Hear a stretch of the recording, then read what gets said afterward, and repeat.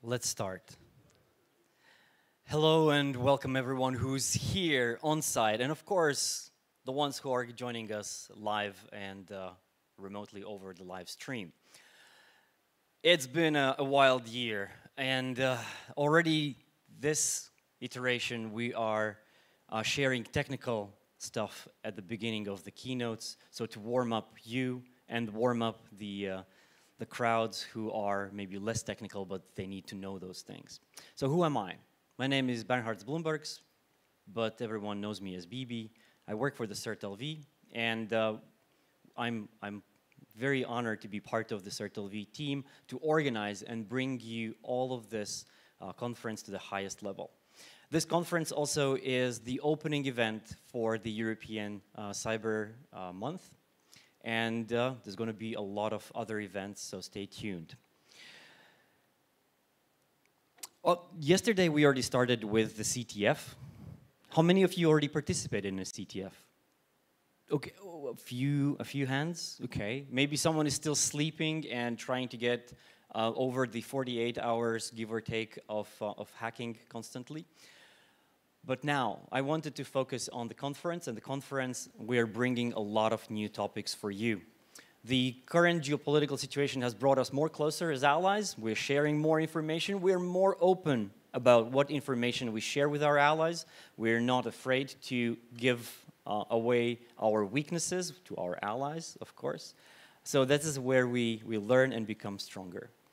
And with this, I would like to also introduce our first speaker of today. This is Wayne Burke, and he's joining us remotely from North America. And he's an expert, a widely recognized expert in international level, and his focus is defensive and offensive AI and drones. Yesterday he was giving also the workshop on introduction to the drone forensics. With this, I will turn over to Wayne. With an applause, a slight applause, we bring him online. Hey, good morning and welcome, ladies and gentlemen. Thank you so much for coming to the conference. Thank you so much to CERT.LV, for BB, and everybody who's really pulled off amazing feats to make this happen. We're going to be talking about drone tactics, forensics, and incident response. So, without further ado, let's jump into our topics. I'm not going to spend much time on my background. I come from a law enforcement background, and really the transition to cybersecurity was a natural progression, especially when you're looking at, investigations, right? But I've been shot, stabbed. I've seen the world maybe a little bit different to many of you folks because I've had many near-death experiences. Now, you might hear the accent is not South African. It's a mixture between South Africa, Britain, and the United States. Those are pretty much the regions where I've grown up. And today's agenda, we're going to be talking about commercial off-the-shelf drones. We're going to take a technical deep dive into all sorts of different components that make up your UAV or drone ecosystems, from sensors, flight controllers. We'll be speaking a bit about radio frequency, communications, and then I'm going to take you through a DJI-4 Phantom teardown, where we want to look at all the different components that we are going to be expected to gather and extract and acquire forensic evidence. I'm going to cover a couple of hands-on demos, although I'm not going to be doing them hands-on live. I'm going to talk through them because, you know, the demo gods, when it comes to doing live demos with Linux and drones and drivers and all of those wonderful things, it's not always perfect. So we will look at digital forensics incident response specifically for drones. We'll look at using certain open source tools so that when we learn with the open source tools, that will give us the ability to use any tool, whatever commercial, developers created. And then we're going to look at some of the other tools that make our job a little bit easier. So we'll start off with some news, right? This is latest news from September 10th. Ukraine joins NATO for counter-drone exercise for the first time. So this is where we could see more than 60 counter-drone systems and technologies, such as these different types of sensors, drone-on-drone systems, jammers, cyber interceptors. Those were actually tested live. So it really means that we evolve in whilst we test in the capabilities and the technology that can help us defend in this completely crazy geopolitical current global situation I think we all find ourselves in. So NATO explores new drone technology as Pandora's box opened in the Russia's war in Ukraine, of course. So we can see these were from the recent exercise that NATO held. And the key point here, they are constantly in the sky. They monitor territory along the front line, like 20 kilometers in depth.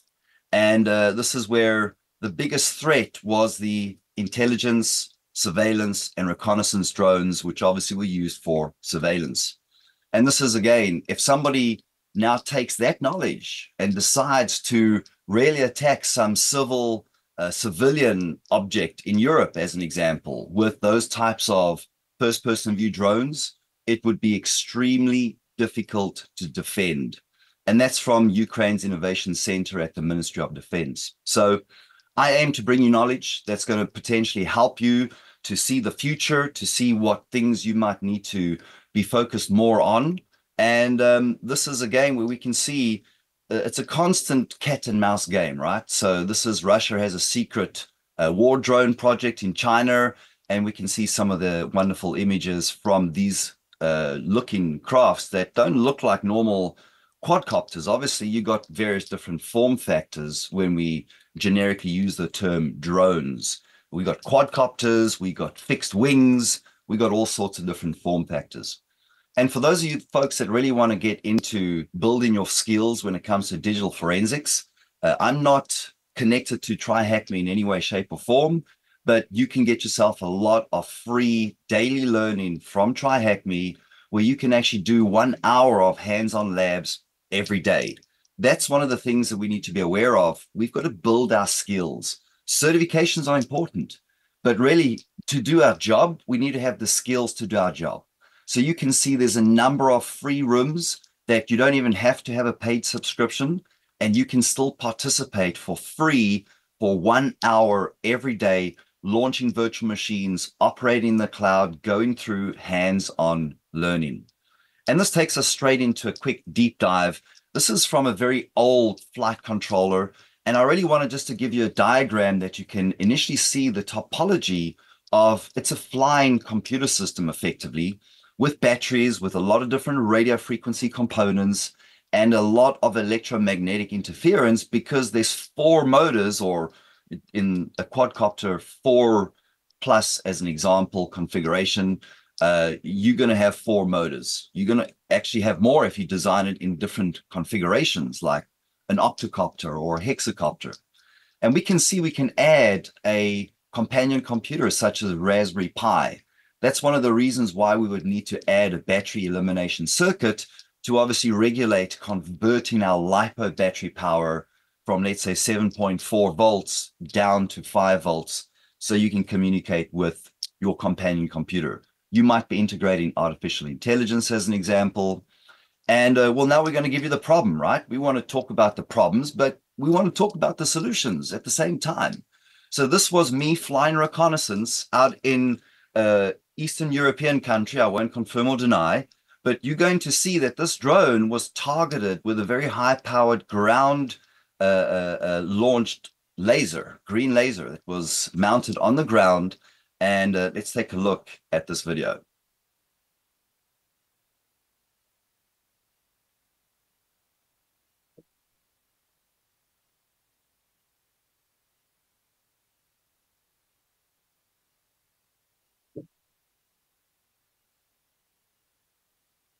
Now you're going to notice I kept pausing it like this on purpose so you could literally see the surrounding area. And you're going to see some pretty good drone flying skills, flying very close to this statue. And I'm sure it won't take people very long to find out where I was actually flying this drone with our image recognition. But I wanted to fly close enough to the statue because I wanted to see what may be connected. There might be radio frequency, signals, antennas. And very shortly, you're going to see on the left-hand side of the screen, you're going to start seeing a flashing green light. And you're going to see the effects of why we need to learn forensics, because we're going to have these drones everywhere. There you can see the green laser starting to try and track, and then it's going to lock onto my drone. And then the next second, you're going to see the actual drone gimbal drop. So you can actually see the green laser affecting my drone in a pretty severe negative way. Now, you're also going to have other instances, right, where you might have drones that crash. So we don't realize if we don't fail 1,000 times, you're not going to succeed once. So this was way back more than 10 years ago of me building different types of drones. And you need to realize each motor is controlled by an electronic speed controller. And if you don't fine tune those electronic speed controllers, you're about to see what happens when you are without a finely tuned electronic speed controller. My one propeller at the back right-hand side was acting a little bit off, as you're going to see. So this was a pretty big DJI build. It's a big lift. It's got a lot of lifting power. As you can see, it's pretty large. I'm just testing. You can see the bottom right propeller just didn't look right. It started and it wasn't spinning like the other propellers were. I was figuring, oh, let me just check to see what it looks like. Because, we want to go like, okay, I want to just take off now.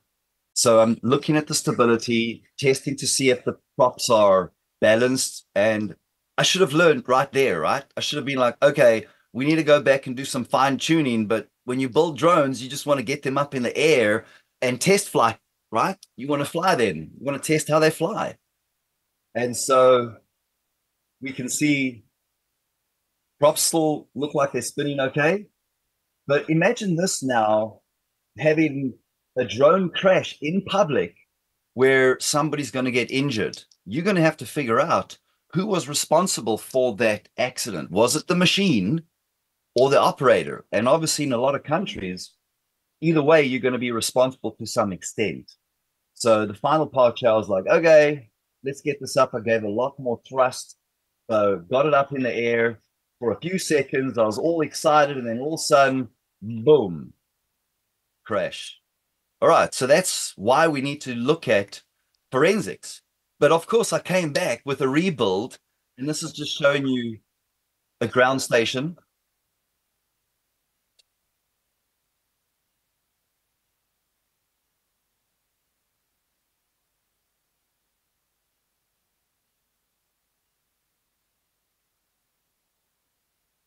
So this is with a new set of propellers, new motors, completely more professional motors, as you're about to see. It's so much smoother. And this is why we need to learn how to build things. Now, obviously, there was some kind of cable tie catching one of the props there, so I went to just go and readjust all of the things there. But this is something when we start looking at, drones nowadays, when we flying drones commercially, we're going to have our flight checklists. You're going to obviously be licensed in a lot of countries to fly drones commercially. And of course, you can see there's the two rails there that allows you to plug in different modules. And there we can see the propeller spinning a lot smoother, a lot quieter, and you're going to see the liftoff.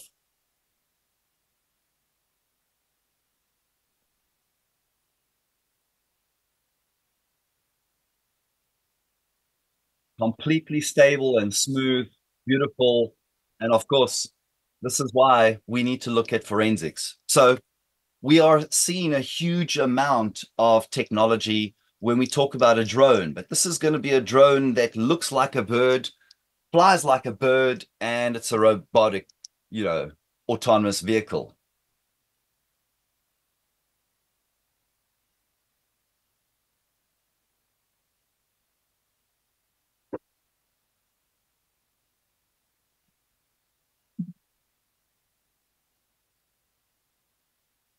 Now, the drone's controlled by his glove that he's wearing, the hand and the glove.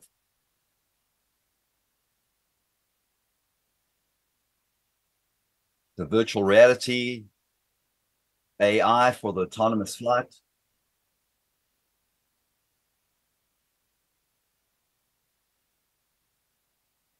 All right, so you get the gist. That was sharing a little bit of why we need digital forensics. And I'm showing you the digital forensics analysis methodology from the US Department of Justice.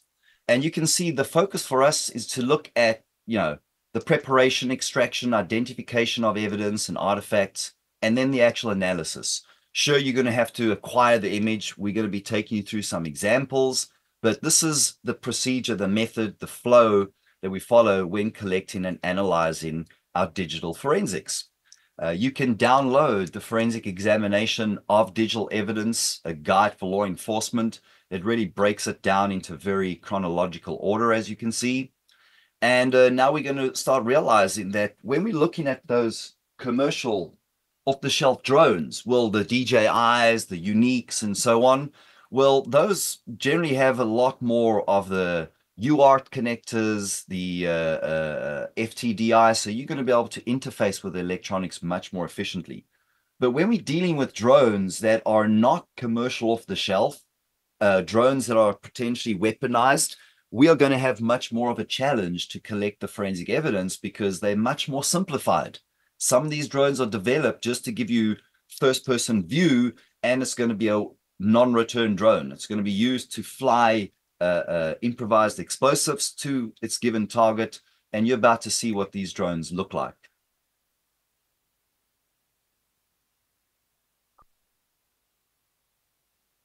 So much more simplified.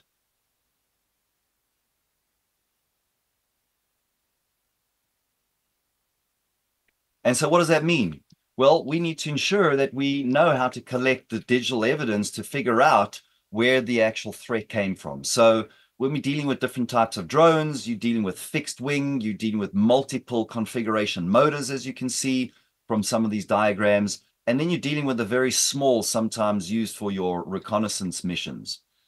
You can get a bunch, like specifically 63 drones with 25 different models from DJI, Parrot, Sensefly, Unique, Skydio, Reezy, Sky Viper, Ardu Pilot, and Aeon, however you want to pronounce it, where they have been sponsored by the National Institute of Standards and Technology. So you can subscribe to their Google Drive. They will obviously vet and validate that.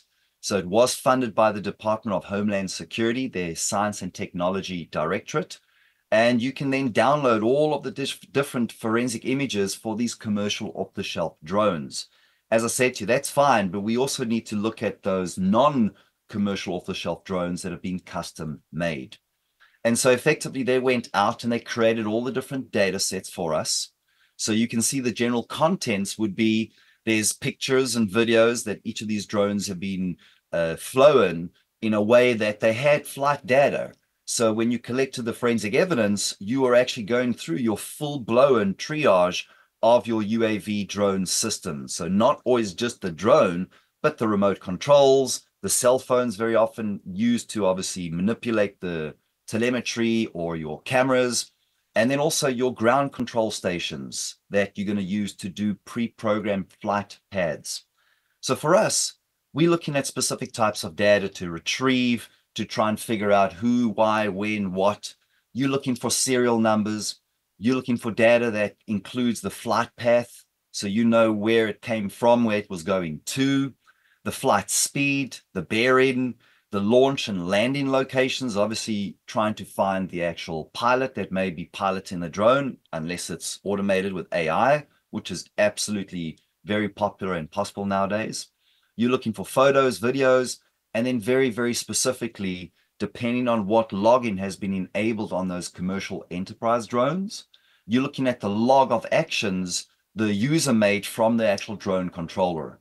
So remember, when you're looking at forensic evidence, there's going to be machine-generated evidence that's based upon the functional application as it's being used, so it generates forensic evidence.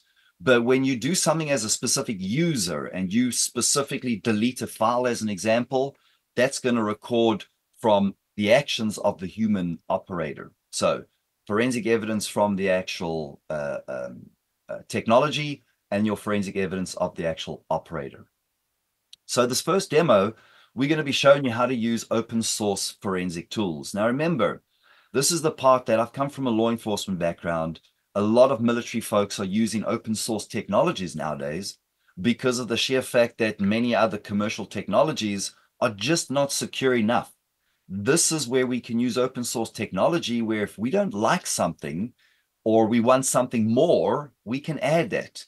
So when it comes to autopsy, it's just an open source, extensible, and very fast entire framework for us to actually triage and pass our forensic evidence.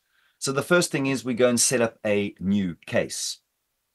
When we set up a new case, it's going to be setting up your database files, and then we're ready to go and select add in our forensic evidence or artifacts, where you're going to specify the location of where your evidence was from. Now, remember the quick reminder, you can take the forensic images that are readily available. You just have to subscribe and request access to the actual forensic images that have already been prepared. So we then select our data source. As you can see on the top left image, I'm selecting a disk image, or you could use a virtual machine file. And here we're using a standard RAW, DD RAW image, as you can see. And now I can select my ingest modules. What this means is these are when you ingest the forensic evidence, it's going to process that evidence based upon these different modules that you can add third-party modules. You can custom build your own modules as well. And so you might well see that there's a DJI drone analyzer, which is based upon the demo of the forensic evidence that I'm adding. The forensic evidence that I'm adding is of the internal storage. So it's the internal SD card effectively. It's about 3.9 gig in size. So once you've finished letting that process, now we can actually start doing our actual triaging and start our analysis. Looking at information such as your GPS tracking, you're going to have certain encrypted, suspected artifacts that you may need to decrypt. And this is just giving you a quick overview without going into too much detail, because I'm going to be showing you additional tools and open source frameworks that can be used to speed up your triaging. So the next thing I want to talk about is a paper that's now focusing on your actual remote control. Because effectively, if you're not aware of this, a lot of the drone technology is effectively flying Android operating systems. So it's almost like a cell phone, but remember, Android is Linux, or Linux derivative, and it's open source. So in this paper, you're going to want to use certain types of firmware as an example for like a drone remote control. So this is a great website where you can freely download firmware for an array of different types of drones. Of course, DJI being very, very popular. It also supports the Autel aircrafts as well. And I'm sure in the future, they're going to continuously start adding more and more makes. Now, on the same slide, later on, you're going to see where you can actually do drone hacks. The drone hack means you're going to be able to lift the restrictions such as your non-flight zones. So your no-fly zones, you can actually remove those by essentially jailbreaking with a custom firmware your actual drones. So this is, again, information I want to share with the whole community.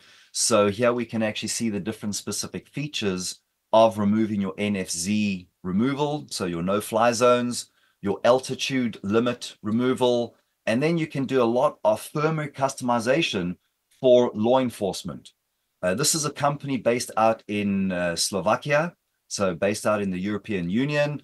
And you can also start boosting your actual signal strength, allowing you to even fly further distances. Generally speaking, in the European Union, your maximum transmission is a lot less than United States. So this is a quick example where we're not going to watch the video, but they've got video demos of showing you how to actually do the actual jailbreaking. And for us, the actual focus is on evidence, right? So we're looking at how the remote control establishes connections with the different devices. So the little diagram you can see on the screen is where we're going to look to collect forensic evidence first. We can try and connect it through the remote control using the DJI Assistant 2 software that would then allow us to use a serial cable, a USB serial cable, plugging directly into the drone where we can extract a whole bunch of information. But we're also able to look at actually accessing the specific external SD card where you might have your multimedia files like pictures and videos and so on. And then also your flash memory, where you're going to have firmware files, system logs, your Android APKs, your applications, and then your application logs. So when we were looking at forensics, 10, 15 years ago, before we had all of these fancy Cellbrights and Oxygen Forensics and Elcom Softs and Encases, and of course the list goes on, this is where we want to do things manually. So using the Android ADB, your Android debug connection with your software developer kit, the very first thing you're going to do is check the flash's memory and the device names. So you're looking at your partitions. Then the second step, you're going to set the TCP port number where you're going to actually be using Netcat to actually receive an image dump. It's going to take you some time based upon the speed of your network, but you're going to be imaging the flash memory and then essentially transferring that via your TCP port that you specify. And then the last step you can see there, step 4, you're going to receive the flash memory dump. That's going to be delivered by the DJI remote control via your TCP port that you actually specify. And once that's finished, you can see you will then be left with an IMG, an image file. So a list of some of the actual artifacts. You can see certain directories are encrypted. You can see a description, and there's a ton of information. This is directly all from that one article, that white paper, amazing in-depth. And this next article, which is really by a young lady, she's originally from Japan, amazing. She's only 18 years old, and she's written an amazing application, or many actually projects, but we're going to be looking at her framework that will allow us to actually extract forensic evidence from DJI drones much more effectively. But generically speaking, your 9 phases of digital forensics, you start off with your first response. So you get called out, there's an issue, and you've got to look at your search and seizure. So you start doing your search and seizure. You want to look at your evidence collection, secure the evidence, perform your data acquisition, and then you're going to start doing some of your triage and your data analysis. Looking to do evidence assessment, so you can assess what evidence you already have and what could be used to prove or disprove guilt, your exculpatory or inculpatory. It all depends on which side of the fence you work in. And then finally, step 8, you're going to be looking to your documentation and reporting, and you may need to take that into criminal prosecution. So you may be the role of a witness. And that's essentially a teardown of all the different electronics. This is a picture of the Mavic Air 2. And as we see in the progression of this technology, keeps becoming more and more powerful, more and more advanced, more and more artificial intelligence, more neural compute sticks as an example, or Movidius or NVIDIA, all of these neural compute technologies being injected into all of our technology. And so that means sufficiently speaking, when you start looking at all of our IoT, OT, critical infrastructure, drones, robotics, biomedical devices, yeah, they're very much using the standard STM32 chipsets. And so this is a diagram showing you how we're going to be needing to do more advanced either chip extraction or on the board forensic analysis based upon what we're obviously looking to prove or extract as far as evidence is concerned. And you can see this is a teardown schematic or diagram of your DJI Mini 2, showing you that you've got your DUML communication language, which you got various different protocols in your drone ecosystem, your GPS board, your gimbal, your camera board, your SD cards, your flight controller, your electronic speed controllers. All of those things have firmwares that you're going to look to potentially extract the firmware as evidence if they have maybe used a jailbroken or a hacked version of the flight controller. So they're not obviously limited by those no-fly zones and so on.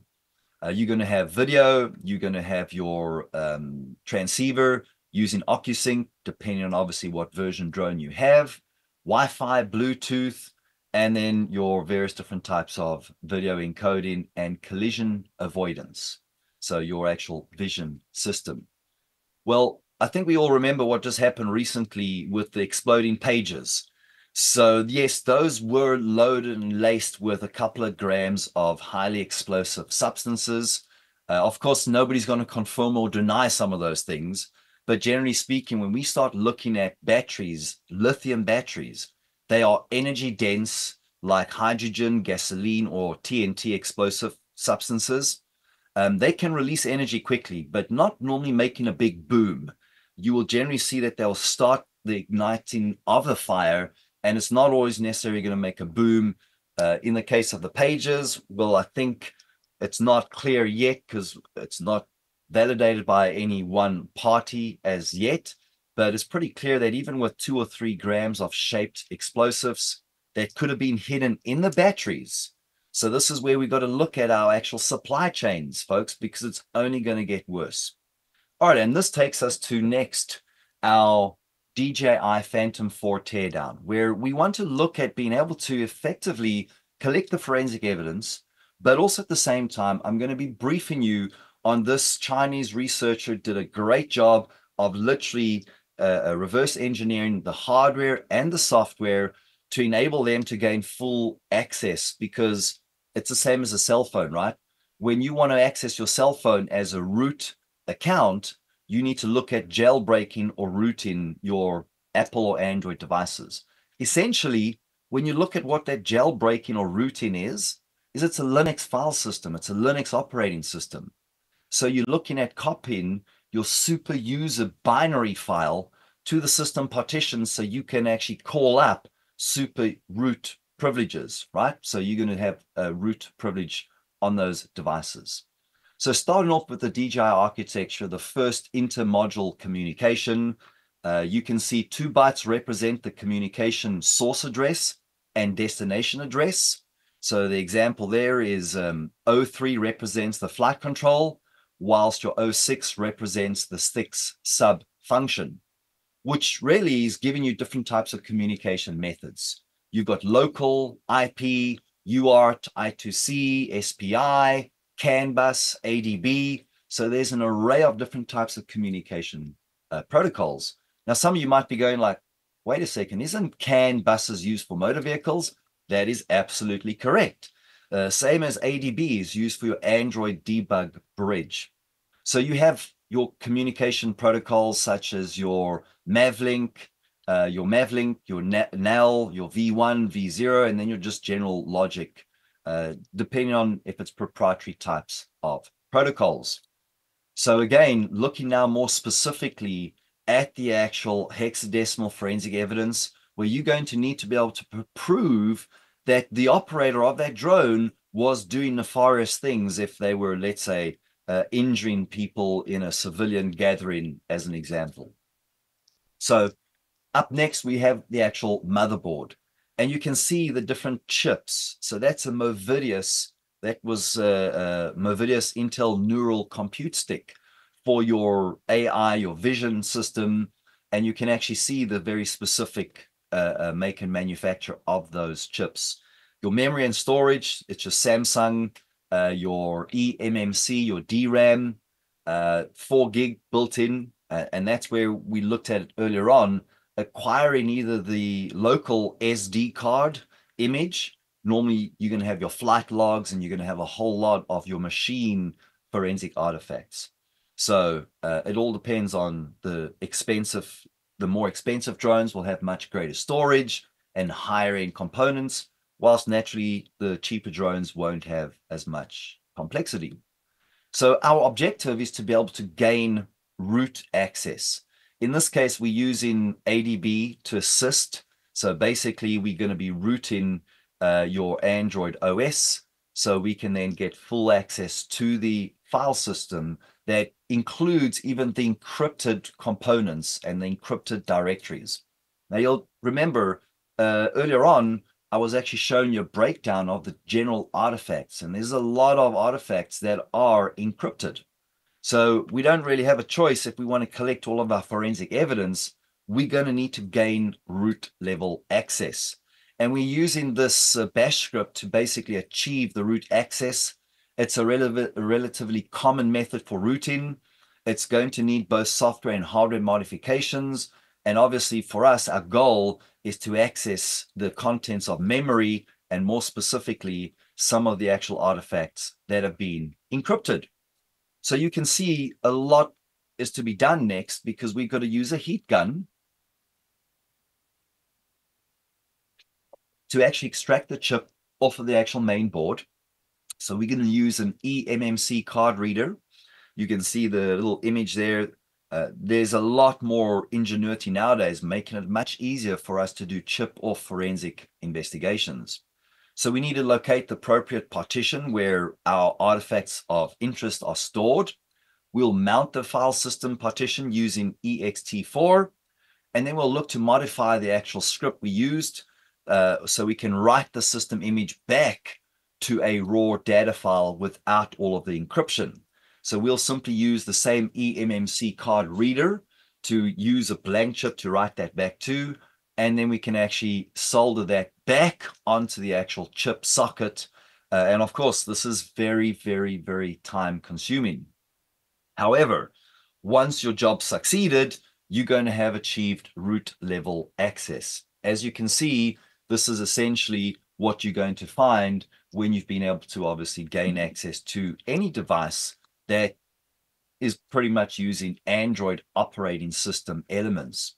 Now, we mentioned Android operating system. So the most pure form of Android OS is normally when it's running on a Google Pixel device, because the Google Pixel device is manufactured through or with Google, and therefore it doesn't have as many additional third-party vendor-specific add-ons. So a lot of the other hardware vendors will basically use a very similar version, but they're going to have a lot more overlays specifically connecting to their architecture and the technology that they've chosen to use.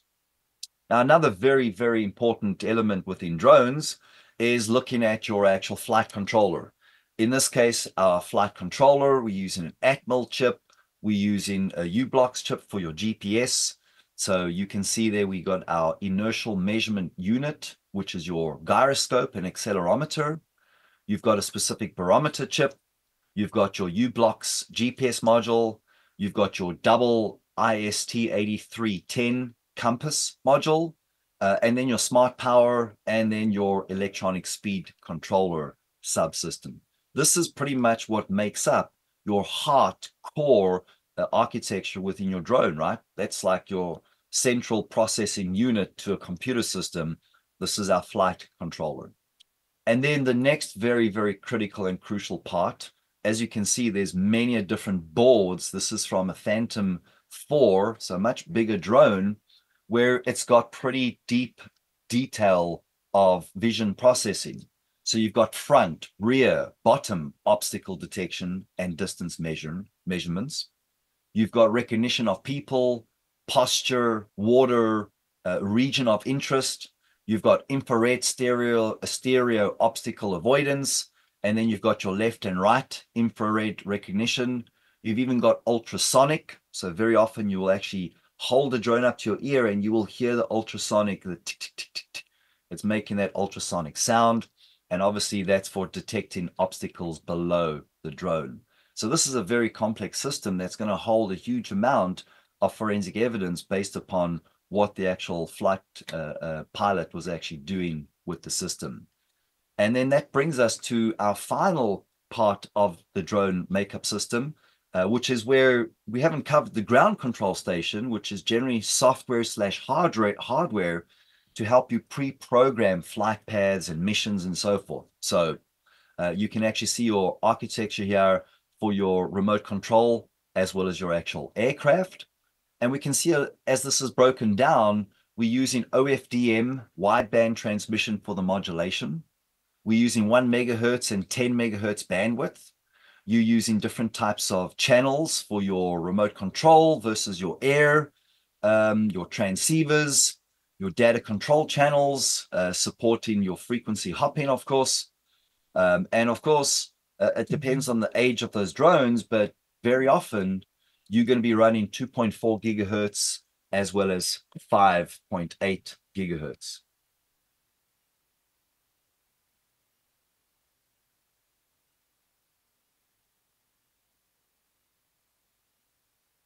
I'm just double checking. Yeah. So I've got a couple of minutes left to go. We almost threw a whole bunch of content here. And so this was where we now need to realize when we want to look at the communication system, if we want to take over these different types of UAV, drones, quadcopters, you name it, we need to spend a lot of time focusing on the radio frequency. And so this is a deep dive that is actually showing you the pair and link. So when you set up your drone with a new remote control, you're going to have to pair that remote controller to the actual drone.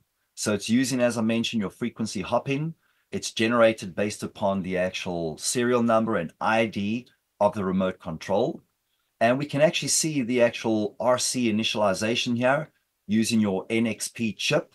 So it initializes the baseband SPI registers. It then initializes your transceiver SPI registers. And then it starts to do its broadcasting with fixed frequency hopping. And the same happens on the drone itself. So for us, you can see the 5-byte pairing code to the baseband SPI address. For us, we want to be able to take note of that because essentially we're going to be looking to take over control of this drone. So when we're looking at the actual RC frequency hopping cycle settings, we want to be aware of that so that we can try and intercept and manipulate the actual data and then take full control of that drone. So as I mentioned, the air pairing is what's going to normally pair your remote control to the actual drone. So you're not going to have somebody who's got another remote control automatically take over.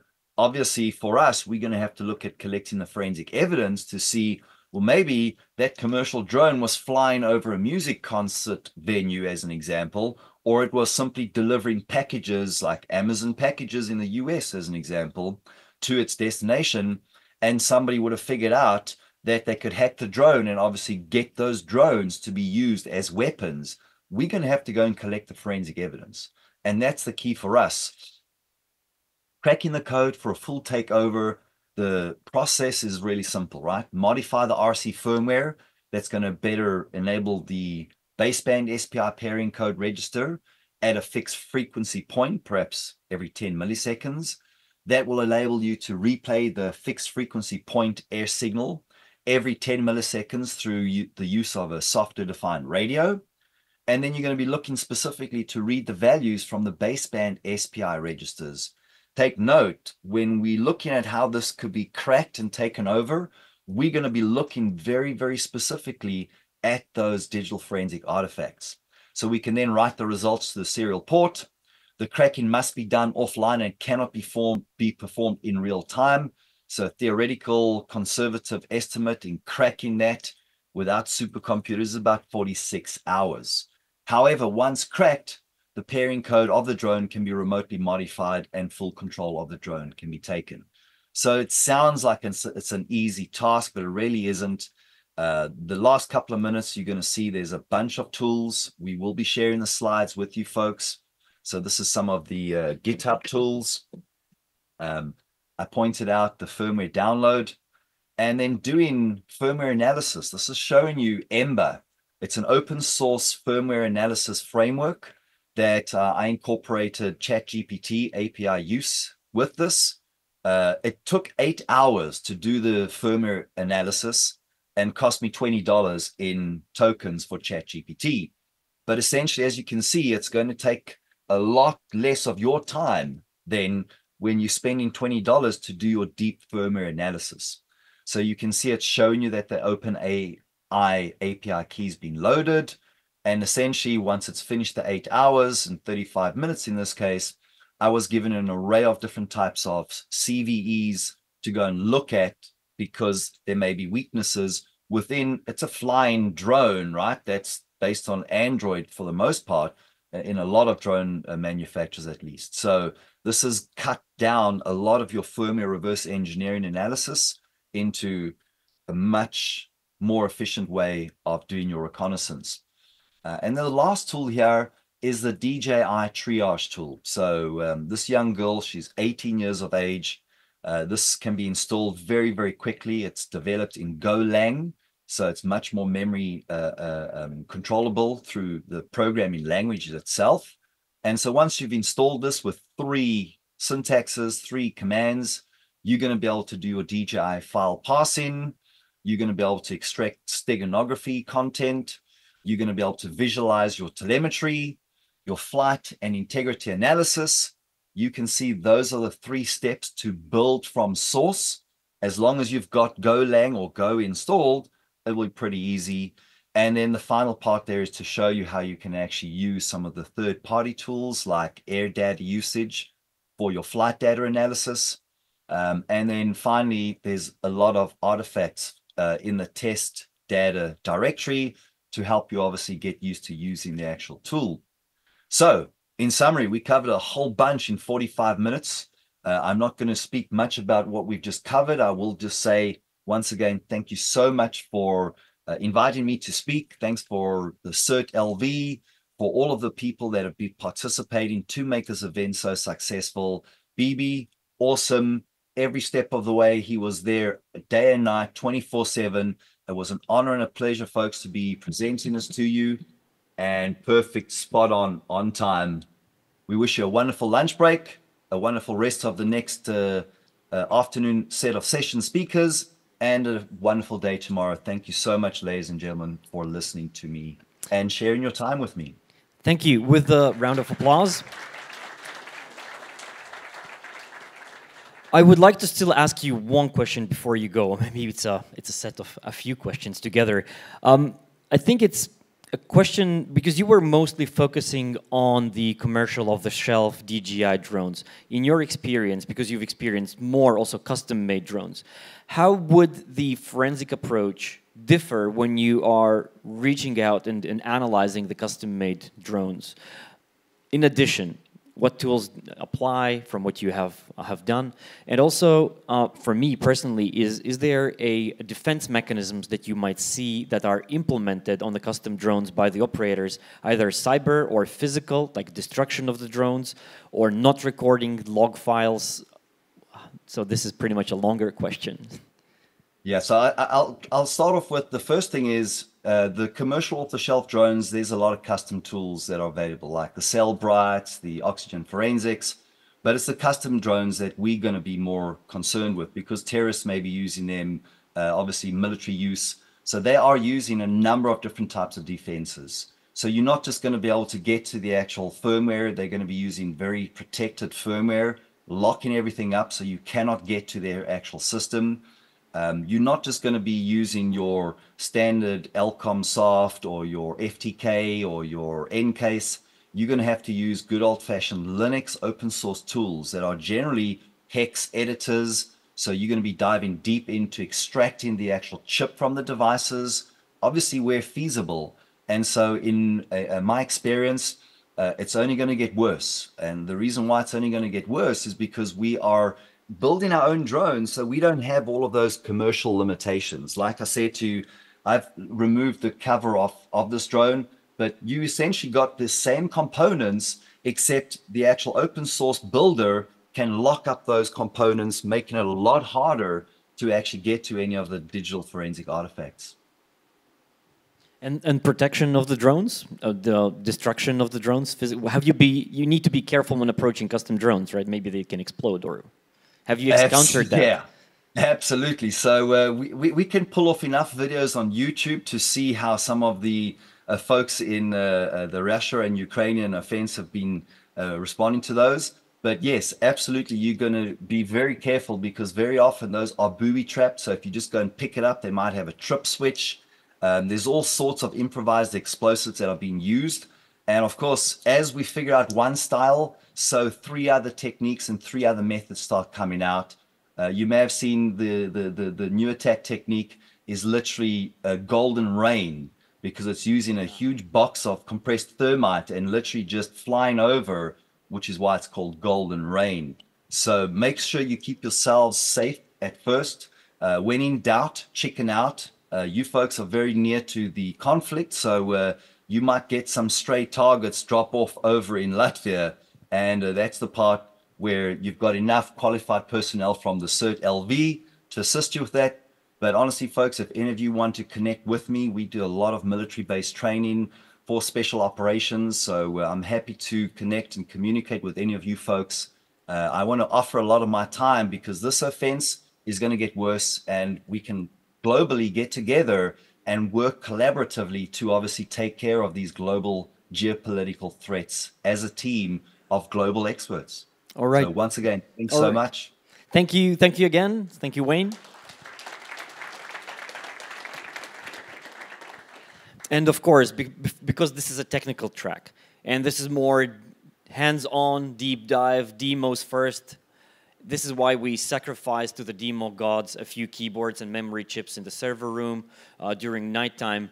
And with this, I also welcome on stage Richard. We still have a few minutes to give to Richard for connection, at least 2-3 minutes, and then we will start.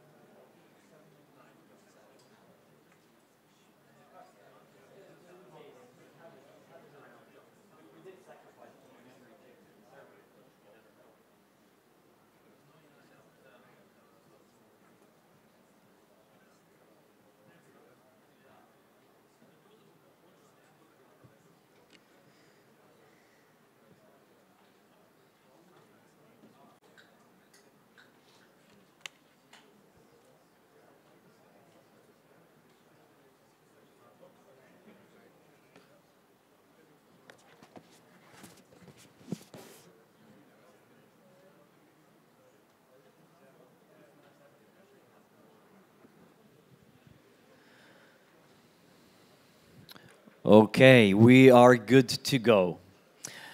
Now, I want to quickly introduce our next speaker. I met Richard in a conference, in a NATO conference for the CCDCOE, and there we spent a lot of time talking about, well, different things. I mean, he's now a principal researcher and a malware analyst at Google, formerly from Mandiant. Mandiant is now part of Google. In this talk, he will be focusing on how do we trust the IOCs, how do we analyze them, and how can we improve the overall ecosystem. With this, Richard, if you're ready, let's go. I hope so. Thank you very much for the introduction. Happy to be here today. I Thank you. I have a topic today I will speak about, which is unusual for my job title. As I was introduced, I'm a reverse engineer at Google's Flare team. And normally, I do reverse engineering. And with reverse engineering, we spot or identify indicators. And I was interested how those indicators are used. Before we start, short disclaimer, I will talk about and show some blog posts. And if I show them, that is not to say, oh, they could be improved. No, those blog posts are mainly great and worth to be discussed, in my opinion. And so I want to show how to utilize blog posts for indicator assessment as well. On the other side, I show an approach which is not usual approach nowadays. And I will talk about indicators in a composite object way, which is also not usual and used frequently and seen often. So I was encouraged to speak about it by my leadership, but that is not, it's an ongoing research. So I feel sorry if it is not implemented yet at all. As a reverse engineer, I have to deliver some objects to the requesters. Normally, it is at least one report, code snippets, signatures, and, of course, malware processing artifacts, including IDBs, for example, if I use IDA Pro. So I was interested how these or those indicators are used after I identified them, because I'm part of the chain from malware or from data to the knowledge. So selecting data, transforming data, handing it over to intelligence departments, and they use it to build knowledge on it. The first question I think everyone will laugh about, but what is an indicator of compromise and what is an indicator? Normally, it is quite easy, I think. If I talk about indicators of compromise, I open any threat intelligence platform and I see there are a lot of hashes, isolated items. And that is what is described, for example, by CrowdStrike as well. An indicator of compromise is a piece of digital forensics that is gathered there. So it is from the past. It says this one system was attacked by one specific attacker in one specific campaign, for example. Then, what is an indicator of compromise? You will see common IOCs, such as cryptographic hashes like MD5, SHA-1, SHA-256. So I was really interested how those indicators match nowadays to certain attacks. And I went back in the history. When I started, there were no indicators of compromise. I'm quite old, I know. But then a PT1 report in 2013 was released, and there were composite objects as indicators of compromise, and they were reduced over time to single items. And Joe Slovic, for example, spoke about those composite objects and showed that those atoms which are used, or items, or building blocks, I name it, are not as atomic as they are thought of. So what happened then?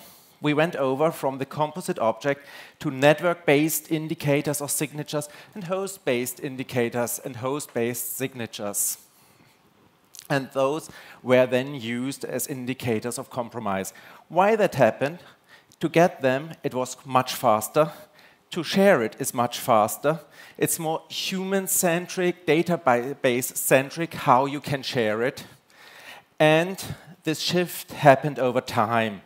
And what we have lost with it, we lost, for example, the context of the indicator.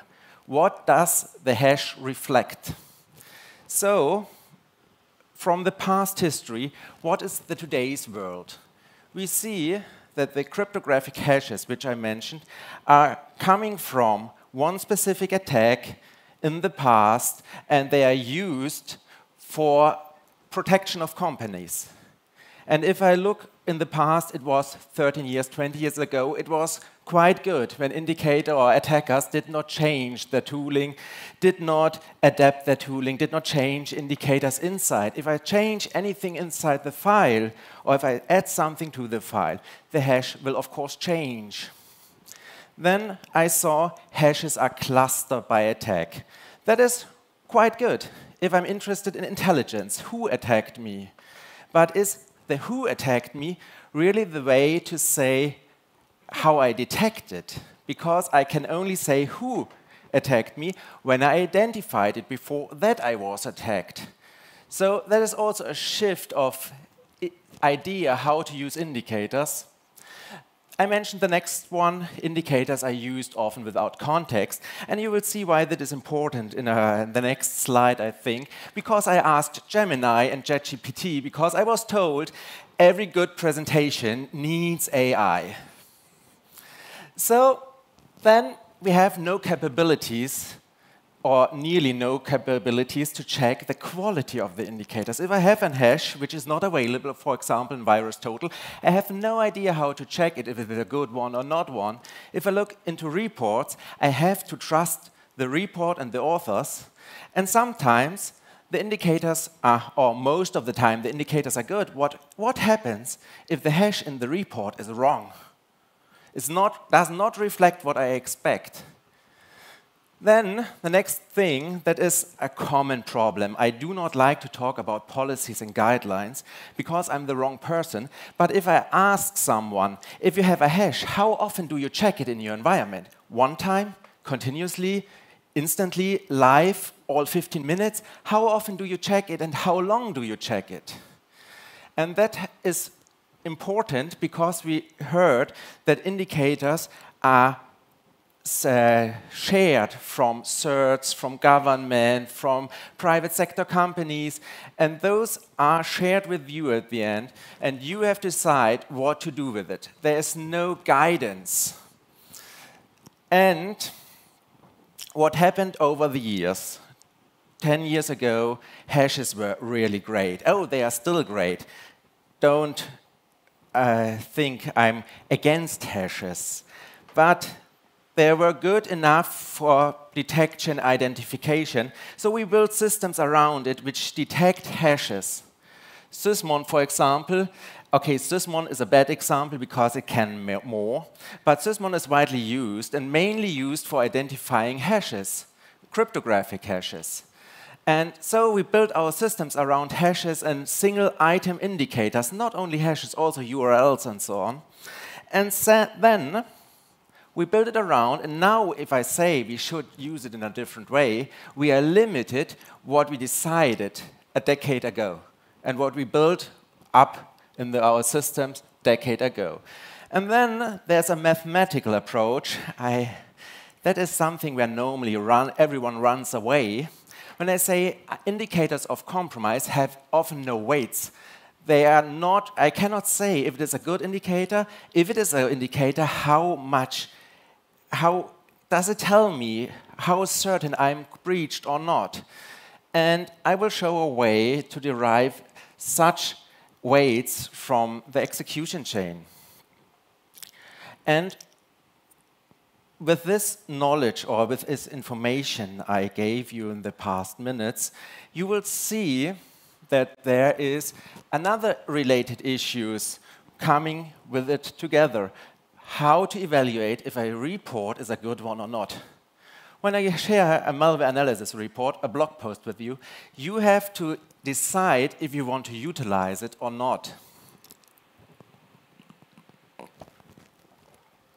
That means how good is the report itself, how good are the indicators inside of the report. Then the next thing, most of the reports are created for showing an attack, to show you what happened in the past, and so at the end you have the file identifiers used during that attack. And we have, of course, a changing threat landscape you heard in the morning in the opening session. And so, with increasing amount of attacks, increasing amount of indicators, and So we have to decide how to go on that we can protect our companies. That is what I mentioned with ChatGPT. I asked ChatGPT if is a cryptographic hash a good hash or not. And I asked, of course, Gemini as well, because I'm from Google. So what happened?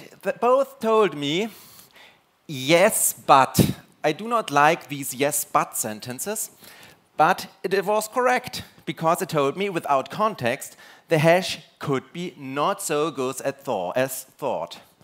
And that, if I look to the sharing reports from nearly every company, I see that mainly hashes are shared for detection, which are used initially for identification. Here, one thing, APT41, reported by Zscaler. Of course, we had a Google report as well, but I said I will honor also other companies who did a really good work. If you look there, you will see what happens. You have an initial attack vector, you have a legitimate executable, you have several hashes, file names, and a description. Quite good. With my bad PowerPoint skills, I changed the view a bit. So now we have the first file, which delivers the next 3 files. It's music.zip. There we have a hash. Inside we have 3 files. So those 3 files are described in the report as well. But now we have the first problem. If we decide to think the file name is, I know Windows can handle uppercase and lowercase file names in the same way, but I write my detection and the file has slightly different format or uppercase, lowercase change. It could happen that it does not work. But that is, we have several approaches of it, and now look into the archive contains 3 files. The first file, taskhost.exe, launches the next DLL file. The next DLL file encrypts the .dat file and launches it as well. And on the right side, we see we have both DLLs which were found. One is trust.dll. The other one is the DLL you are seeing on the slide on the left as well. And it is executed or launched by a file which is called taskhost.exe, or it is by ANLab executable. If I look into the report, I do not find the ANLab executable. So I have no idea about the hash which executes this file.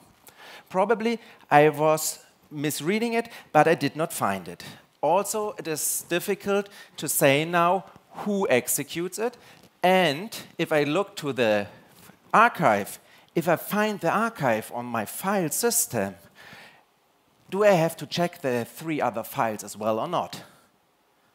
Probably not. Because if it is there, that's not normal, that's malicious one, that's a suspicious file, and it contains the 3 others, so I do not have to do it. So, but what means, I think, yes, what means it launches, it decrypts and launches? That is more now my field, where I come from as a reverse engineer, because I'm interested to provide information. If I write down, it launches a file, it has several aspects of detection. The first thing you see on the left, if it says use the Win API create file, it opens the file, it decrypts the buffer, it writes the buffer to the file itself, and then execute the file from the system, like we shall execute in command.exe or cmd.exe. Then it is a different indicator set or detection mechanism. Then it has another approach, which is like iterating through the file system, identifying all files in a certain directory, decrypts them, and execute them. Execution in memory is also different. So what is really happening if I talk the file is decrypted and launched? And there we have the first approaches. One of the first approaches is the alignment of definitions. that sounds quite strange. I will tell about all three and explain why are they linked together. Then we have the understanding on context and usage-based definitions and static definitions. The difference is, look at DLL side loading. What is DLL side loading? It's a great term. If you ask 10 researchers will give you 10 different answers. Because it depends. It depends where the file was found in the context. If the file was delivered to the system and executed there, with a second DLL delivered as well, and it is in the search order, then we speak about DLL side loading. If the file was not, or the executable was not delivered, if it was on the system before and executed by the user, and it has a higher hierarchy of the search order, we are speaking about DLL search order hijacking. That's the difference. But the terms were used in the past differently, so it was difficult to say what to spot, where to look, and what you see for, or need for detection. That is usage and static-based definition. The static-based definition is a definition which has no context. Like an executable is or in Windows executable is if you have an MSAT header at the beginning. So that is quite easy to spot. That's a static definition. And why are frameworks for integration with definitions so important? If you look at the definitions, how they are used, like DLL side loading, you know which or where you have to look at and which artifacts to have to use to spot. You select the same data for the same definition all the time for data transformation at the end. Going back to the atomic indicators, that is Caddy Viper. I think everyone knows Caddy Viper. It is quite famous, I think, from the beginning of the war from Russia against Ukraine. And Hermetic Viper itself has different names. That's not the issue at the moment. But we had a high visibility at the beginning of the war. It has high impact, and every security company talked about it. How they talked was different. Look now. You have, for example, SHA-256 hashes. You have SHA-1 hashes and MD5 hashes for the same situation. And you have now to think about what you are looking at and how to correlate. And correlating hashes does not work well. Except you have a platform like VirusTotal. You can look it up. You can correlate. Why is correlation so important? You take 10 reports. You have 30 different hashes, and in reality, those hashes are only 10 files to identify, 3 hashes per file. That means you have only 1/3 of searches in your environment for the files. That would decrease or increase your performance or decrease the usage of your systems. That's quite important, I think. And the problem itself is that every company but spots different files. Not all have the same data set of files. Like first company spots 5 files, next 10 files, the next one 20 files. And that's quite difficult now to work with cryptographic hashes. And how to solve it is after the next problem. The next problem is, how to use the reports. And there's a good approach from Christian Dietrich. He's a professor in Germany, and he tries to evaluate reports by the quality, and this time for attribution. And he used the MICTIC framework of Timo Steffens. This is a good approach, but we do not have those approaches so much. And we only can use, because I was always told, use AI to evaluate reports. AI can evaluate reports or data if it is good data. Of course, it could evaluate all data, but if the data quality is bad, the result of the AI system probably is also not so good as expected. So this is a good approach. There was a first step how to do it, and I think he's evaluating it, he did a good research, and we have to go on with it. Now, the problem with the hash. Why I want to go away from the hash? That is not because I think that it was a mistake at the beginning. If you look at the stage 1 PowerShell dropper of Ghost Emperor, I do not want to say Ghost Emperor the same like Famous Sparrow, because there are probably slightly differences between namings because of the data you're looking at. But the stage 1 PowerShell dropper has a MD5 hash. If I look up the MD5 hash in VirusTotal, what happens? Oh, that's for you the left one. You see 37 detections, but you do not look at the PowerShell dropper. You look at a completely different file because the hash in the report was wrong. The report itself was great, but it took time because you could evaluate out of the report the correct hash of the dropper. And if you look there, only 3 AV engines detect the hash. And that was then changed by the attacker by one wording. They exchanged the wording AES managed through the base64 encoded wording. And then the detection was only 1. And that was 2 years later after the file was used. We have 1 detection for the correct hashes 1 year later. That's quite low. And this brings me to how we should handle indicators a bit better in the future.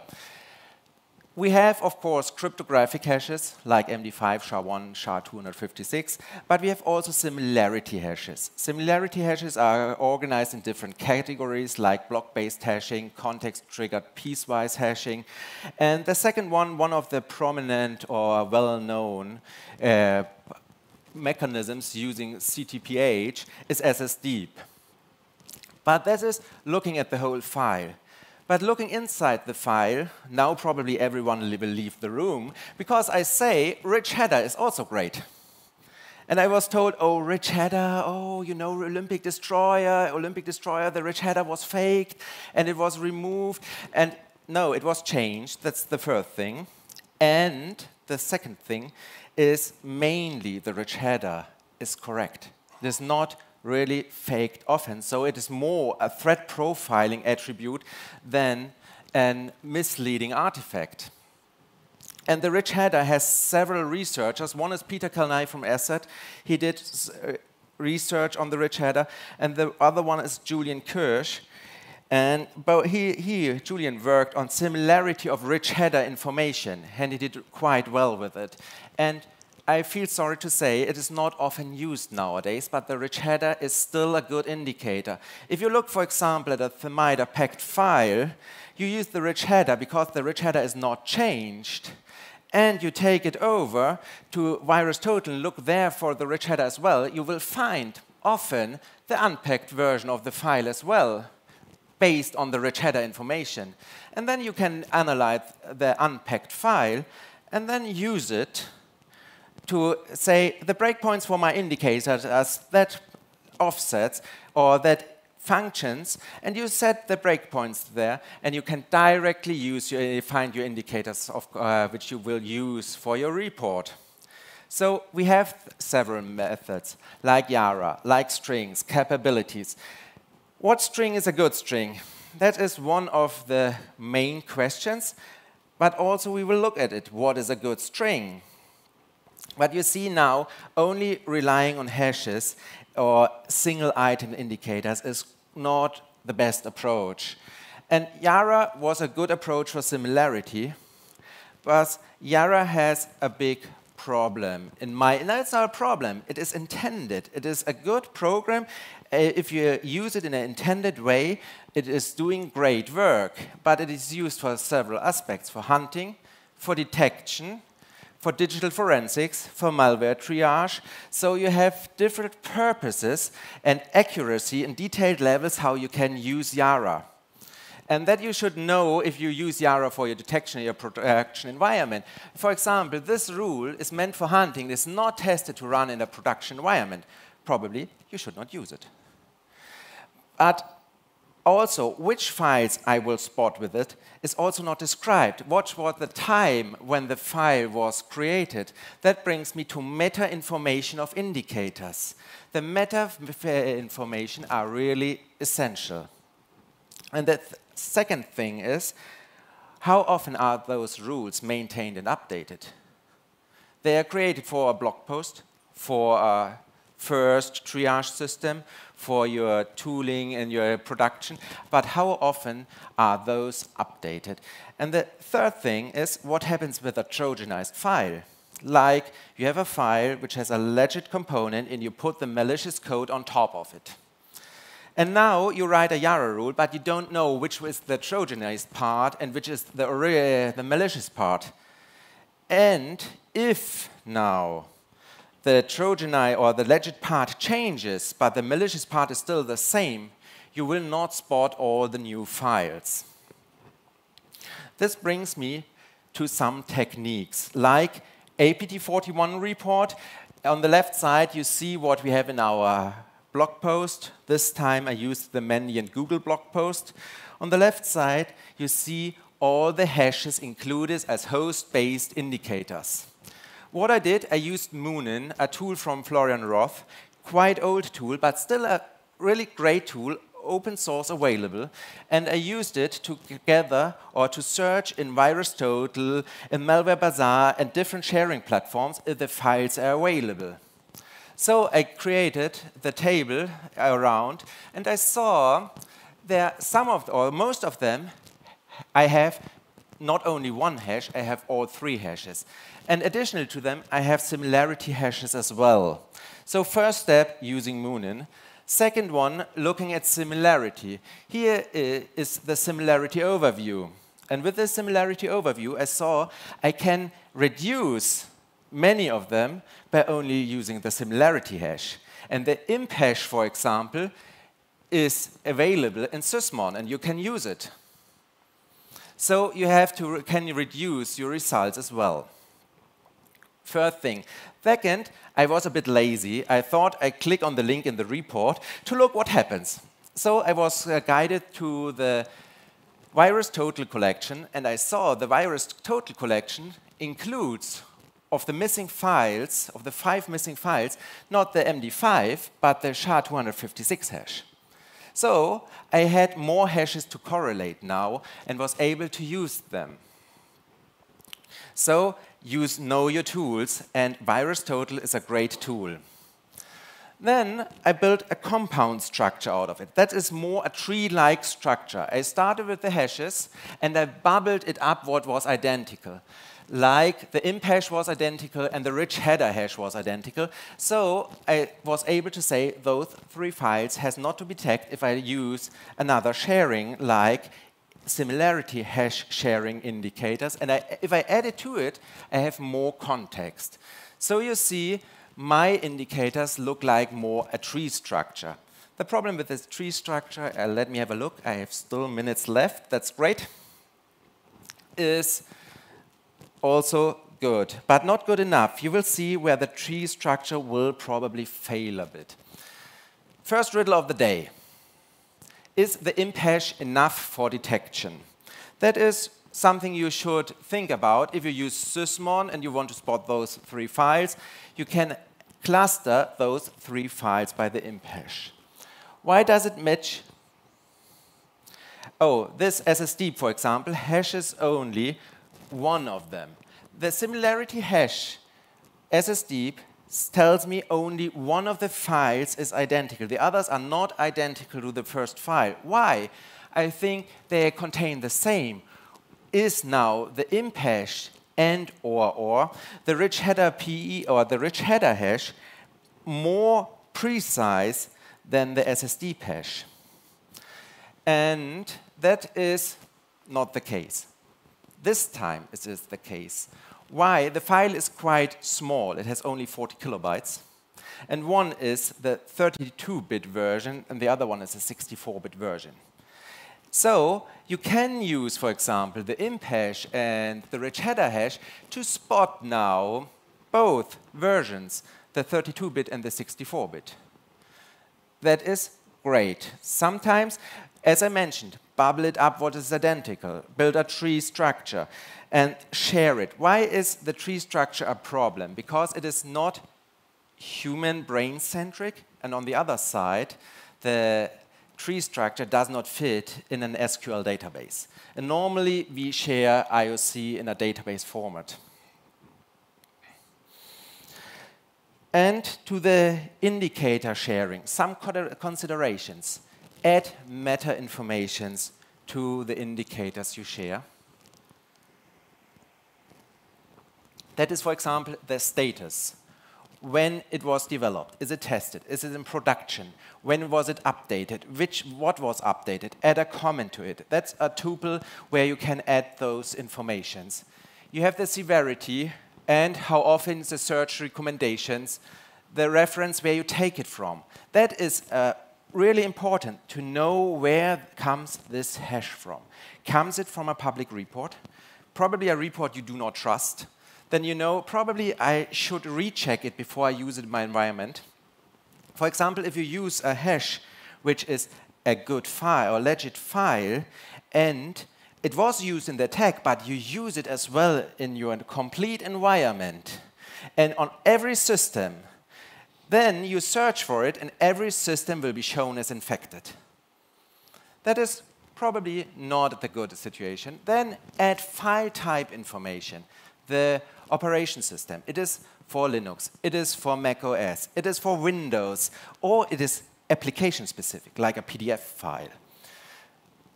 Add the architecture, the file type itself. It is a PE executable, PEDLL.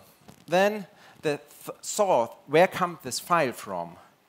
Use the file identifier and similarity information. With this, you can put all what you've seen in the tree in a normal SQL dataset.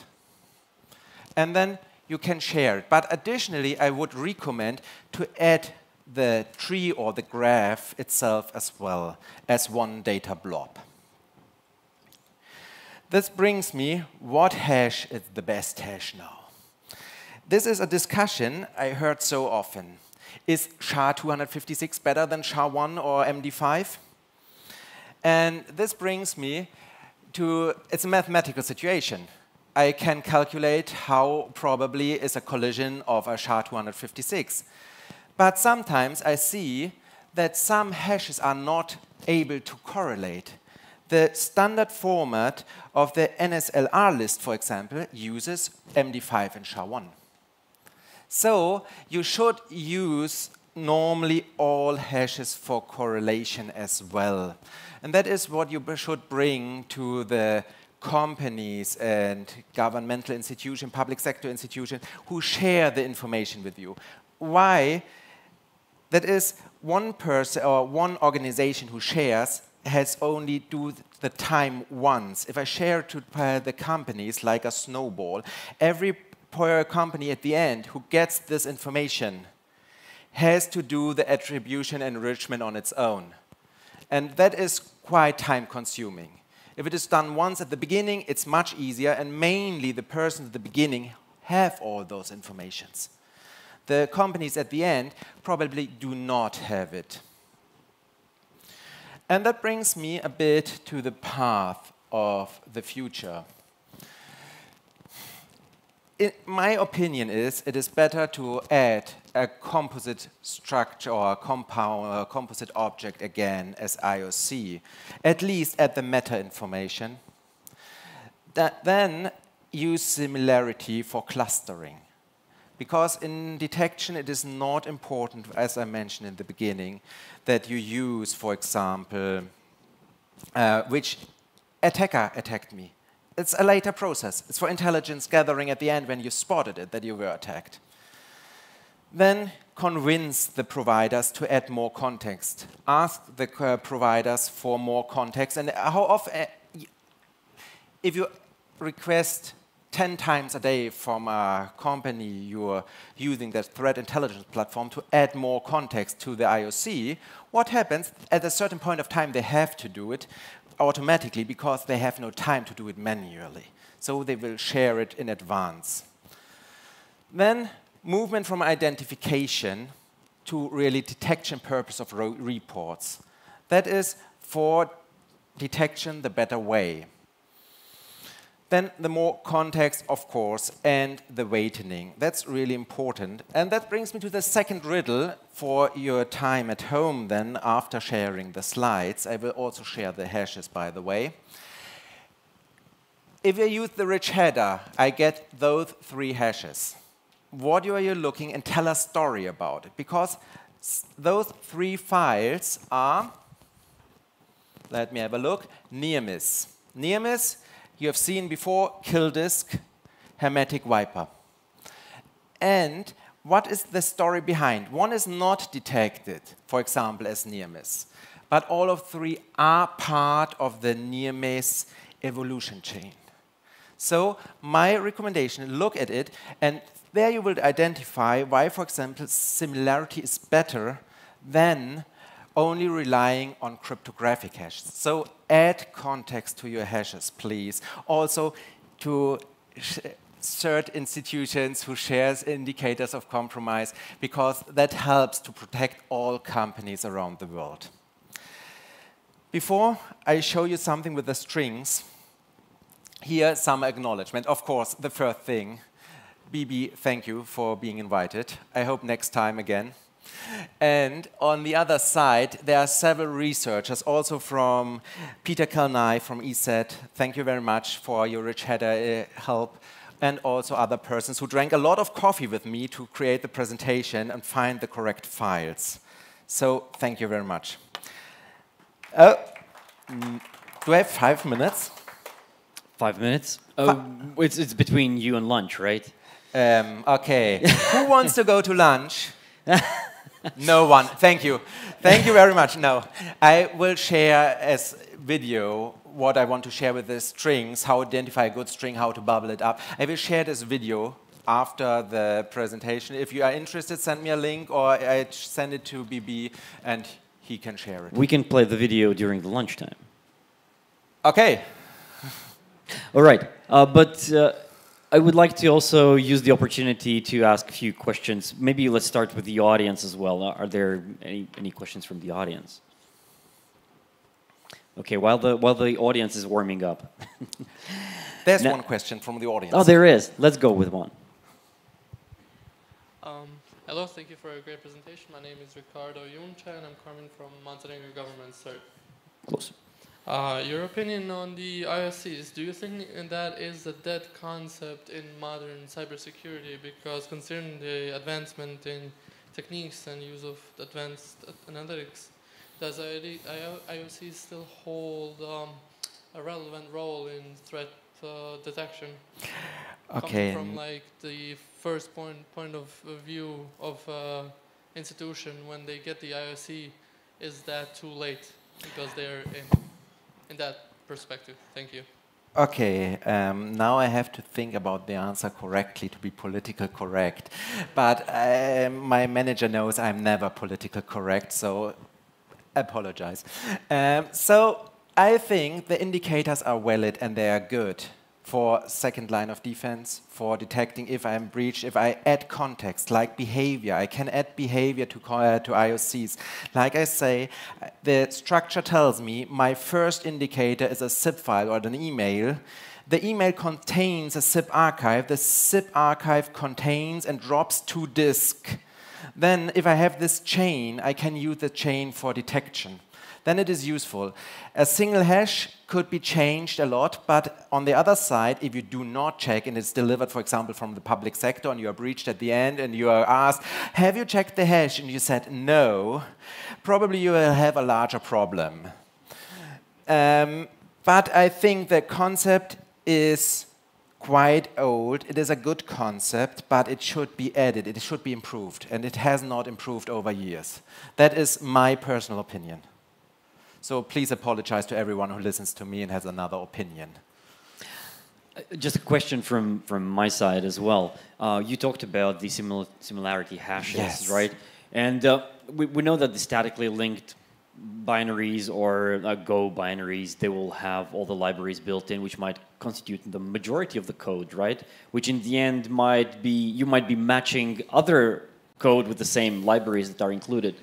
That is also a good question. And yes, there was some report outside, I think it was at the beginning of the Russian-Ukrainian war as well, that one company told us that a wiper has a high similarity to a Chinese actor or ransomware threat group.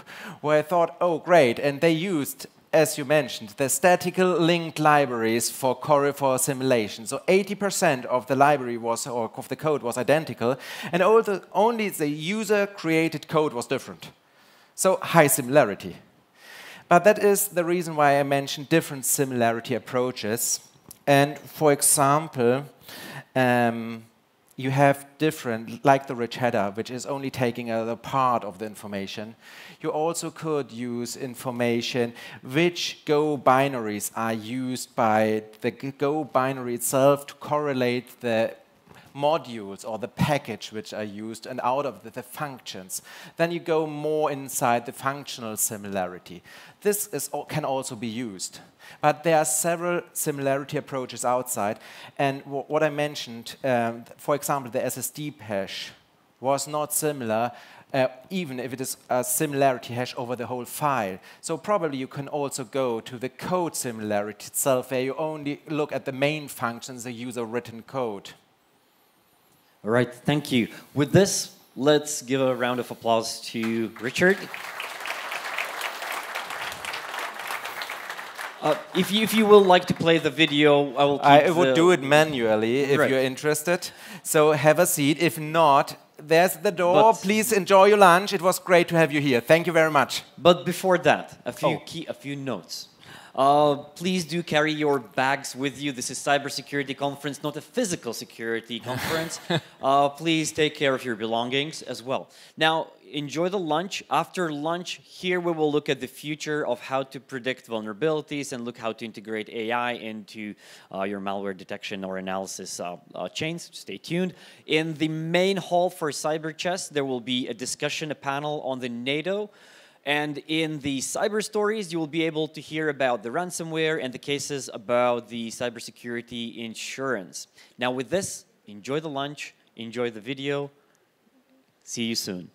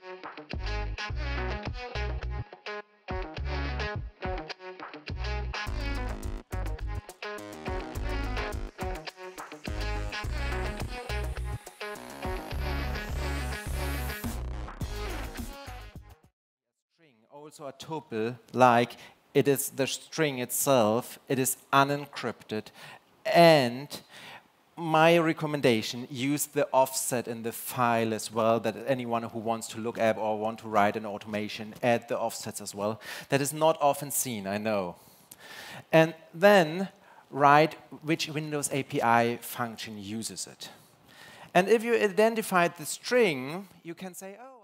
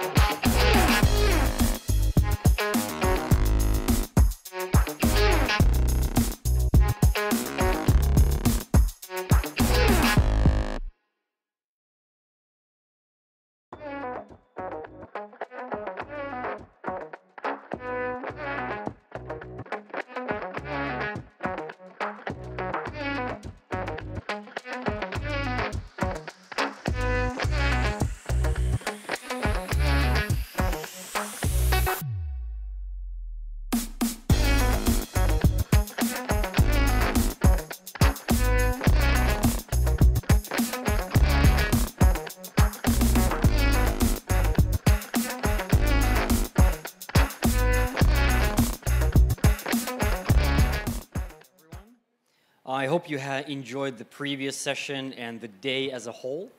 Now, we are going to venture into a little bit more kind of predictive area. And with this, I would like to introduce my next speaker, Irin. He is Scottish, British, Englishman who's here. I met him first time online and then in person at the first conference in Japan, in Fukuoka, where we participated together in a CTF competition. With this, go ahead. The audience is yours. Oh, thank you. Yes, I don't usually say much about myself, but I will a little. My mom's American, my dad's Scots and Welsh. I was raised partly in America. I live in England now. So hence the confused accent, basically. I'm going to apologize as well. I'm getting over bronchitis, so my voice might go partway through the presentation. I might cough for a moment or two, or have to drink some water. It's not just because I'm a heavy drinker that I've poured these 2 glasses of water. It's so I can keep speaking to you. But my goal is to make vulnerability management boring. Don't worry, I'm not trying to make the presentation boring. I mean, the business of vulnerability management should become a little bit more boring. I think at the moment, vulnerability management is like reactionary. You know, vulnerability comes out, you have protesters out front of your house talking about the vulnerability that you just found. I'm kidding. But within a business, you have a lot of people who are suddenly worried about whether or not they're going to patch this vulnerability. Does it exist in our infrastructure? How serious it is? And you have all these arguments. And so what I mean is vulnerability management is currently reactionary because it's all triggered by the vulnerability arriving in the world or being published. And that could be really frustrating. Like, I don't know if any of you heard the previous podcast, but Lorenzo and Miko and I were talking about our experience as vulnerability hunters when we were younger, finding vulnerabilities, and it often takes 6 months to get these things fixed in coordinated vulnerability disclosure. So the thing that's always bothered me is how come we wait to do anything until we hear that a vulnerability comes out? Can we get more predictive? Can we get less reactive? And I won't read the slides. You're an intelligent audience, unless you were out drinking last night. But you should be able to recognize this as a story that happens in your organization or any organization. And this repetition, I think, is legitimate. It needs to be systematized. It needs to be a process. But it shouldn't just happen as soon as the vulnerability comes out. So I'm going to talk to you about a bunch of different research over the course of the next 30 minutes that is happening. Some of it's mine, but some of it belongs to other people. And my goal is to really show you that things are changing. There's a new science of vulnerability forecasting, prediction, exploit prediction that is making things easier for us to do our jobs. And I'm excited by that research, even if I hope that eventually vulnerability management becomes more boring because of it. So why is it so stressful when a vulnerability comes out? And I think it's because it's time compressed. You know, you have to very quickly estimate how much the value of the assets are or how serious this vulnerability is based on the vulnerability researchers report and the vendors report, and they don't always match. And you spend hours like Googling the discourse between them or trying to figure out why it was embargoed or it wasn't embargoed. And then, you know, the main questions here are always the same. Is it important to us? How does this one compare to the others I should be patching? Because we might decide that this individual vulnerability is super important for whatever reason. Either it's because, you know, it's an asset that earns our company or our country billions of dollars, or maybe it's just because the vulnerability is so bad. And you know, we should get a bit more scientific about that. But that's usually what drives the stress of all this. So my point being, you know, how can we improve this? How can things get better? So I'm going to diverge for a moment and give you a little bit of history. I know it's not usually what we do in the CyberShock track, but bear with me for a minute. Weather used to be unpredictable as well. You know, we've all read stories of how battles changed because an eclipse happened, or because a hurricane occurred, or you know, destroyed all the ships in a naval battle. So weather used to be this unpredictable thing that would wreak havoc on society. In other words, it was a big risk, and it was a risk because it was unpredictable. Almanacs eventually came out where people would report the temperature, the sunshine, the rain at particular points of time throughout the seasons.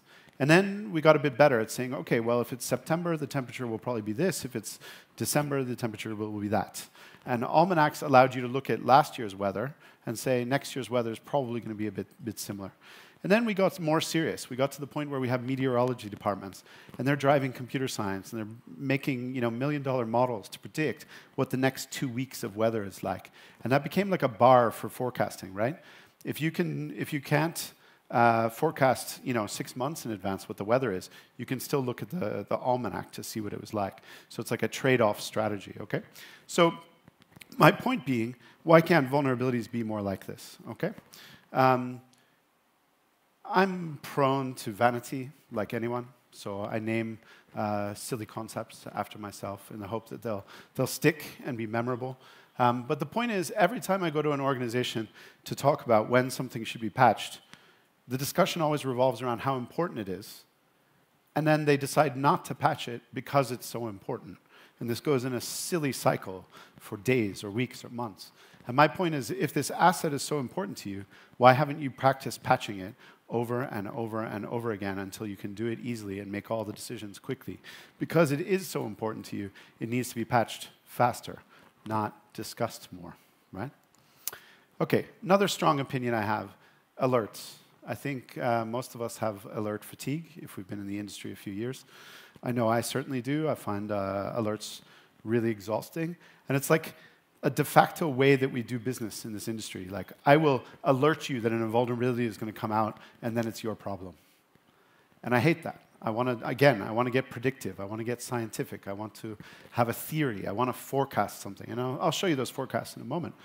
But this paper really influenced me many years ago, and it was about how the information security industry will one day belong to the quants. And maybe it's true and maybe it's not, but it's an intelligent paper. Dan Geer's a smart guy, and he really pushed this idea that we should be driving a science of security, right? We should be studying things. We should have evidence-based policy, not just strong opinions as consultants. And I think we're getting there, right? So again, a little more history. Anyone heard of Pierre-Simon Laplace? You weren't expecting a quiz, I guess. No? Okay, well, he was a mathematician and an engineer. He made contributions to engineering, to tidal formations. He'd predict, the spherical nature of the Earth, and the water on the Earth would have these tides with the moon. Did wonderful mathematics around all of that. Obviously, a lot of mathematics around probability. He did statistics. He even, to some degree, figured out that light would bend because of gravity. He almost predicted black holes, right? And he was obsessed with this idea that's known as Laplace's demon, that if you knew the position of every atom in the universe and you knew how fast they were moving, you could predict the total future of the universe. And he was sort of afraid of this. It was like the death of free will, that this demon could exist and predict everything that would ever happen in the universe. And the reason I bring this slide up is because our profession has nothing to do with that. Nothing in our profession seems predictable. And I hate that. It bothers me. It keeps me up at night. So I'm going to speak to you again a little bit about risk tolerances and finally get into some of the cyber. So if the history part was boring you, here we go. This idea is kind of so radical, I had to sketch it out on a napkin and animate it for you to get the point across. But I work in insurance now for my sins. I spent many years as an ethical hacker and then doing incident response. And to punish me for that, eventually I became a CTO. And so I have to talk about risk, and we have to talk about risk tolerance. So what I want to show you here is, what if you had an oracle that told you what the chance of exploitation of a particular vulnerability would be?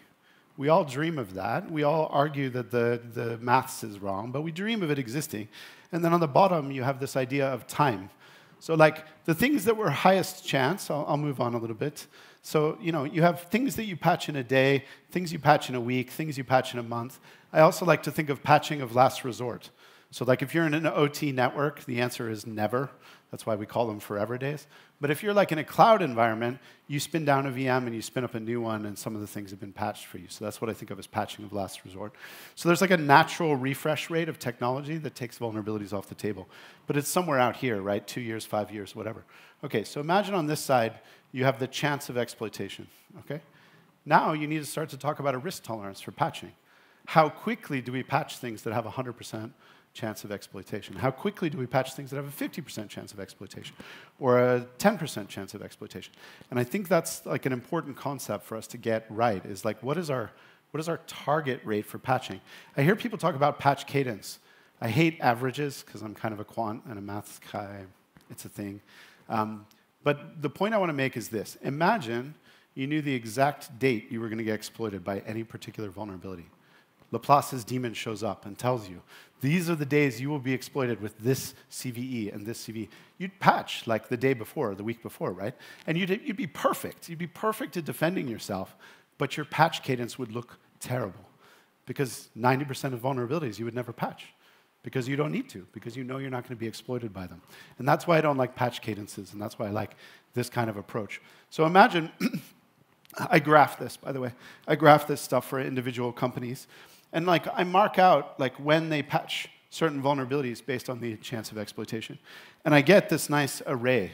So this is your patch tolerance. This is like, I can't get better than this unless I spend more money and I don't have enough budget. And up here is like not important enough for me to care about. Okay, how do we get from where we are to this world? Laplace's daemon, right? Patch cadences. So I'm not interested in your average patch time. I'm interested in whether or not you're patching things in order of their importance. So we have something like 200,000 vulnerabilities in the world currently, and they're growing, and we'll talk about that in a minute. Anybody have some idea of what percentage of those get exploited? Or that we have evidence of exploits being solid, engineered, and written? No? No idea? Really? 15? Good guess. Lower? 4%? Below 5%, right? So a lot of vulnerabilities just don't matter. It's almost like a bunch of people not patching stuff are rational, and the rest of us are trying to figure it out, right? From a risk point of view, right? Okay, who's heard of EPSS? This is not my work, this is other people's work, right? I'll brag about my own work later, but right now I'm going to start with somebody else's work. EPSS, good, a couple of people have heard of it, good. And like, we might have some... I was getting a question about, like, should this be considered in your, like, analysis as well? Exactly. All right, If well... it's an RCE, 1%, still patching. Right. ASAP. Yeah, I mean, you know, yeah. But I have a lot of things to patch, right? So like, there's a workload that I have to go through, and there's a throughput. Prioritize it. Like, CVE, and like, let's say it's an RCE, then obviously it's going to be somewhere at the top. Yeah, yeah. So the point is prioritizing everything, right? Okay, so I was around when this was created. I'm friends with one of the creators, Jay Jacobs. I'll see him at our vulnerability forecasting conference, which is happening tomorrow in Utrecht. So leave here, go there. I'm just kidding. Stay here. This is awesome. But I have to go there. And he worked on EPSS for a while, and it's published at first.org for free. So there's an API. You send in a CVE and a particular date if you want to go historical, and you get back the chance of exploitation according to the models that they have built. And if you want to go and challenge the models, that's fine too, but there are other models being built in a similar style. So we're getting to the point where we can discuss the chance of exploitation. And we can be specific. They're saying the chance of this being exploited anywhere in the world in 30 days. Not your chance of being exploited, the chance of this being exploited somewhere in the world based on the vendor, based on the type of vulnerability, and a bunch of other details. And how does this compare to CVSS? This is what we used to do. We used to say below CVSS 7, you know, we won't worry about it. Above 7, we'll patch it. But you can see there's a bunch of vulnerabilities that have a very high chance of exploitation, but they don't have a CVSS score that's very high.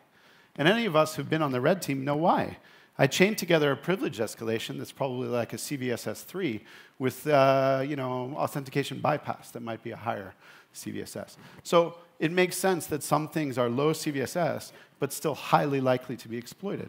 So using this system is moving us in a science of understanding exploitation. Okay, so moving from their work to mine. I've been writing vulnerability forecasts for first.org on the blog for about a year now. I've been doing this vulnerability forecasting work for 5 years. When I first started it, I went to Airbus Research, amazing organization, and they said to me, you should choose a project, you can spend 6 months to a year on it, and it should have like a chance of failing, maybe a 30% chance of failing, because if you're not trying something that might fail, maybe you're not stretching yourself hard enough. And I thought, okay, I'm finally going to get around to this vulnerability forecasting stuff. Can I forecast vulnerabilities at all? And the end of that project, I had a wonderful helper, Matilda Rode. She's also a co-founder of the conference, and we wrote a paper together. We both work at different locations, but we open sourced some of the code together. And we still believe in the idea. Whether you use our code or not, the idea is what's important in this conference and in this topic today. So this is a vulnerability forecast for a year in advance, right? By the end of a calendar year, what will the number of vulnerabilities be? And over the last 5 years, I've been checking this stuff. So we are plus or minus 8% of the total number of vulnerabilities that will come out from NVD a year later. We can do quarterly forecasts too. Ironically, they're a little less accurate. There's a little bit more variance in there. But I'm going to let that sink in for a minute. So a year in advance, we can say you're going to have 32,000 something vulnerabilities come out from NVD. That allows patching teams to stop and think about how much they have to process. Obviously, not all of these vulnerabilities are going to be in the equipment that you have, but it gives you an idea. All right, so Matilda and I realized that the forecasting engine can actually be stepped up. So you can forecast 2 steps. This is a 2-step forecast. So the first forecast is here, and then this forecast use the previous forecast to go 1 more year, okay? And this is the first year that I've been allowed to check the accuracy of a 2-year forecast, a 2-step forecast, and it was within 9% instead of 8%. So my best guess at this moment is that we can kind of reach out even further if you want, losing about 1%, 2% per year. We'll see how that goes in the future. But that means I can actually give you a 10-year forecast of the number of vulnerabilities that are going to come out. Okay, it's a good first start. Well done. It's worth drinking and talking about, but can we do better, right? So we started talking about whether or not it was worth looking at the individual CNAs. So there was a debate inside the vulnerability forecasting community.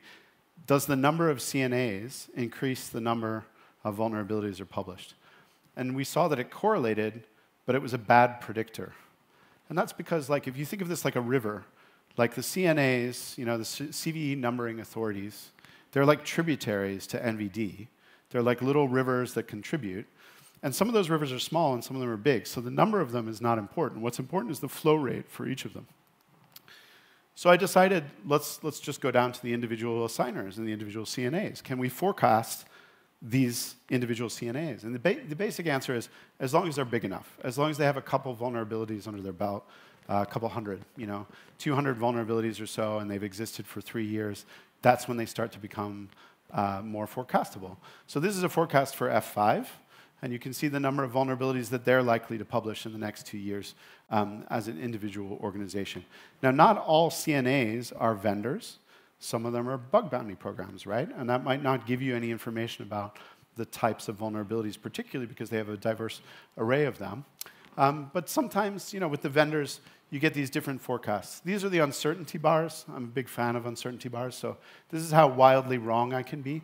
And when you go down to this level of CNAs and tributaries, the uncertainty bars widen a little bit because of the statistics. But I still think it's useful. Like, if you're a patch manager who runs VMware stuff, you can say, like, I'm expecting between 140 and, 60 vulnerabilities. By the way, this is a 95% confidence interval, which means basically it will be outside this boundary 1 out of 20 forecasts. It's not bad. Pretty accurate. And this is what we expect, and it'll be some sort of way into this range. So we can do forecasts for individual vendors. Okay. Sometimes those uncertainty boundaries are really tight. And I saw this, and I was like, this has got to be a mistake. Something's wrong. Where did my uncertainty bars go? And then I published the individual forecasts. This is what it's like when I look at them. I'm sure everybody here enjoys looking at CSVs. Over and over. I don't. But I have to look at 460 of these things to vet my own work, right?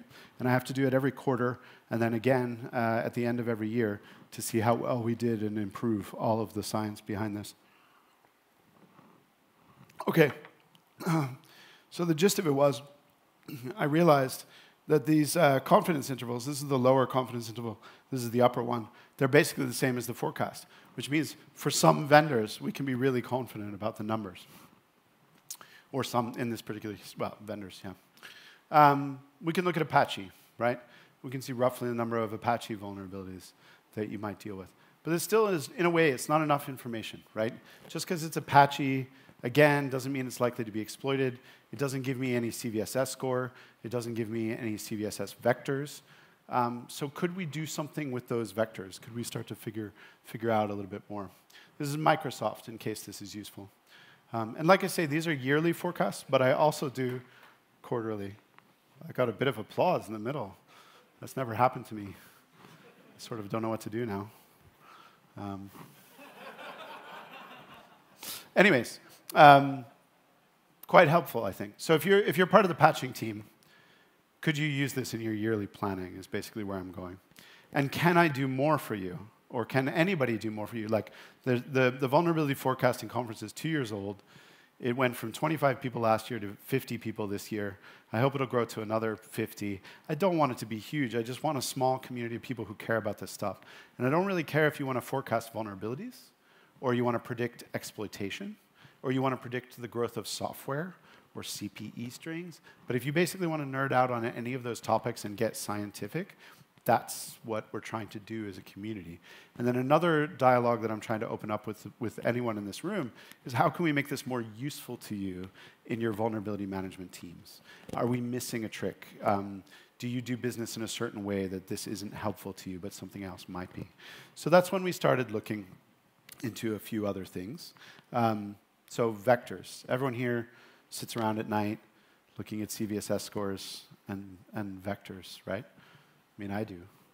Cambridge is a small town. There's not much to do in the evening. So looking at 640 vector strings is pretty exciting. Yeah. But it is useful. So we'll come back to it.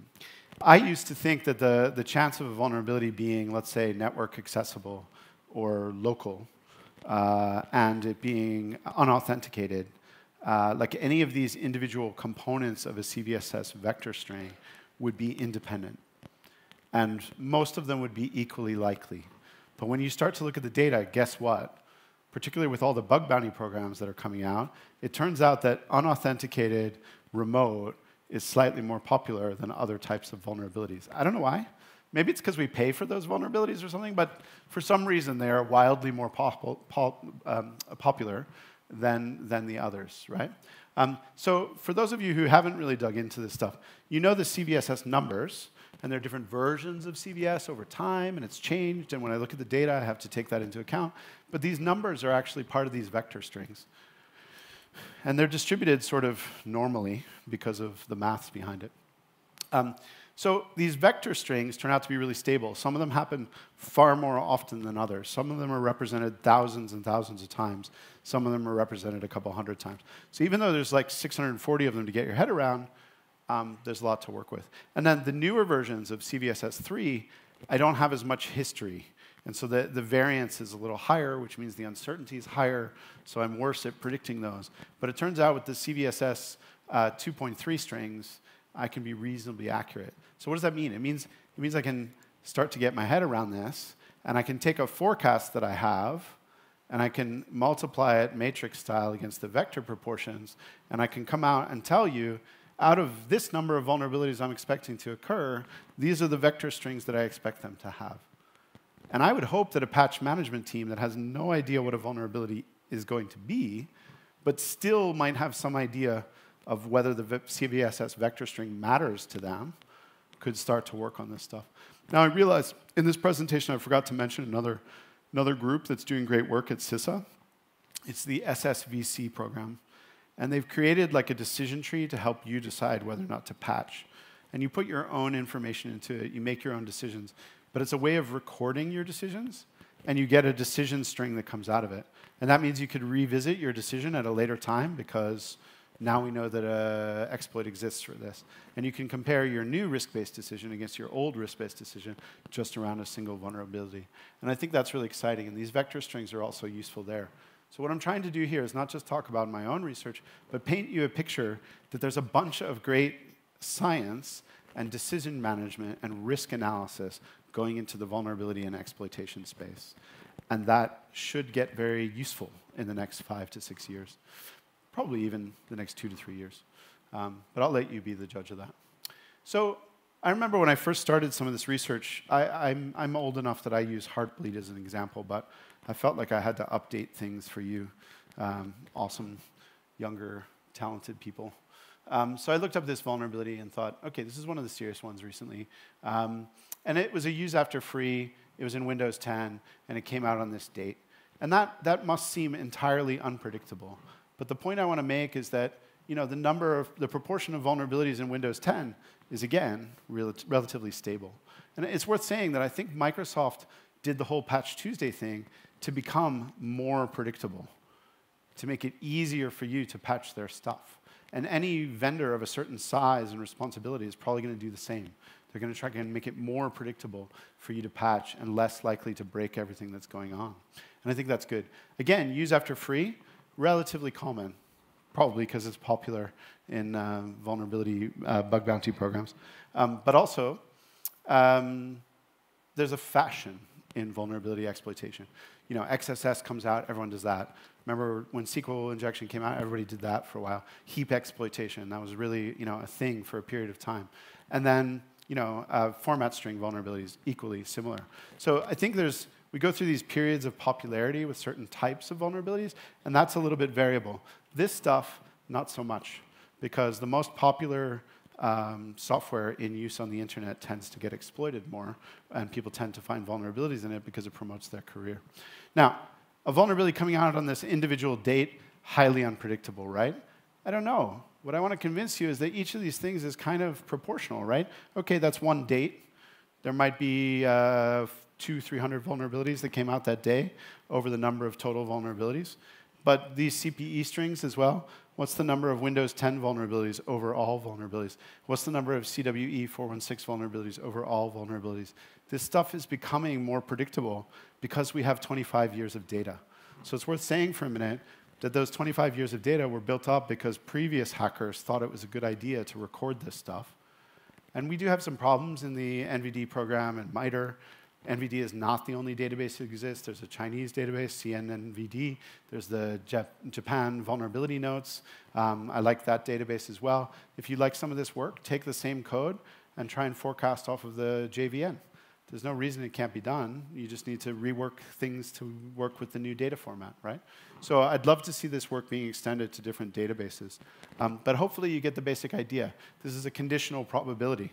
You've got to be a little bit good at the mathematics, but once you do that, it's just a conditional probability. It's not completely unpredictable, which means your patch management teams could be simulating some of this stuff and thinking about it before it happens. What's the chance we have a memory corruption bug in our favorite cryptography libraries? Is a question that you could have asked based on the statistics even before it occurred. All right. So if all of those things are kind of resolved, you really have to manage your inventory. You got to pay attention to what CPE strings you have. You got to pay attention to what, and this is the part that's boring. So I won't labor it. The point is, you need to know what you have, and you need to know how much it would cost you if it's exploited, right? So I stole this pretty graph from another project that I do with Lorenzo on ransomware, but you know, these are box plots. This is the variance of the cost of ransoms based on an individual ransom.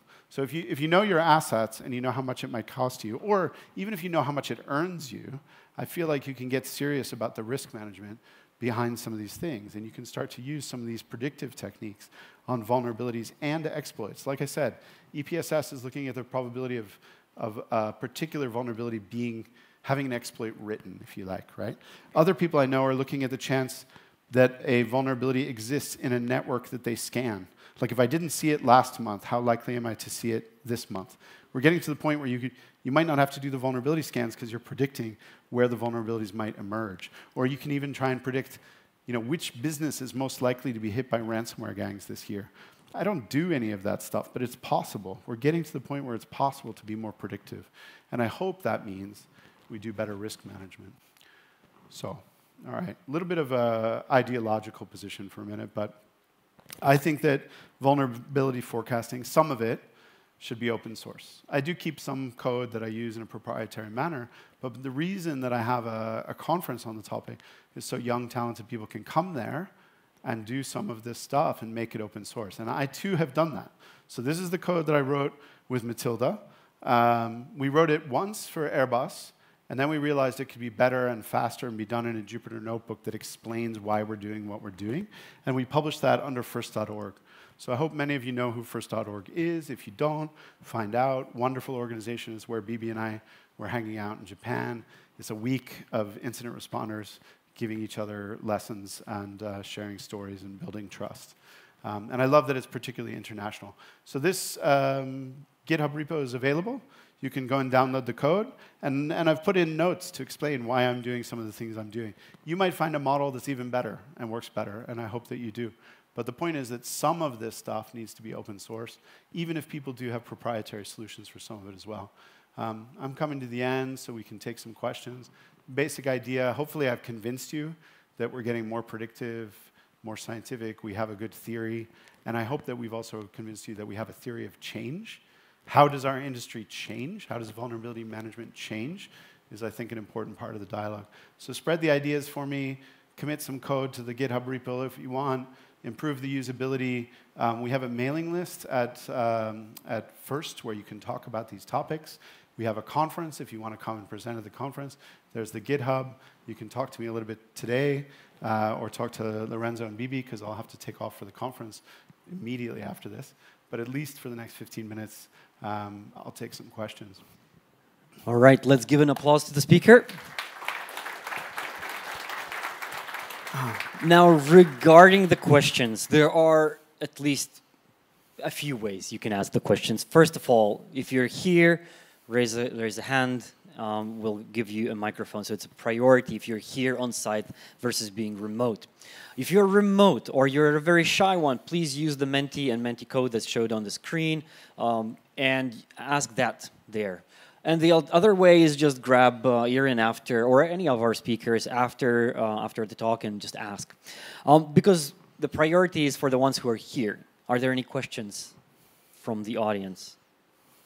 All right, while everyone is thinking about a question, so now you're talking about the prediction and you're focusing mainly on the defender side, whether I should patch or not.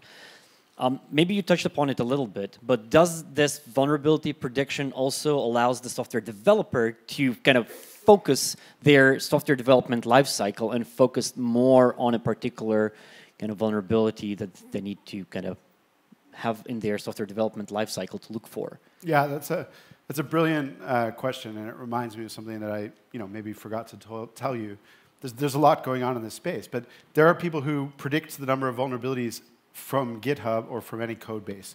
They pull the code from the code base and they say, this is how many vulnerabilities we think you have with this project. And it has to be a sufficiently large project. And I think a lot of the code analysis tools out there are doing similar sort of work and getting predictive.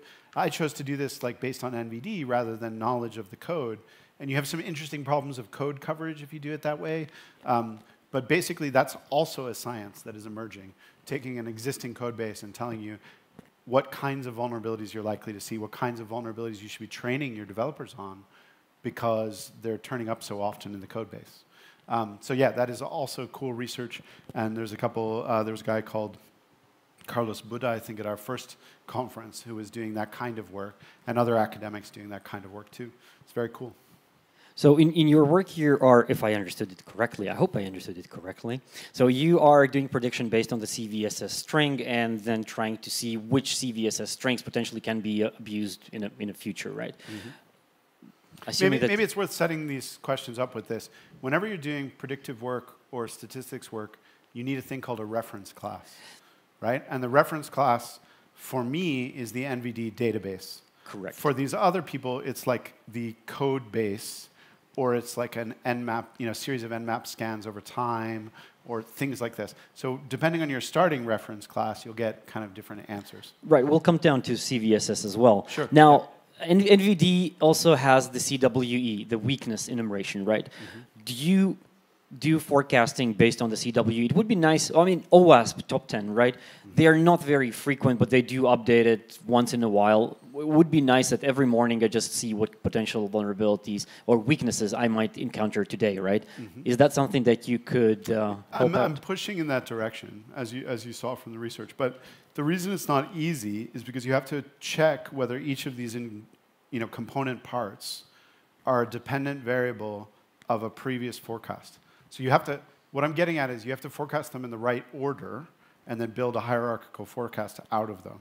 So for example, I know that CVSS is a dependent variable of the CNA. Different CVE numbering authorities come out with different distribution of CVSS scores. And different vendors come out with a different distribution of CVSS scores, which is interesting in and of itself. It sort of tells you it's not objective. But my point being, you need to know what your vendor is before you predict what your CVSS score is, because the one is related to the other. let's see if there are any questions. Yes, there is a question in the room. Good. Patching costs money typically, like operational costs should or could those vulnerability predictions be used when choosing technology stack for the solutions? Brilliant question. And that's exactly where the Airbus research kind of went. I'll be honest, it was born out of OT. You and I share a love of OT, and I don't do much industrial control system stuff anymore, but back in sort of 2010 on to 2020, I still did a bit more of it. And I was inspired by predictive maintenance. So essentially, Airbus built helicopters, amongst many other things. And these helicopters would come in every 6 months for maintenance, and they were running AIX. And so they would say, like, oh, we're going to do maintenance on these helicopters for like 3 days every 6 months. Could you tell us how many AIX patches we expect to have in that time period? Because we might as well patch the operating systems while we're like rebuilding the helicopter and doing predictive maintenance. And so I was really inspired by that. And that goes back to your point about value and how long it takes you to patch things and what is the cost of taking a helicopter out of service and then putting it back in service.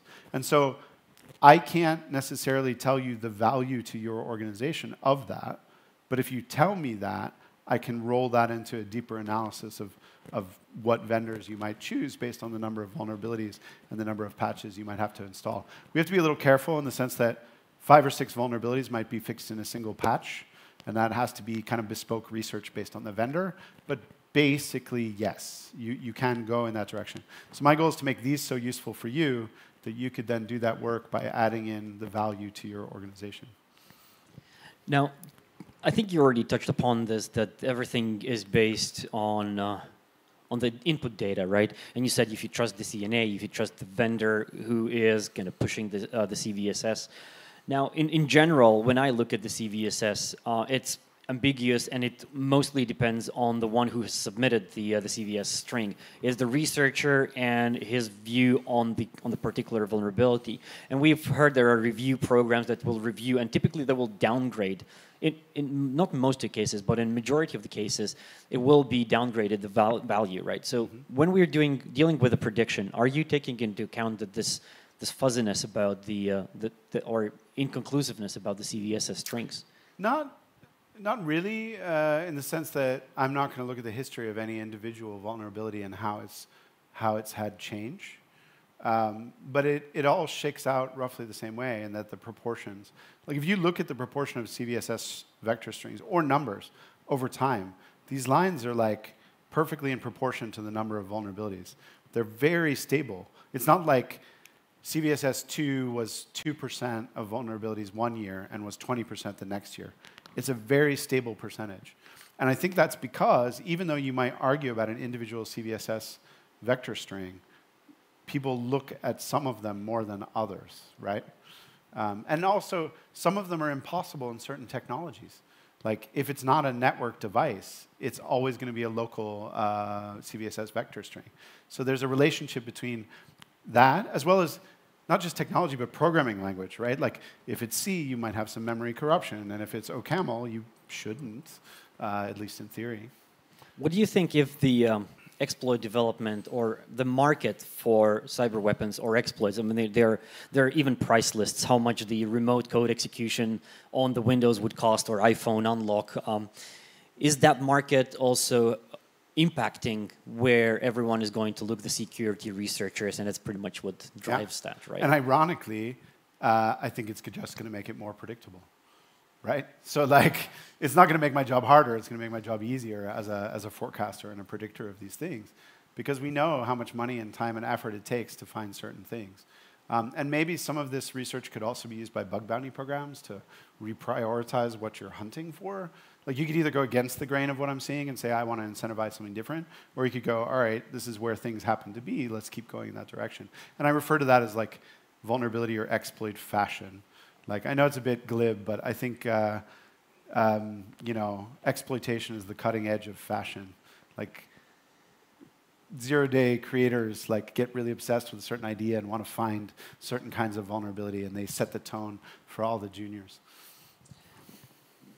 Now, I will ask with this question from our Mentimeter, but I will paraphrase it. Now, is there anything that we can do as a security community to minimize the vulnerabilities that exist? Like, for example, the question here is, can we use Linux instead of Windows? Mm-hmm. Would that kind of impact that, or you would say, no way? It's a good question, but there's like a load of ideology and dynamism into that question, right? So I'll start with the dynamism. I think people find more vulnerabilities in Windows because it's more popular. And people didn't find many vulnerabilities in Mac, and then it became popular, and now they find vulnerabilities in Mac. And if Linux was the most popular operating system on the internet, guess what? It is. People would also be finding a lot of vulnerabilities in there. And then the diversity of the Linux community and where you report your vulnerabilities to makes it kind of a complicated space. But I study them as a CNA, and they produce a certain number of vulnerabilities. I think the point I want to make is it's dangerous to assume that the rate of vulnerabilities is reflective of the number of vulnerabilities that exist. So if you want me to be really blunt, I'm forecasting the extraction rate of vulnerabilities. I'm not telling you how secure any software is, because I don't know. There could be more vulnerabilities that aren't, discovered in Linux than there were in Windows. But choosing your operating system because it's inexpensive to patch and does in-memory patching might be a very, very good idea, right? Let's take if there's one more question from the audience. If not, I will conclude the session, and I will give you so to explain what's inside. I will give you the gift for our speakers, which is truffles made in Latvia, so chocolate, with socks, and I predict socks are 80% cotton and 15% polyamide. I hope you will enjoy them. I will. All right, I probably won't enjoy them in the same moment. I like to keep the socks and the chocolate separate, but yeah. With this, we will conclude the session and give applause to Irin. Thank you for having me. Cool. Hope I delivered. With this, we have 3 minutes to spare, and we will start in 3 minutes again.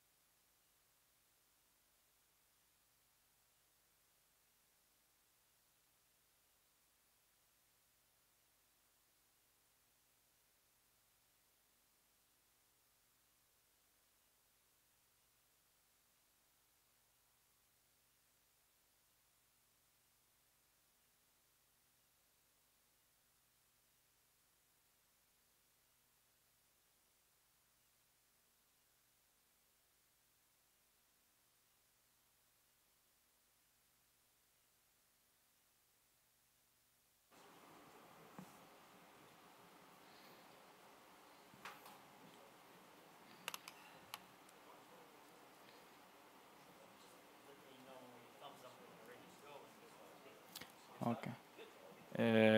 Yeah. All right, perfect. Let's continue.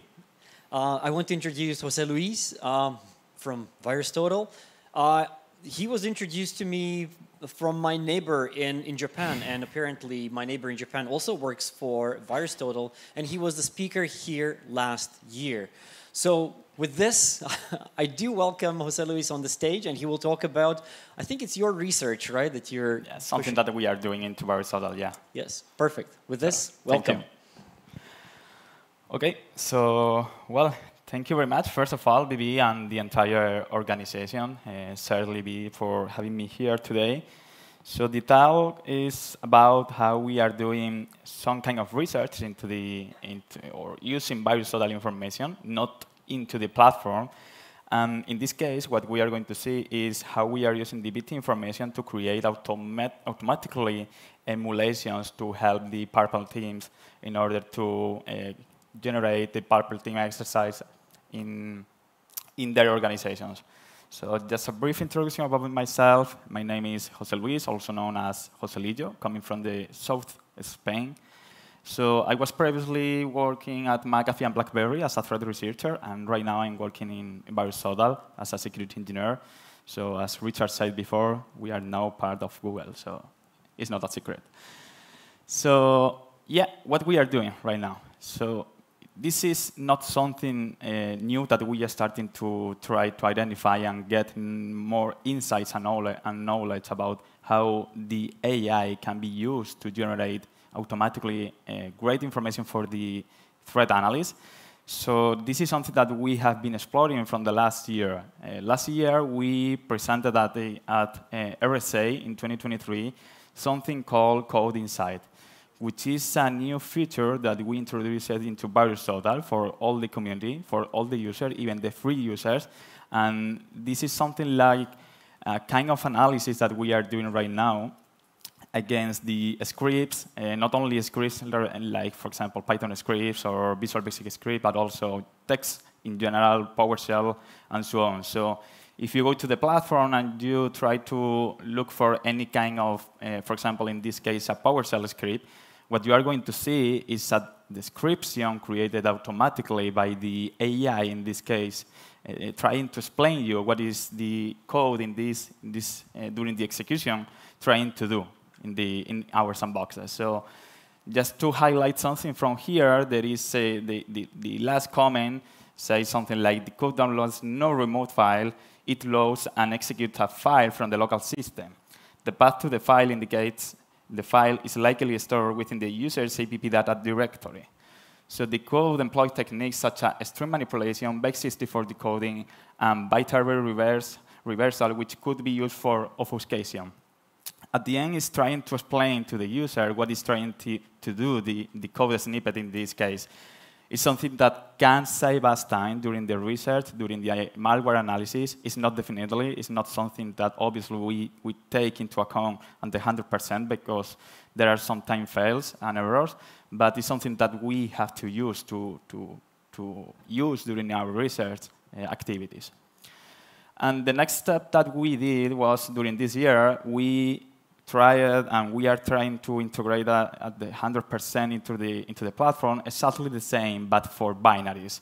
What we did during the year was trying to decompile automatically and the binaries that are uploaded to VirusTotal and then create some kind of analysis using the AI as well, just to give some insights to the end users about what is trying to do the binary. So the topic of today, what we are going to see is how using VirusTotal information, you can create emulation scripts to emulate real behaviors. This is something that I would like to highlight. We are going to try emulate behaviors, not malware for itself, because I am most interested in the creation of emulation based on behaviors that could be related to the malware, but not the code of the malware for itself, if I'm explaining well.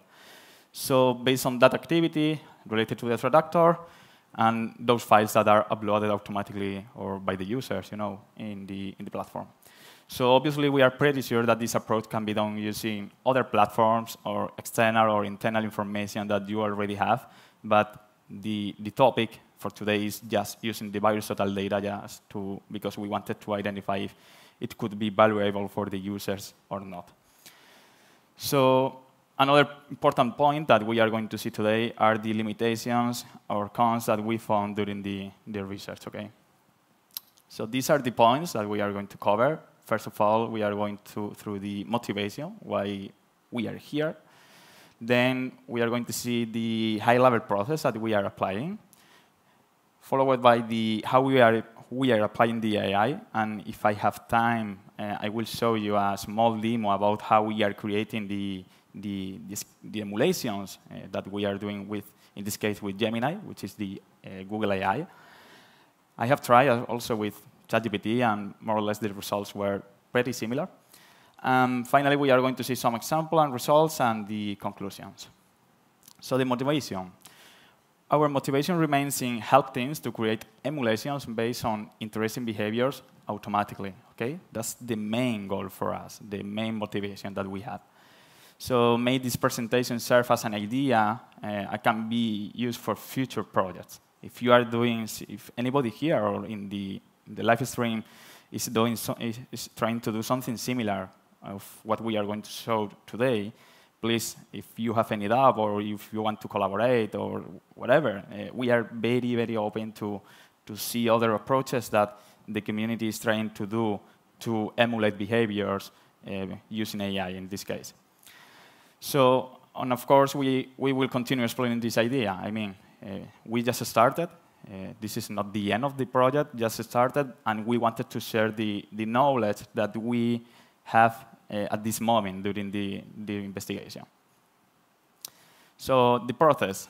The technology that we are going to use in this case, as I said before, is in this case for AI, Gemini, which is the Google Next Generation AI model. And we are going to use also something called function calling, which is not only an approach or a process that can be used in Gemini, but also in ChatGPT, for example. I will explain later what is function calling.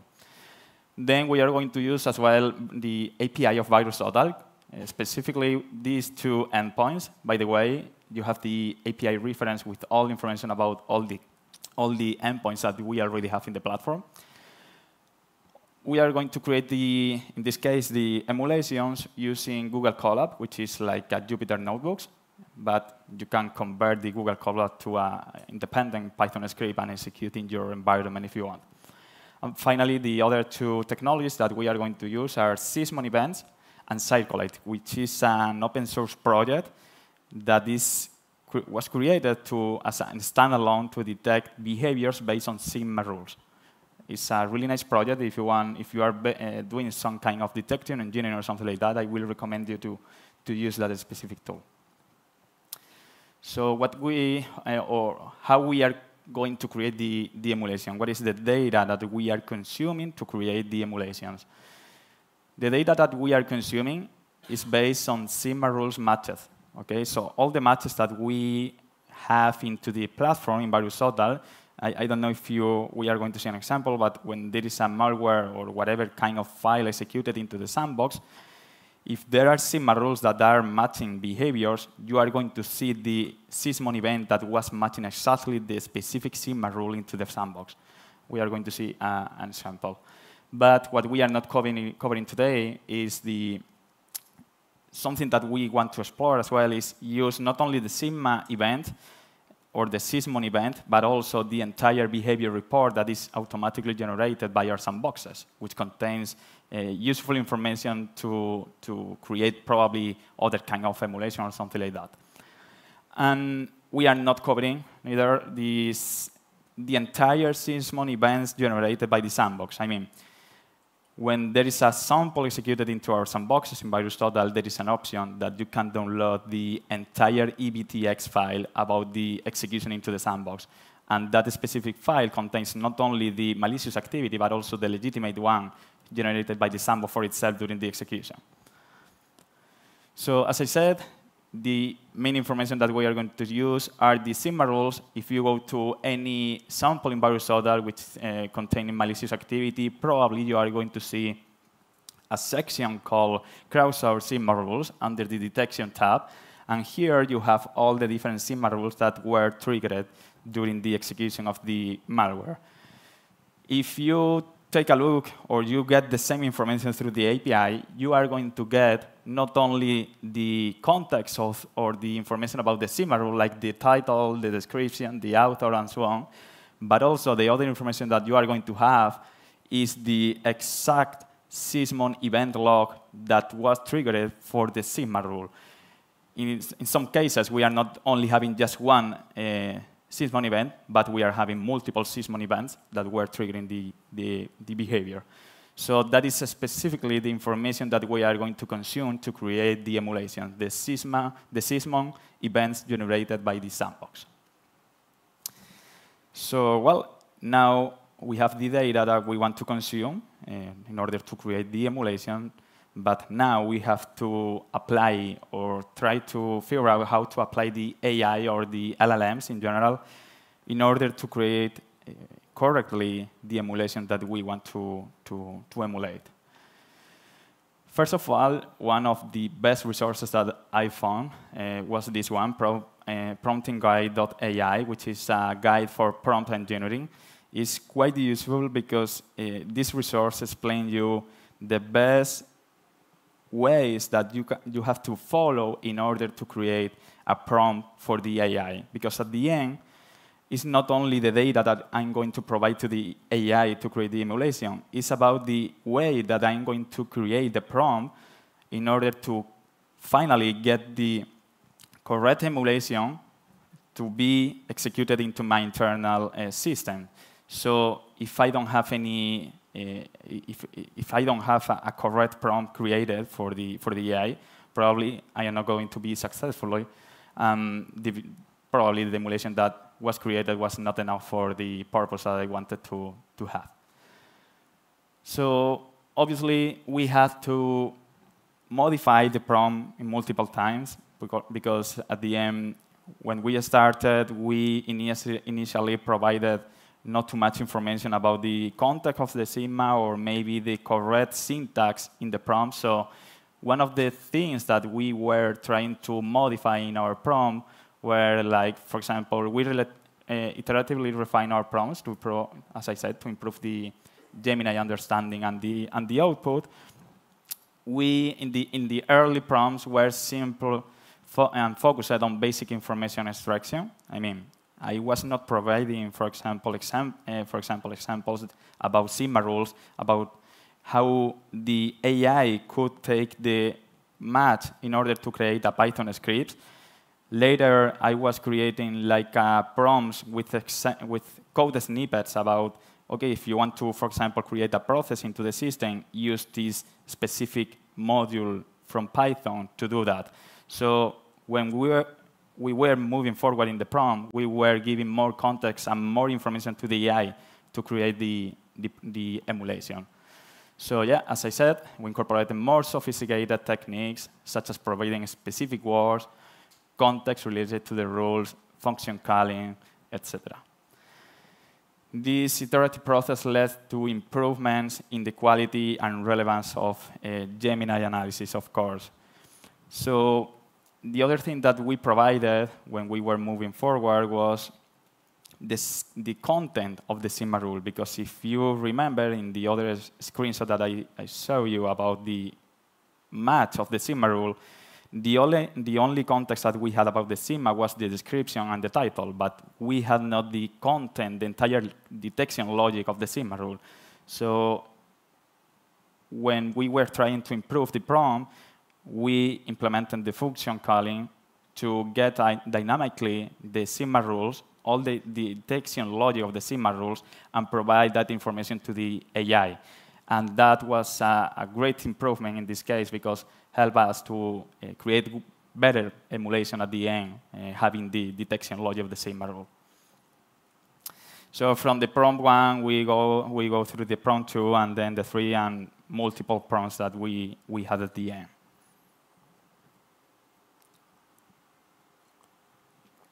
So yeah, some of the prompt modifications, just to let you know. The first one, the emulations at the first time, I don't know why, were in emulations. In some cases, were malware executions. And let me explain you that. Sometimes we try to emulate behaviors that try to download payload from external resources like URLs and execute them. So at the beginning of this research, what we got as simulation was a real malware execution because it was trying to download exactly the same payload from the same URL and was executing the payload downloaded from the external resource.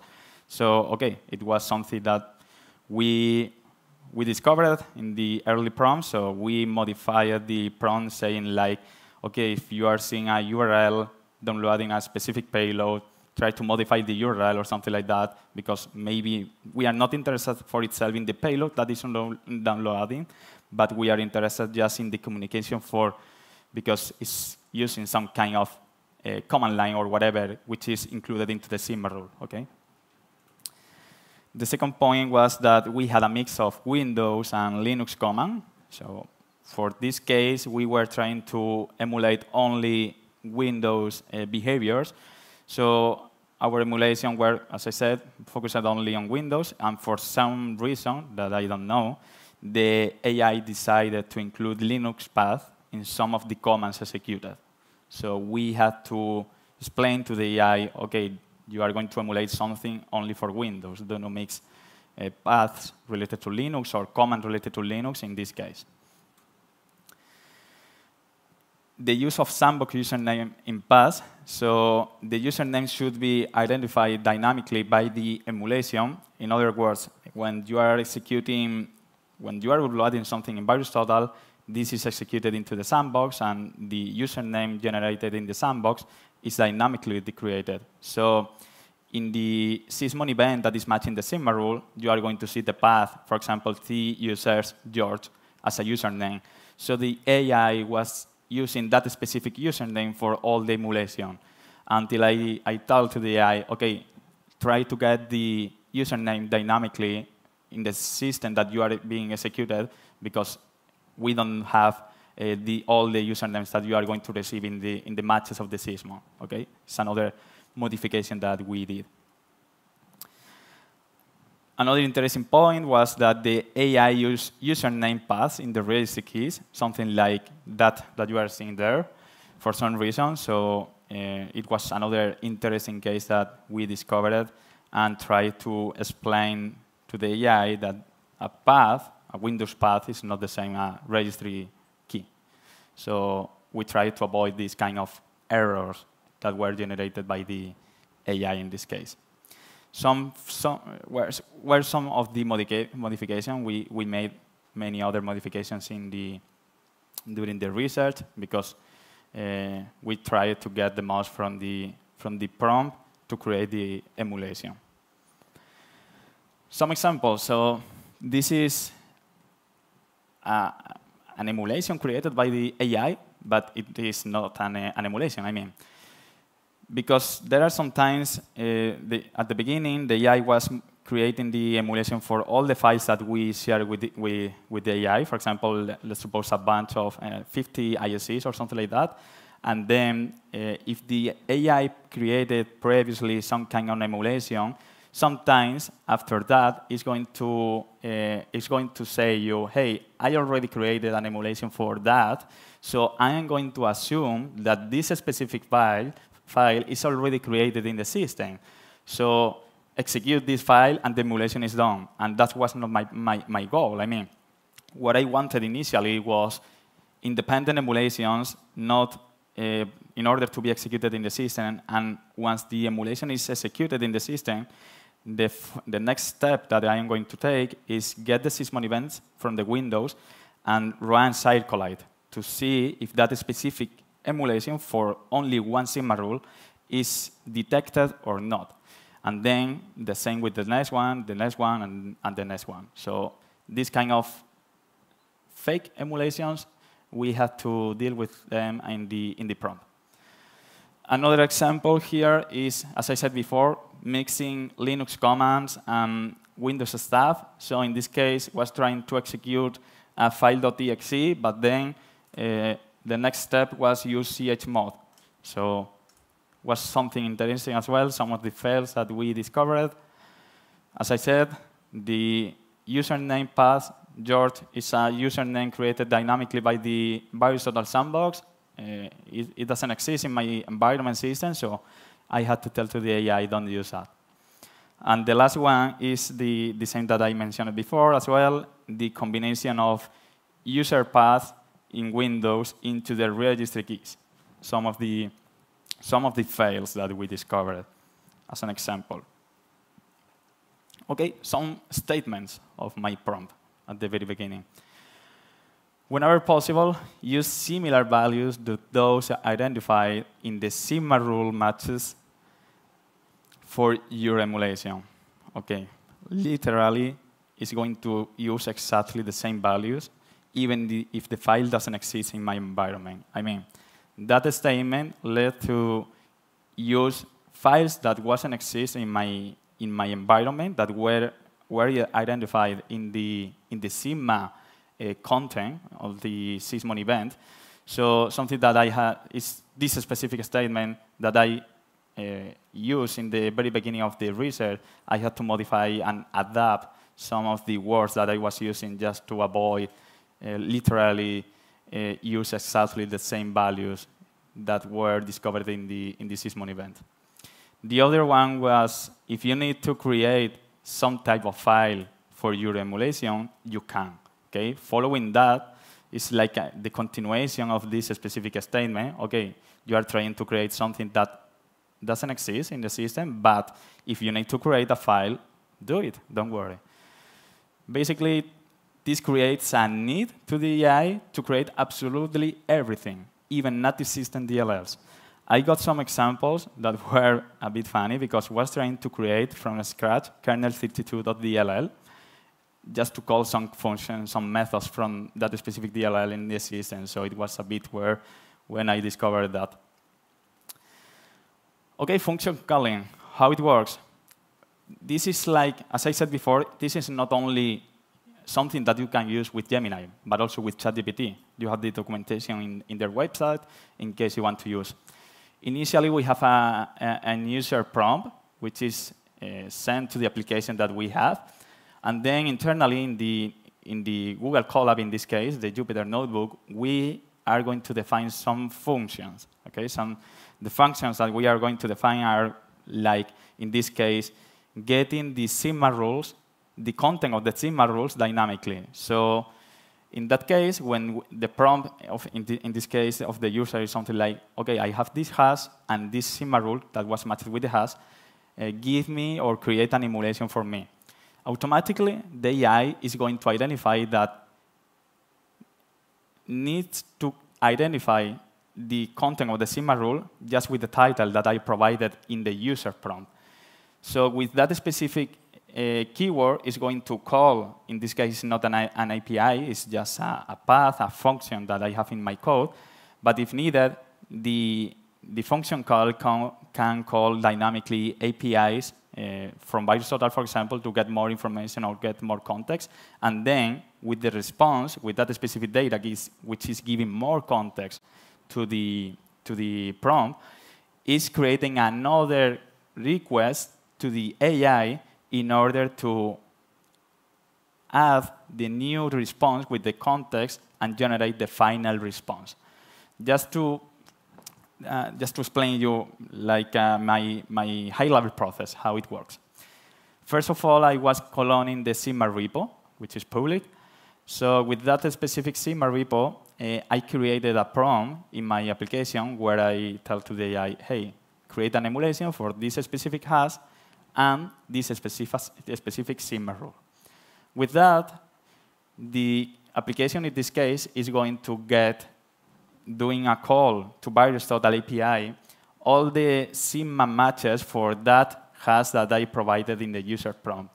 And the other thing that it's going to do is for each of the matches related to the sigma rule for the sample is going to get also the sigma rule content in order to provide that context in the next call to the AI. OK, so with that, the AI is creating the emulation. Then I am running the emulation in my system just to verify that everything is working well or not. And then once it's executed, the emulation, I am executing SyberChess just to verify that the script that I have executed previously is detected correctly by the SIMA rule that I wanted to detect that specific behavior. And then with that, I have finally the logs with all the matches, all the Sysmon events generated by the system, detecting the specific SIMA rule that I wanted to identify in this case. So let me show you just an example about how I can create emulation in this case. I'm going to change the way that I am doing this. OK, yeah, perfect. So, well, initially, obviously, I'm declaring some requirements that are needed for the execution of the collab, introducing the virus.API API key, and so on. Then I am defining here some functions to get information from virus.API directly. So in this case, what I am trying to get here is just a sample report, a basic, well, a sample report from virus.API which includes, in this case, the SIMA matches and the SIMA rules that were triggered. And in this case, this endpoint here is getting the behavior information that was generated by the sandboxes during the execution of the sample. Yeah, let me see, how can I? Yeah, perfect. So in this case, what I am getting is all the different behaviors, reports generated by the sandboxes in virus.API, which also includes the SIMA matches and the SIMA rules. Then I am cloning the GitHub repo related to SIGMA, just to have all the rules into the collab. And I define a function just to look for some specific SIGMA title, which is the SIGMA title that I'm going to use for every match that I have in the execution. Well, this specific cell I cannot show you because it contains internal references. And then something that I like to do in this case is create the prompt using multiple cells, OK? Because doing this, I can modify easily the content of some specific code snippet just to adapt the goal of the tags that I wanted to have Gemini, in this case, doing.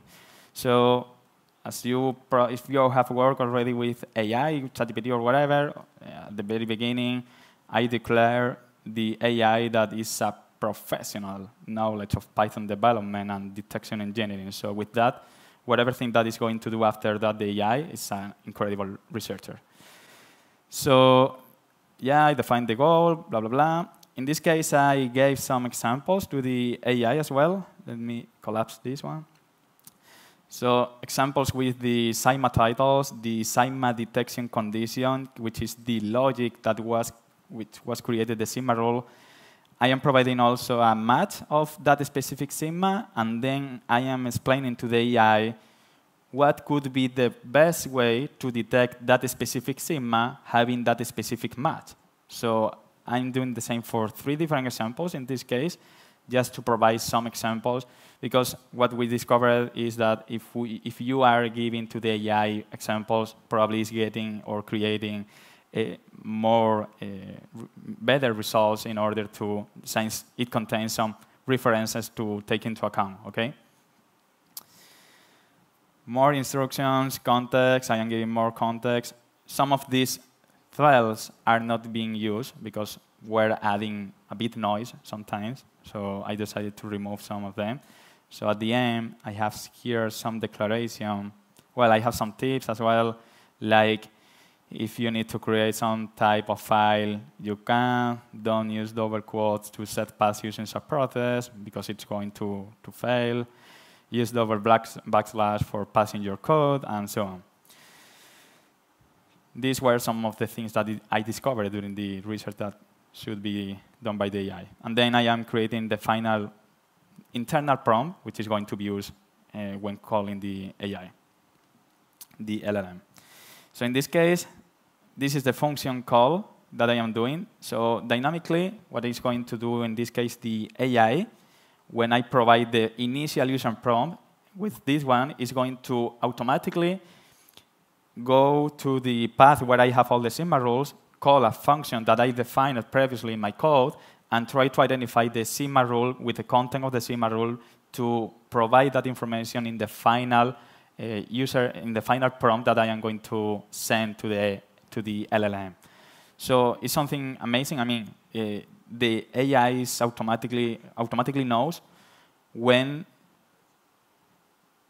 needs to call some function that I defined previously just to get more context. I tried it with other research that we were doing about malware analysis, and to be honest, works really, really well. So finally here at the end, let me show you the final user input in this case. So the user input is just this one. I have to create the emulation based on the following sigma rules and its matches. So I have a BT report sigma, which I am going to replace with the BT report obtained from the API. And then I'm going to provide as well for each sigma rule related to the report that I am going to get. I am going to create, let's suppose that there is a sample with 5 sigma rules. I am going to do 5 different calls to the AI in order to generate 5 different emulations for each of the sigma rules discovered into the report. And with this, it's going to generate, in this case, the Python scripts, since I told to the AI use Python to emulate.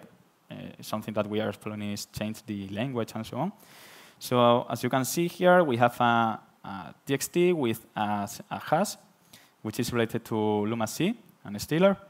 And I am going to execute this specific cell, and it's going, if nothing fails now, nothing happens, it's going to create, here you are going to see the Python script that are trying to emulate the behavior of the sigma rule. In the meantime, if we go to the same report into VirusTotal, we have here all the sigma rules related to the same sample that we are trying to create the emulations. And if you go to the view matches, here you can see the Sysmon event that was triggered by that specific sigma rule, okay? Which is what we are trying to get automatically from this specific collab. So here you are seeing that some of the emulation are going to be are created. So if we open, for example, this one, here we are going to see that this is the code generated automatically by the AI. So in this case, the sigma rule was change PowerShell policies to an insecure level. If we take, I'm going to take this specific title, and this is the command that is going to be executed into the system. And if we take a look of the content of this specific sigma rule, which is this one, the logic of the sigma rule is just trying to identify some specific process's name when it is executed, and some command line, some strings that are into the command line. So it's a pretty easy sigma rule in order to detect that specific behavior, which maybe is not malicious for itself because it's something that can be done by IT administrators, but it's something that we have to take into account and get notified maybe in our infrastructure to identify if something is happening, okay? So this is the Python script generated, and with this, we can take it and execute in our internal environment and test if the execution was executed successfully or not, okay? We have more examples of other emulations created, and so on. So, okay.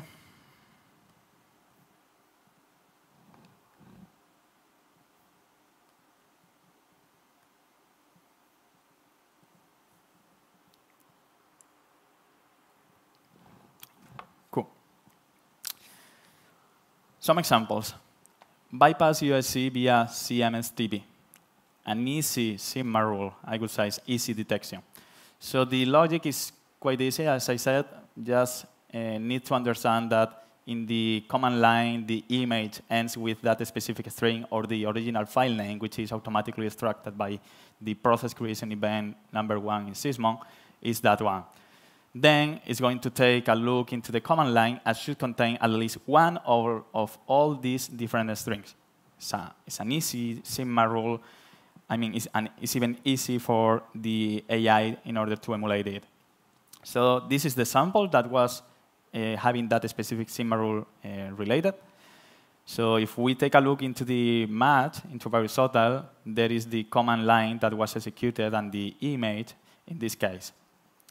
OK, so with this specific sigma rule and matches and so on, I decided to emulate this. So the AI told me, hold my beer.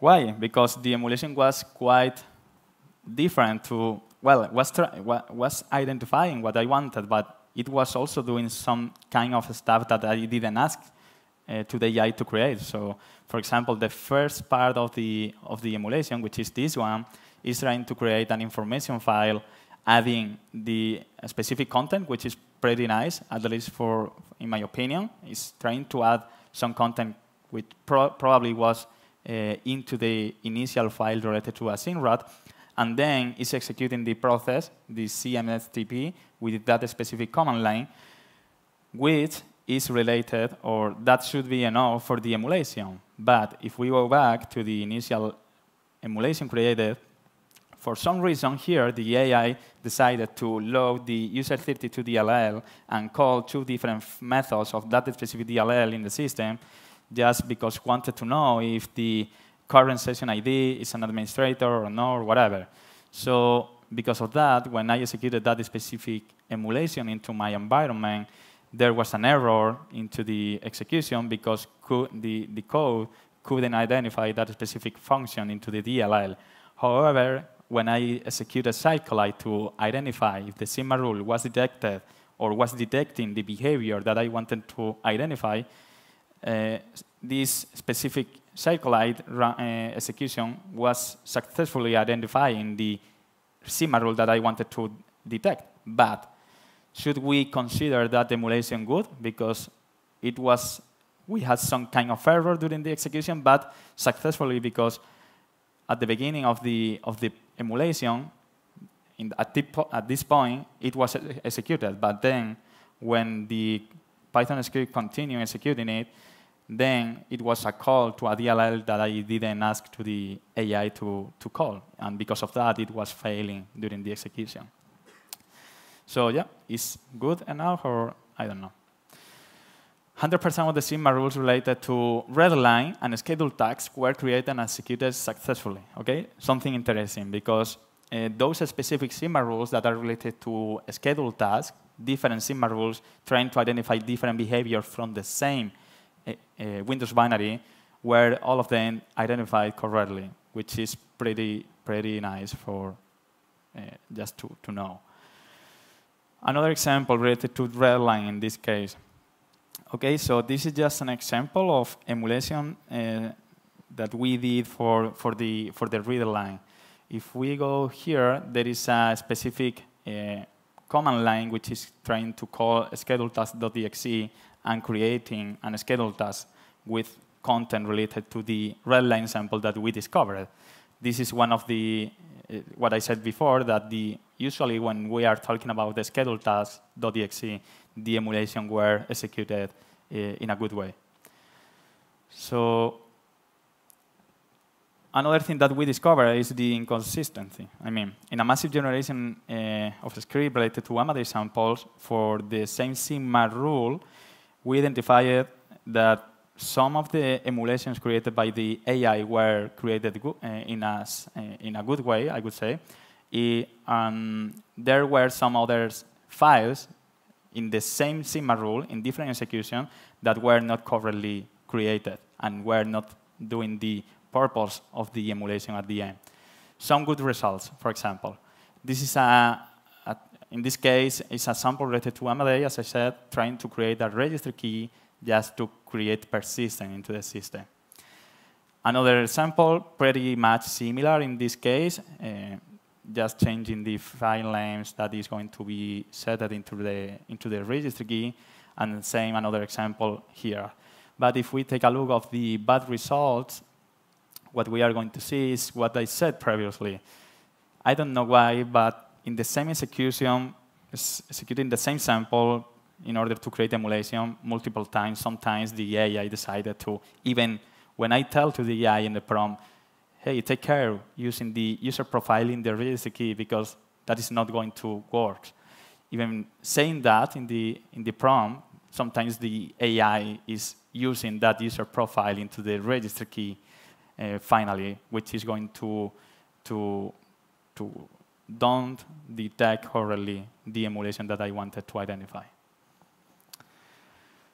In general, I could say that discovery, defense evasion, execution are good tactics that we were trying to, or we were able to detect. This is just an example of easy emulation that was did by the AI. At the beginning, you have the name of the Sigma rule, and then you have the content, just to emulate exactly the same behavior. And here, another example of CMDCL output redirect, which is used by some malware families as well, like InfoStealers. So some of the numbers that I wanted to share with you. So mainly, we wanted to focus at the very beginning of this research on a small data set, okay? So related to some known malware families, mainly, as you can see here, rats and InfoStealer, these are the numbers that we finally got in the research. As I said before, we have not finished it. We are still working on this. So samples in this case are the total of samples that we try to emulate. So from those samples, we got a specific number of sigmas. So for example, in the first one, as in rat, we got 80 samples. From those 80 samples, there were 132 sigma rules related. And from those 132 sigma related, there were only 34 unique sigma rules. But the sigma rules can be, at the end, can be used in multiple samples, and we are not going to have, at any point, more unique sigma rules than sigma matches. So finally, we got the good emulation. In the AsynRat case, we got 74 good emulations from the 132, and 58 bad emulation from the 132 sigma rule, which means that it was the 56% of the emulation related to AsynRat were good in this case, okay? As you can see, with Redline and Amadei, some of them were not successfully. I'm not saying that, obviously, we wanted to be like 80%, 90%, but it's something that we are still exploring. We don't want to replace any kind of analyst doing this emulation creation or whatever. In my opinion, it's impossible. The AI is not going to replace, but the AI can help us to save time and focus on the content or the emulation that are most difficult to create, and the AI is going to help us in this case, as I said, as I discovered during the research with, for example, the LOL-based execution, okay? So in summary, when it comes to emulate some kind of LOL behavior and carry out operating system commands, the outcome was quite positive, to be honest, okay? Because it was really easy to emulate. That the end is just execute a binary which is into the system with a specific command line, or create just a file in a specific path, or create a registry key containing some specific keyword or whatever. So that is something easy to emulate, and the AI can help us to save time and do it automatically in our purple teaming exercise. So some of the conclusions, finally, AI result, and despite its great capabilities, AI sometimes, as I said, makes surprisingly simple mistakes, something that we discovered. So for example, if I ask, as I said, to create the same emulation 30 times, instead of producing 30 identical copies, it will generate 30 different variations. So some of the variations, some will work and some don't. So this shows that of the powerful of the AI, this AI still has room for improvement in terms of accuracy and consistency in repetitive tasks. And some of the conclusion and next steps from our side. AI can help us to save time, as I said. The best results were related to LOL-based and behavior that involve were few artifacts, more like command lines, or something like that. Another problem that we had was the big PowerShell command in SIGMA matches into the VirusTotal platform. You are going to see a string which is truncated. So in this case, we are thinking to combine the entire EBTX report generated with the sandbox to get the entire PowerShell command and provide that information to the AI. Because sometimes the match that was triggered by the SIGMA rule into VirusTotal was at the end of the command line and not at the very beginning. So we are losing the information that we want to emulate correctly in our system. So each run can give completely different results, as I said. Will be interesting to explore how to create internal knowledge with a script behavior that works. We were even thinking to not only create outcomes related to Python script, but also create like Caldera scripts that are used for emulating behaviors, just to see if this will be something that can help also in that specific area with Caldera.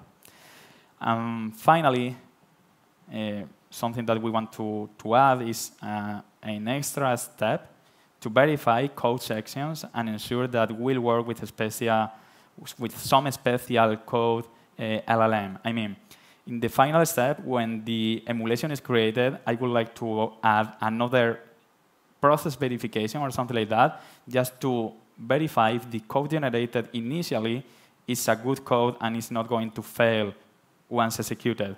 So I was thinking to do that using LLMs specialized in that specific area of coding. Like internally we have Bison. I don't know if there are other LLMs that are especially specialized in code. So as I said before, we are very open. If you have any suggestion or whatever, we can discuss later in the Congress. I will be here also tomorrow. Well, thank you very much for being here. Thank you. We are out of time, but maybe we can squeeze in one or two questions, especially if there's one from the audience. There's one in the audience.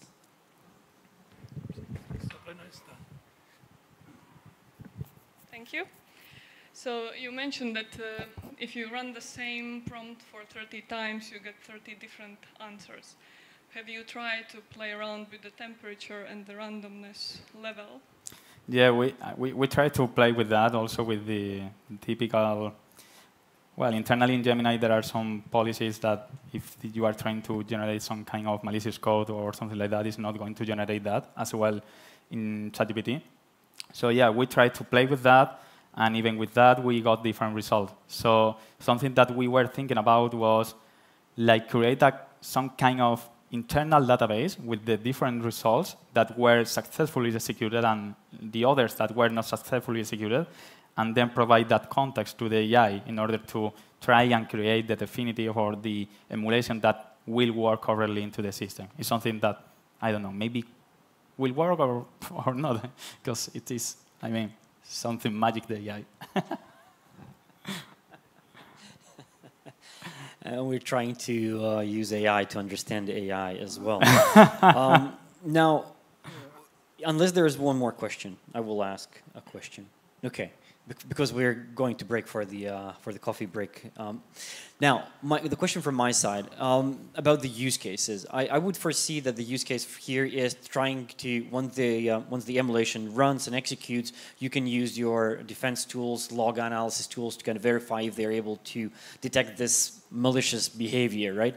But beyond that, what would be additional use cases you would foresee? And would you foresee this to be rolled out as a VirusTotal service or a feature there in the future as well? So the question is, besides the detection that we want to do? Yeah. Can you use also it for what would be additional use cases? Or detection is the only use case that you currently have been focusing on? No. We are, besides the detection in this case that we were talking about, we also are doing some other research in order to create some kind of guide for the malware analysis for reverse engineers, try to understand the code that they are going to face when there is a malware execution or whatever.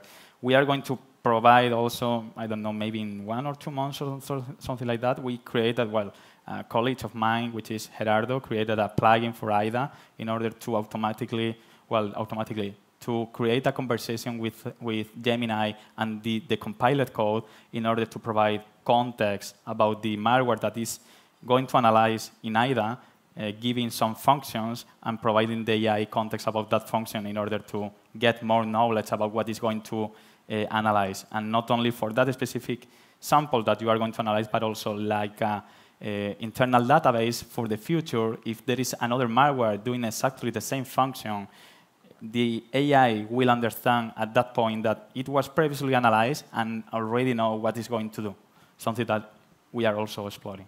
All right, understood. Thank you, and let's give an applause to our speaker. Thank you.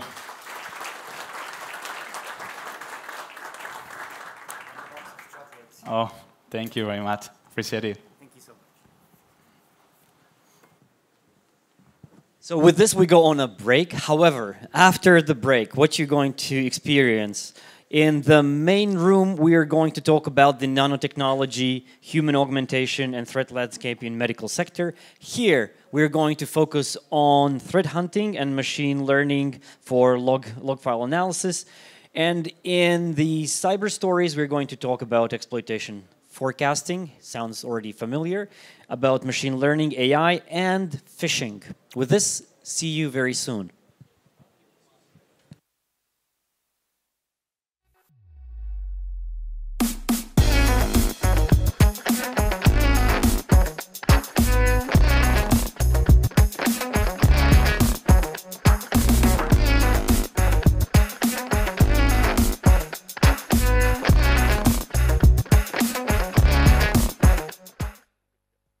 All right, so welcome back to the podcast Little Break. During the last one, so we delved into, vulnerabilities and responsible disclosure of them previously.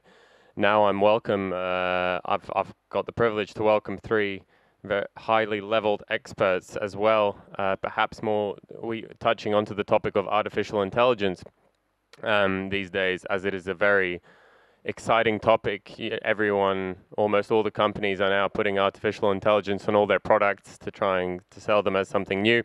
But it is developing every day and becoming more advanced, I'd say, in all sorts of fields. To begin, I would just sort of like each of you to give a short description or some insights into what you guys will be talking about, as I know you haven't had the pleasure of presenting just yet. You're going to be doing it after the break, but yeah, I'll start with Mike. So I know you're going to be presenting something on artificial intelligence avatars. I tried to read the description, but maybe for the audience, explain it to me like I'm 5 years old. What is it exactly that you will be presenting this shortly? Sure. Thanks, Carlos, for having me. I appreciate it. For everybody that's listening, I'm Mike, CTO at ZeroFox. At our company, we focus mostly on external cybersecurity, but today I'll be presenting some research that I've been doing on a conversational voice interface. So this is essentially an AI agent that you can speak to. You can ask it to carry out offensive cybersecurity activities, and it will speak back to you, ask you questions and things like this.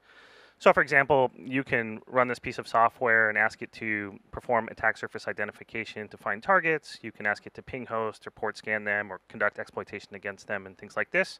It's really a proof of concept, but it's just meant to demonstrate kind of things that are coming soon. And if you look at some of the recent announcements out there from OpenAI and things, this aspect of interacting with software is just starting to become popular. And I think we haven't yet seen a major application of it to security.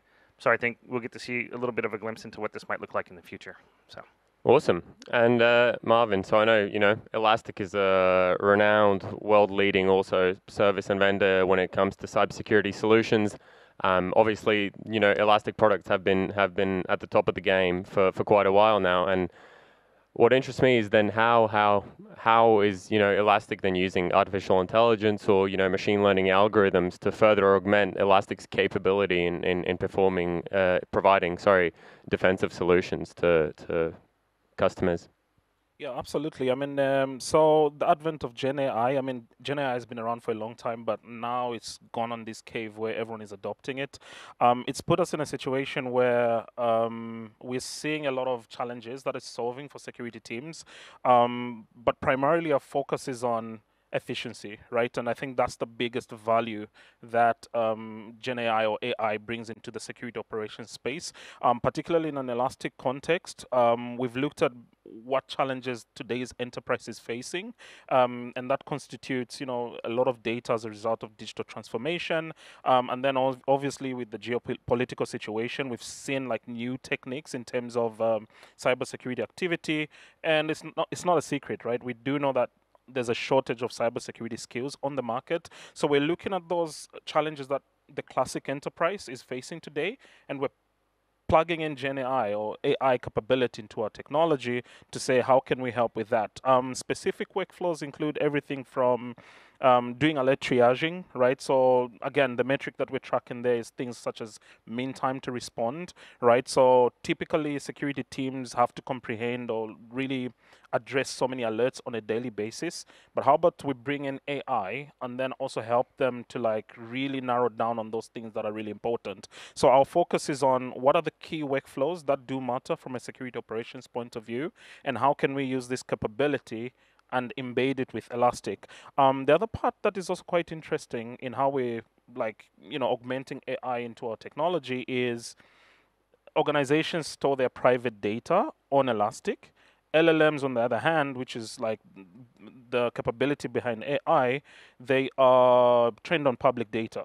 So how does an organization get to that space where they can bring their private data to interact with these LLMs without really leaking data and things like that? So that's another big opportunity that we have on two fronts. First of all, I mean, we all use ChatGPT, and we do know that the quality of the output from ChatGPT is only as good as the prompt itself. So we're helping with the prompt engineering on the Elastic side, right? So giving it relevant context, but then also what we want to do is for our users as they interact with this technology, they do so in a safe and secure manner, right? But ideally what we're looking at is efficiency in the workflows. Yeah, good point there as well, going to the, you know, sort of data protection part of it as well, you know, where ChatGPT, obviously you don't have control of where your data is going whenever using it. Roman, obviously Deloitte also, world-recognized company, doing many sorts of services across the globe. Maybe a little insight into what you're going to be talking about with forecasting with artificial intelligence. Thank you for introduction. I'm Roman Graf from Deloitte, and I'm team lead for pen testing and red teaming team. And my main task is pen testing, but I also, from time to time, perform information security assessments. And previously, I was a researcher for AI. And therefore, in this conference, I created an approach together with my colleague that how a cybersecurity expert as manager could better understand threat landscape. And we suggest some classical artificial intelligence methods that he can by itself analyze his own data, his own organizational structure, and spend money more effectively and plan which threats are more important at that time. Yeah, absolutely. I can say from my personal experience as well, you know, whenever a news company or some journalism comes up and asks, you know, what is the importance of AI? What is the impact of AI nowadays as it is becoming sort of a buzzword and being used everywhere? Obviously, we can say that, you know, offensive actors are using artificial intelligence. You know, you can see it in purely I'd say the level and the content of, you know, like phishing or spear phishing emails that are being provided. You know, they're being very sophisticated. But obviously, as Marvin mentioned as well, you know, on the defensive side, we're also using ChatGPT or artificial intelligence or other machine learning models as well to sort of augment our capability to also respond to threats, analyze them, perform actions, reduce, you know, the human interaction time necessary to come to a conclusion. Would sort of open mic now, open microphone, would you guys sort of, what are your views on the fact that perhaps we are entering a new stage in this world of where we could actually be entering a sort of artificial intelligence versus artificial intelligence. You know, if people keep pumping resources into it and developing it, could we actually come to, yeah, a sort of phase in cyber where it's not actually that much up to the human operators anymore, but it's algorithms that are fighting against each other? Sure, I'll jump in there. So, you know, I think that on the one hand, you know, there's this possibility that, you know, commercial vendors or otherwise will develop an AGI soon. I think that the CEO for OpenAI had quoted that we're a few thousand days out, so a few years out, I guess, something like that or less. But you know, the closer humanity gets to that, the closer we get to a piece of software that can kind of conduct arbitrary things, including, you know, offensive or defensive cyber. And then certainly nation states are investing on the defense side in developing these capabilities. And also, you know, there are cyber criminals that are allowed to operate, you know, by some of the governments under which maybe the jurisdiction under which they fall. So, you know, it seems likely that whether it's nation state or cybercrime, folks are and will increasingly use these tools, and that they will very likely come into contact if they haven't already. So I think the answer is we're probably already seeing it behind the scenes to a degree, and there's very little chance that it won't increase over time, in my opinion. Yeah, I mean, my perspective on the outlook of AI going into the future is, first of all, there's a fear from humans to say it's going to replace humans, and I think there's whispers in the air that, you know, it's going to replace humans. I tend not to think so. So I came across an interesting article just a few weeks ago from the Harvard Business School. A professor said AI will not replace humans per se, but humans with AI are going to replace humans without AI. And I thought it was telling, and I think it's a truth. There's some truth behind it, right? So I think in terms of the maturity of AI as a technology, it's gotten to a point where we will just need to use it, and it is the future essentially, right? But I don't see the human being coming out of that equation. But I think it's going to challenge security folks to also innovate, right? So it's going to replace a lot of the workflows that we're doing in our jobs today.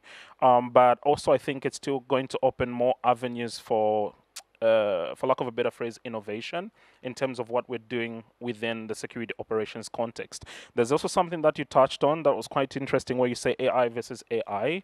I think going forward, I see that being a huge problem, and I think it's also going to affect the threat landscape and the threat outlook going forward. I mean, right now, yes, we're seeing a lot of attacks that are dynamic, that are new, using new techniques, but also with the advent of AI, I think the types of techniques and the types of cyber warfare that's going to be in the upcoming years is going to be of a different look. Yeah, I see it more from a positive light because it's really going to bring in that efficiency in how we're doing things, and then also it's going to force people on the blue side or the defensive side to really innovate, but there's going to be juicy stuff on the red side as well. Yeah. I wanted to touch on also, you mentioned sort of the potential of research and innovation. I know that a lot of European nations and a lot of nations in general are discussing right now the upcoming threats for, you know, NATO or European states or the Western world as we know it. And a lot of, you know, there's a lot of talk of quantum cryptography being one of the threats, you know, artificial intelligence being one of the threats. Is there a possibility? Obviously, there will come a time where, you know, artificial intelligence will need to be regulated. But this, in effect, could actually sort of slow, you know, the research and the development or artificial intelligence. And we have to remember that, you know, regulations mostly apply to the good guys, and the bad guys don't take note of it. So, you know, do we have to be careful there in sort of how much is regulated? Well, I'll jump in again there. So my thought is that you know, it's not the best comparison ever, but for example, you regulate the development of nuclear weapons because the downsides of abuse outweigh the benefits of no regulations, right? So when AI gets to the point where you know it represents a major risk if used improperly, you know, then you probably have no choice but to regulate it. You know, so if it does replace large swaths of certain types of jobs and the economy begins to, you know, meaningfully suffer from that, it will happen. I mean, governments will step in because the people will demand it, kind of thing. But that doesn't mean that you can't have a defense sector, or, for example, or some sort of sector that is able to develop these things just like it works today for other types of, defensive and offensive capabilities. So I think what my opinion is what will happen is that it will be regulated, but that there will be folks authorized to do development in these areas that will receive funding, and that's how the West will compete with other countries, I believe. So. All right. I wanted to jump back to Roman. You mentioned previously that you do a lot more pen tests. You do a lot of pen testing in general as well.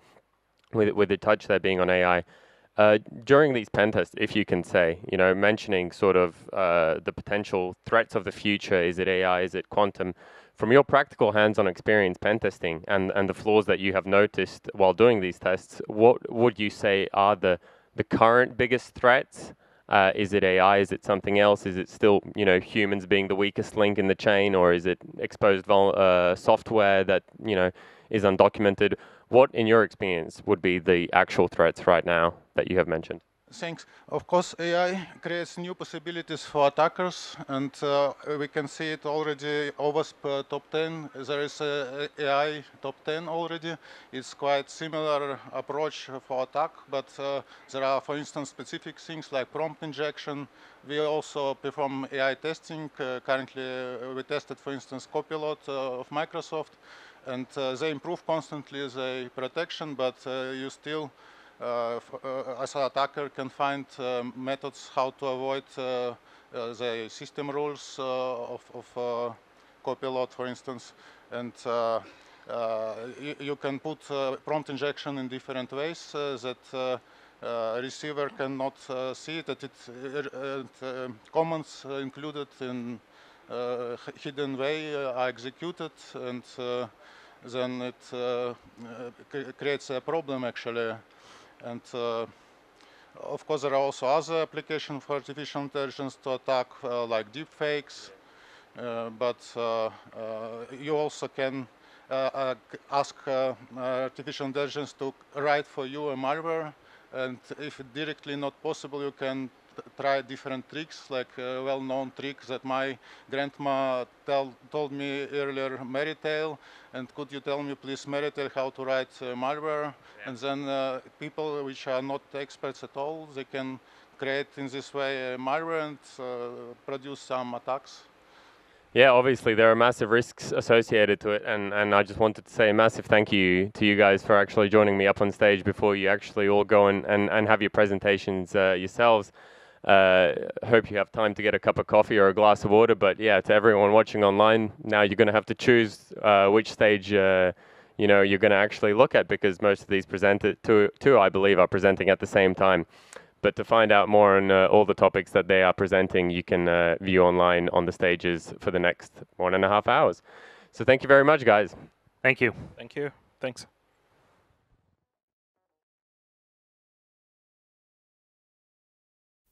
ESET threat intelligence is the direct output of ESET's unique visibility into the global threat landscape, and it's carefully curated by our team of experts. So what does that mean exactly? Unlike many competitors, ESET isn't merely a threat intelligence broker.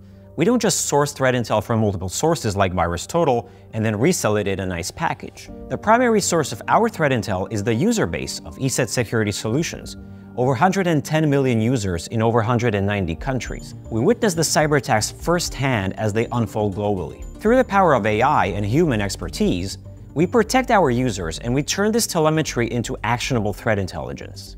But even with such outstanding visibility, our offering isn't about volume, but about quality. For example, our APT reports are expertly crafted by threat researchers who track the activity of dozens of threat actors on a daily basis. That makes the output operational and actionable, rather than overwhelming customers with noisy feeds. And we don't merely report about attacks. We strive to actually understand how attackers operate and what they'll do next. This approach led us to the discovery of some of the world's most devastating cyber attacks, like the continuous Russian attacks against Ukrainian critical infrastructure, or highly advanced UEFI bootkits. And it was ESET researchers who uncovered the origin of the global NotPetya epidemic, just to give a few examples. ESET intelligence has contributed to many successful investigations and malware disruption efforts led by organizations like the FBI or Europol, and it's trusted by the world's defense and intelligence agencies. Research has been running through ESET DNA for over 30 years, making us very proud and looking forward to our future discoveries. ESET Digital Security. Progress. Protected.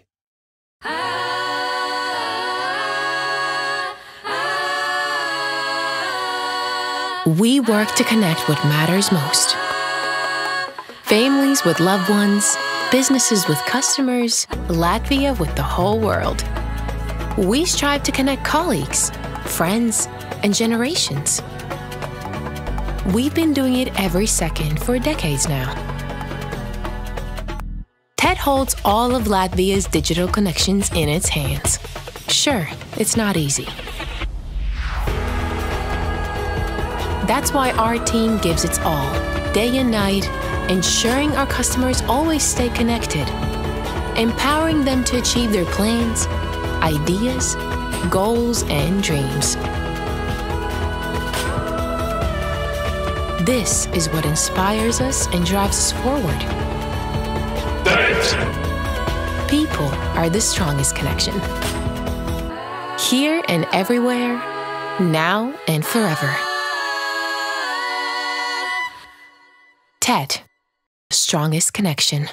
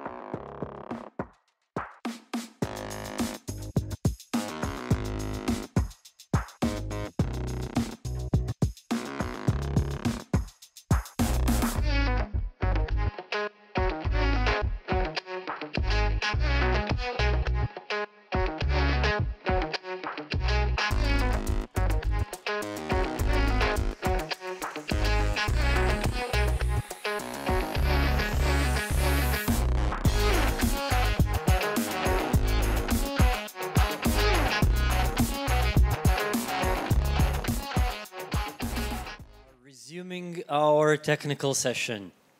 Now, I already mentioned that in parallel, we do have a nanotechnology, human augmentation, and medical threat landscape talks in the main CyberChess. And in the cyber stories, you will be able to hear about the machine learning and phishing. But here, if you are here, then you are in the right place. We are going to talk about the threat hunting operations, but from the perspective of log file analysis and applicability of machine learning. Now, with me today is Marvin. He's representing Elastic. How do we know each other? I mean, CERT.LV is partnering up with Elastic, and we had a really good discussions over the calls before, and he was also giving a workshop yesterday here, and I heard it was really amazing. With this, Marvin, go ahead. All right, thanks a lot, BB. Good afternoon, everyone. Afternoon. I like to interact with my audiences, so 1 or 2 responses would be nice. At least some hands are waving in the back. Okay, let's get straight into it, right? So my talk is entitled Advanced Threat Hunting, and I'll just talk through how you can leverage AI and machine learning for large-scale log analysis. Now, a lot of you probably have heard of Elastic. Some of you are using Elastic, right? You do know that we deal with data, and we're talking big data, right? So let's look at how we're leveraging AI and machine learning in our workflows. I think BB's done a good job in terms of introducing me, but I'll just go through this again. I'm a principal security architect at Elastic, based out of Stockholm in Sweden, part of the Elastic Global Security Specialist team at Elastic. I love everything security operations and intelligence. Previously with IBM, where I was doing similar work, so I just love everything security. Those are my contact details for those of you that might want to connect. I will be interacting with most of you today, tomorrow, and I think I leave on Friday. Okay, let's get straight into it. This is my rough agenda.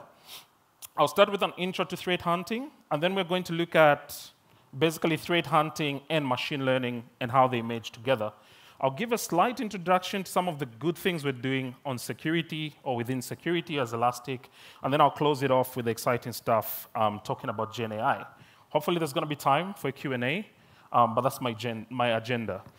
Okay, so just a recap on threat hunting. I did some very interactive, so it's nothing personal if I point at you and ask you a question. But how many people are doing threat hunting in your environments? Right? A few hands. Okay, how many are planning to do threat hunting?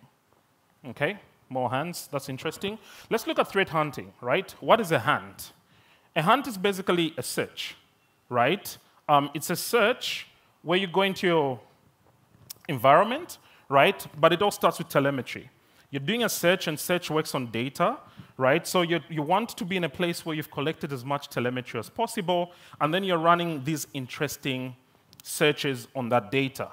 And ideally, being a threat hunter, what you're looking to do is to find out stuff you may have missed in your detection workflows in the sense of protecting your organization from threats. There's a lot of methodologies centered around how you can do threat hunting, but I like to concentrate on the ones that are listed here. The first one is hypothesis-driven investigations. So sometimes you might just sit down and say, hey, we've deployed this new application in our environment.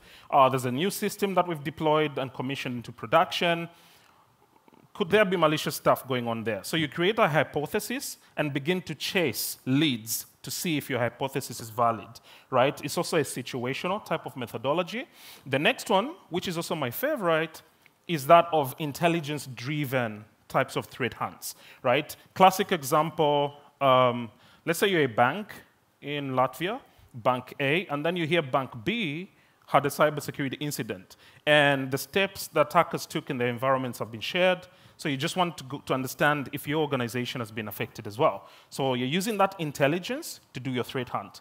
The last one, which is going to be the core focus of my talk, is the data-driven threat hunting, where you've got data, and you're like, hey, I just want to know, is there interesting stuff from a threat point of view that I can glean out of my data? So classic workflow, this is the sweet spot where we want to be.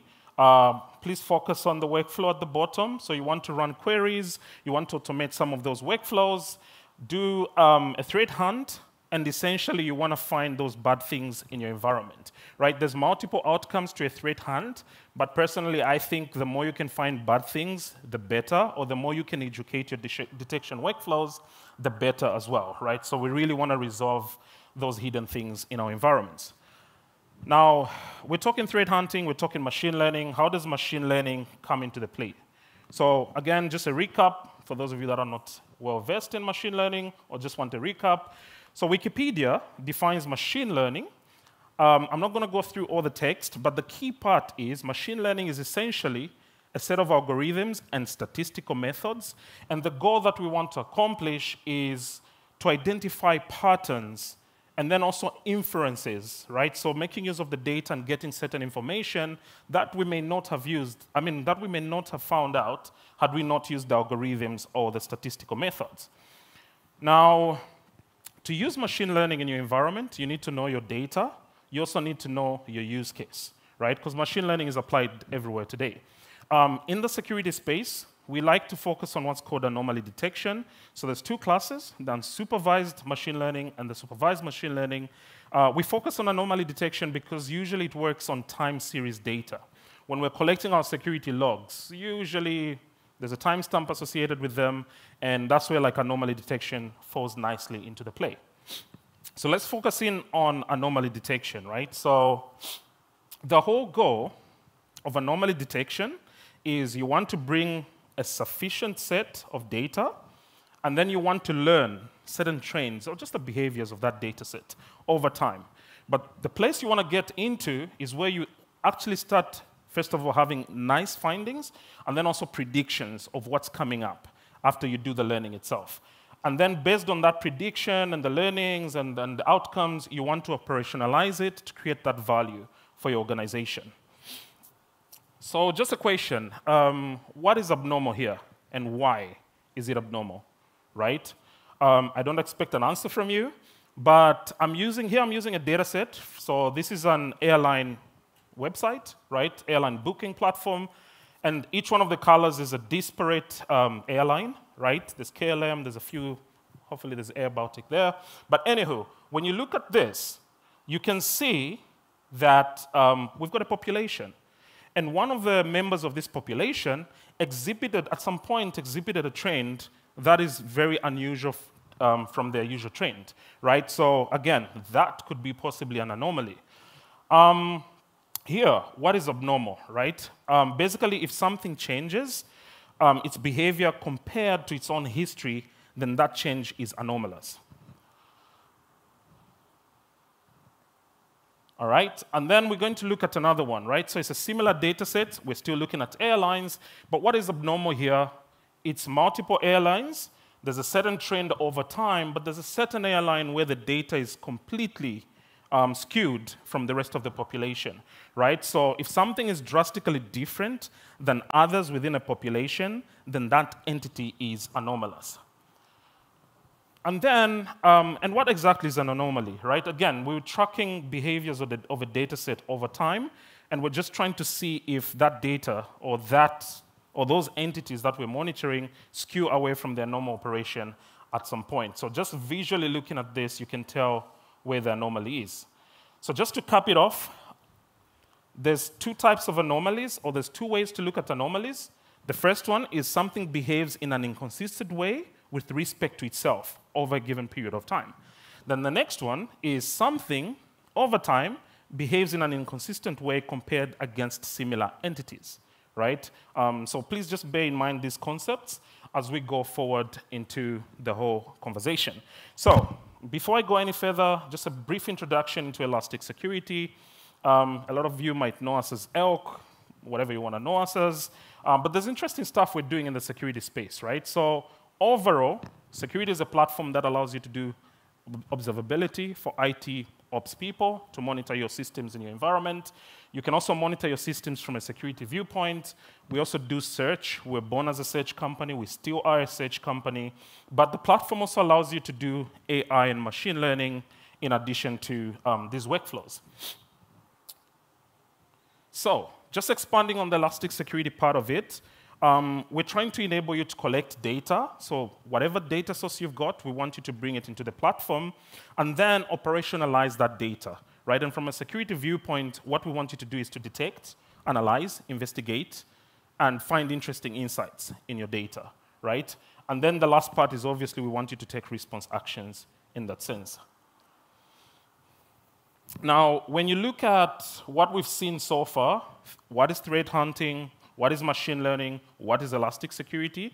Elastic is that platform you just want to do your threat hunting on, right? Because we collect data, including threat intel data, data from your own environment, right? And what we want to do from a threat hunting point of view is we want that hypothesis to trigger the threat hunting process. We want you to do the investigation and then the resolution on a platform like ours. We've specifically taken a certain step in the security solution where we've introduced a certain rule type. It's called the machine learning rule type. It supports both supervised and unsupervised machine learning, right? And then there's a new rule that we've introduced as well called the new terms rule. So this is where you're looking out for new values in certain fields in your data set. A classic example is maybe for a certain subnet or segment of your environment, you're looking for a MAC address that you've never seen before. It's an indication that someone plugged in something that's never been plugged into your network. OK, so given those rules, let's look at another best practice before we go now into the use cases of how you can do threat hunting using your data. One last best practice, right? So we're saying machine learning is you building these models to do anomalous detections, which aids in threat hunting. One of the things you just want to do is also think about your data, the data that you're collecting, and then also the pre-processing that you do on the data, so how you're parsing and normalizing that data. We use the Elastic Common Schema on Elastic. If you're using another platform, I'm not here necessarily to sell Elastic, but if you want to do threat hunting with machine learning on whatever platform, a good practice is also just to add the schema to your data as well. OK, so machine learning.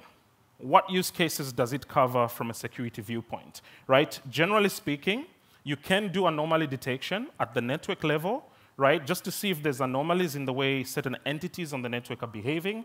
You can do anomaly detection on your endpoints. You can be user-centric. You can also focus on application behavior, right? Now, this becomes useful because remember, again, when we're doing threat hunting, you create a hypothesis and then go in your data and do searches that give you answers to the different levels of that hypothesis, right? And machine learning gives you that visual possibility of what is really going on in your environment. So the first use case is that of authentication, right? We do know that in our organizations, we do authenticate to our systems all the time. And there's a lot of data, failed logins, successful logins, logins by regular users, service logins, service account logins, logins via the internet and things like that, right? So an example of a use case that you might just want to implement from an authentication point of view, again, this is where we've normalized the data, assuming you're using the Elastic Common Schema. You want to look for unusual large spikes, for example, in authentication failed events, right? So if your hypothesis is saying there was a brute force attack or maybe credentials were stolen, and you just want to figure out if someone is using those credentials in your environment, you could look out for the results of this machine learning job, right? So here I'm just using authentication as an example in terms of how machine learning can be applied here. Let's bring it to the endpoints, Linux and Windows, right? Your laptop runs a lot of services. Our servers run a lot of services. Sometimes it's kind of hard to track, things that we've never seen before, right? Or maybe a certain process making a network connection that we've never seen before, because there's just so much of that happening on a daily basis on our machines. An example that I list here is a machine learning job where you're looking for unusual processes using the network, right? And this could indicate some command and control. It could be an indication of lateral movement, persistence, or even data exfiltration. But the point we're looking at is you don't want to be doing these searches manually, but you want to train the model to understand what is it your processes have been doing in your environment over time, and if they skew away and say connect to a destination IP they've never connected to before, you just want to be notified about that. All right, let's bring it back to the network itself. So you can detect anomalous network activity. And again, we're using that elastic common schema, compatible network logs. Another example that I have here is high count by destination country. Now, some of you might have been in the sessions that were presented in the morning, right?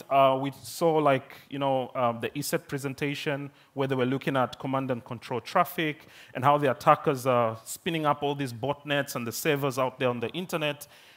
From a threat hunting point of view, if your hypothesis is focused on, hey, is someone exfiltrating data from my environment, and I suspect the threat hunter is from the R country, we all know it, right? I could look at my machine learning job and say, hey, is there a high count by destination country? Unusual high count. Again, we're talking abnormalities in the data set in that sense. Another very common one is DNS tunneling. And I think this came out in the ESET presentation this morning, those of you that attended it. There was also a mention of DNS tunneling by the presentation from Varis, right, on how they do the active cyber defense approach to their investigations. But you can see that DNS tunneling is still one of the most common vectors that attackers want to use, right, in terms of exfiltrating data. And today, DNS also goes over HTTPS, so it's encrypted, right? So doing this anomaly detection, even if the traffic is encrypted, but just looking at unusual patterns in your DNS traffic using machine learning could be helpful when you're doing that threat hunt, again, if your use case is data exfiltration. One thing that was shown in ESET and Varis's talk again, I kind of felt like they were setting the prelude for my talk, is that of domain generation algorithm detection, right? Attackers love to do evasion. They love to be in control. We know that. When they send malware into our environments, they want the malware to call back home, right? And they don't want to be detected, right? Or they don't want their servers or their location to be detected, so they're constantly changing the domain names or the subdomain names. And basically what they're doing is what's called DGA. It's domain generation algorithm, where they're quickly spinning up new subdomains or new subdomain names, right? And then it makes it super hard for us to keep track of that. But then again, machine learning is amazing because you could track a skew, an anomaly, a one-time event, or if there's a huge, massive change of these domains, the frequency of it, you could also create an anomaly job that makes that detection as easy as possible to detect the domain generation algorithms. Okay. We've also taken a use case-driven approach at Elastic, right? So it's kind of nice to create these jobs one by one. The ones that I was showing you, the authentication, the network, the application, and the endpoint machine learning jobs, those are just examples. There's a link. I'm not so sure it was in the slides. I'm happy to share it with you later on, or you can go on our GitHub. But a lot of the machine learning jobs that we've pre-built on Elastic are actually publicly available, right? So if you want to see the whole collection and categories of these machine learning jobs, you can see that on our GitHub repo or even on our website. So Elastic has gone on to this approach of using Elastic Agent. It's a lightweight data shipper that you use to collect your data. But the other thing that we're doing also is we're using Elastic Agent for use case packs, right? So for example, the DGA detection, that comes as an integration pack. So you just enable it, it goes into your data, and then it begins to look out for DGA detections. The other one is living off the land attacks, right? So living off the land, it was mentioned in the morning talks as well. Living off the land, we know that attackers love to use those services, those binaries we've come to trust on our endpoints, right? Those DLLs that we've come to trust on our endpoints, right? And it's kind of hard to track, the behaviors of these things that we trust over time. And that's where we see a huge application of machine learning, right? So say, for example, you open Outlook, there's a malicious attachment, right? It's Excel. And then suddenly Excel spawns setutil, the certificate generation utility on Windows, and then setutil is calling out to an IP that is in Russia, right? That is unusual behavior, right? But it's using setutil. We trust setutil. So sometimes that could be an indication of something that is malicious, and that's where living off the land comes into the play. There's lateral movement and data exfiltration. I'm not going to go into the nitty-gritty details, but the goal of me sharing these things is basically just to give you ideas in terms of some of the things that you can do with machine learning. Again, threat hunting, you're running a search, and then you're trying to use your data to create this hypothesis that is going to be dictating the types of searches you're doing on your data.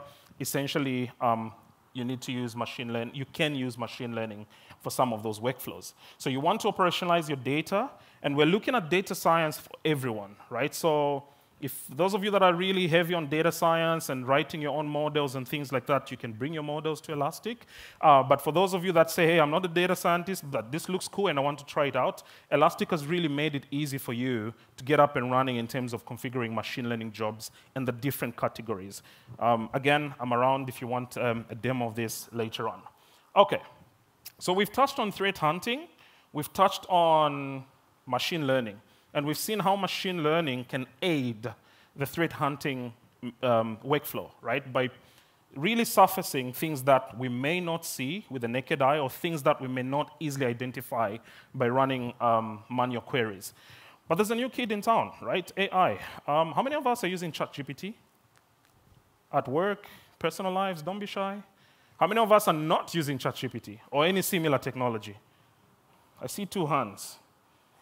All right, I think there's more hands, but I see 2 hands, right? If you're not using AI, try it out at least. It's the future, I think.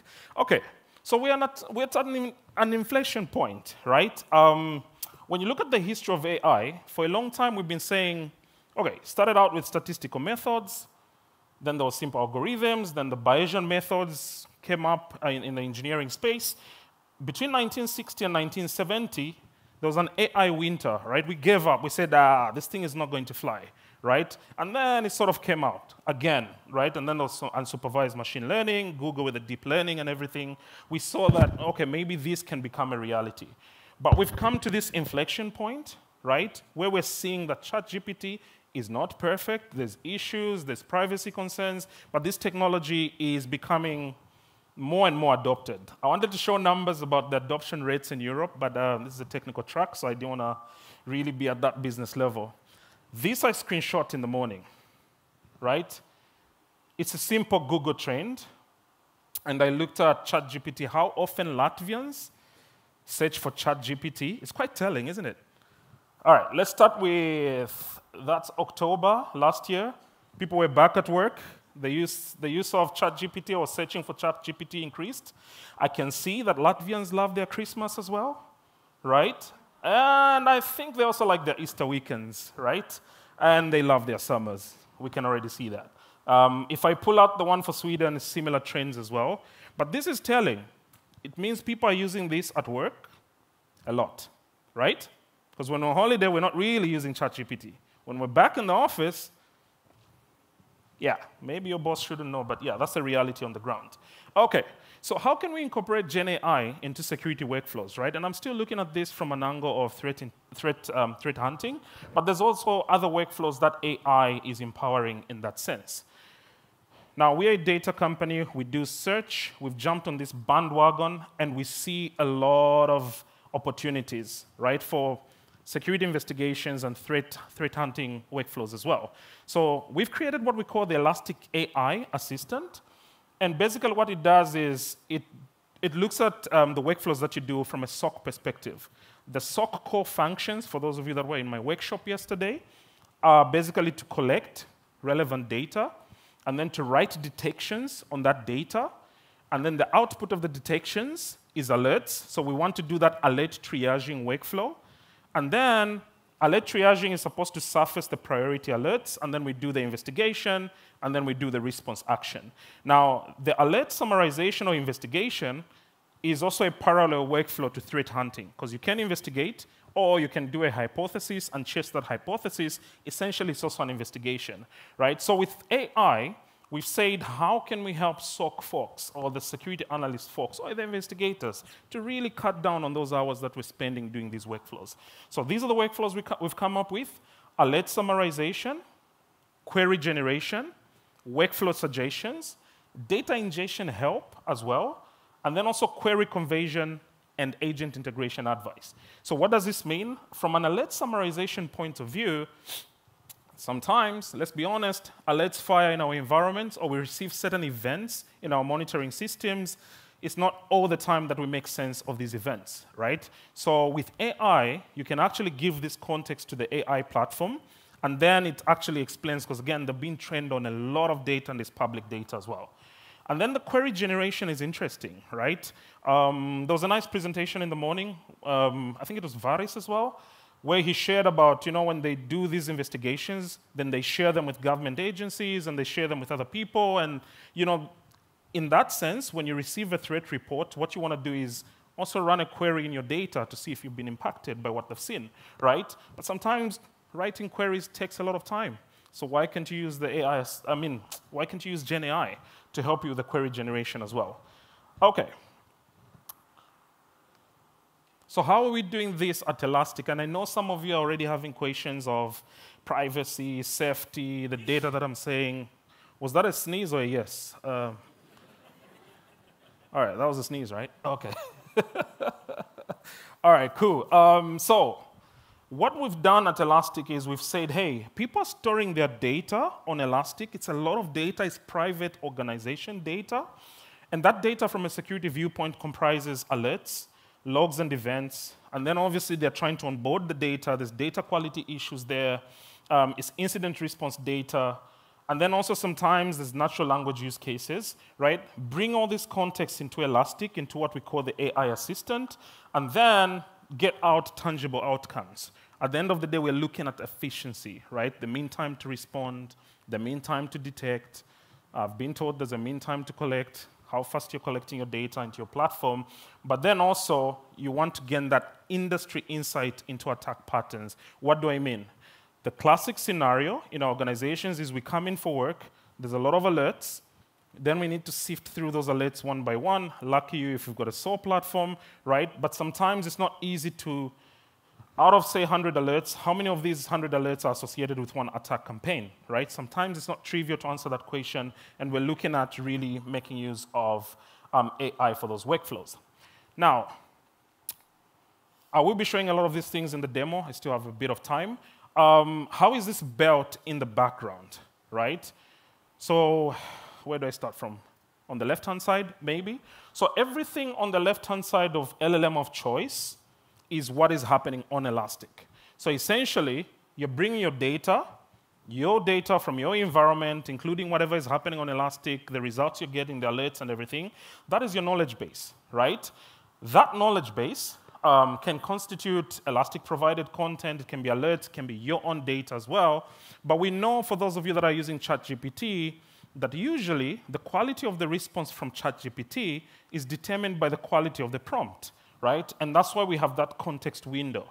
So what we want to do is save you the time that you're spending doing the prompt engineering, save you the time in terms of saying, hey, is this accurate information that I'm sending to the LLMs, right? And I know some people are like, yeah, I really don't want to send that data to LLMs because it's not safe, data leaks. I'll address that part in a bit. And then there's a part that's called Esri, right? Esri is the Elasticsearch relevance engine. So Elastic, apart from just being a data store, is a vector database as well, right? And we are a search company. Vector databases are really good at finding relationships that are meaningful in your data sets as well. So we're applying some of that capability. So we're getting your knowledge base or your data. You can pass it through Esri for that relevance, and then pass it to the context window, and then send it to the LLM, right? For those of you that are air-gapped, I will talk into that in a little bit, because, yeah, we are also working with air-gapped kinds of environments. And what you want is a relevant response from the LLM itself.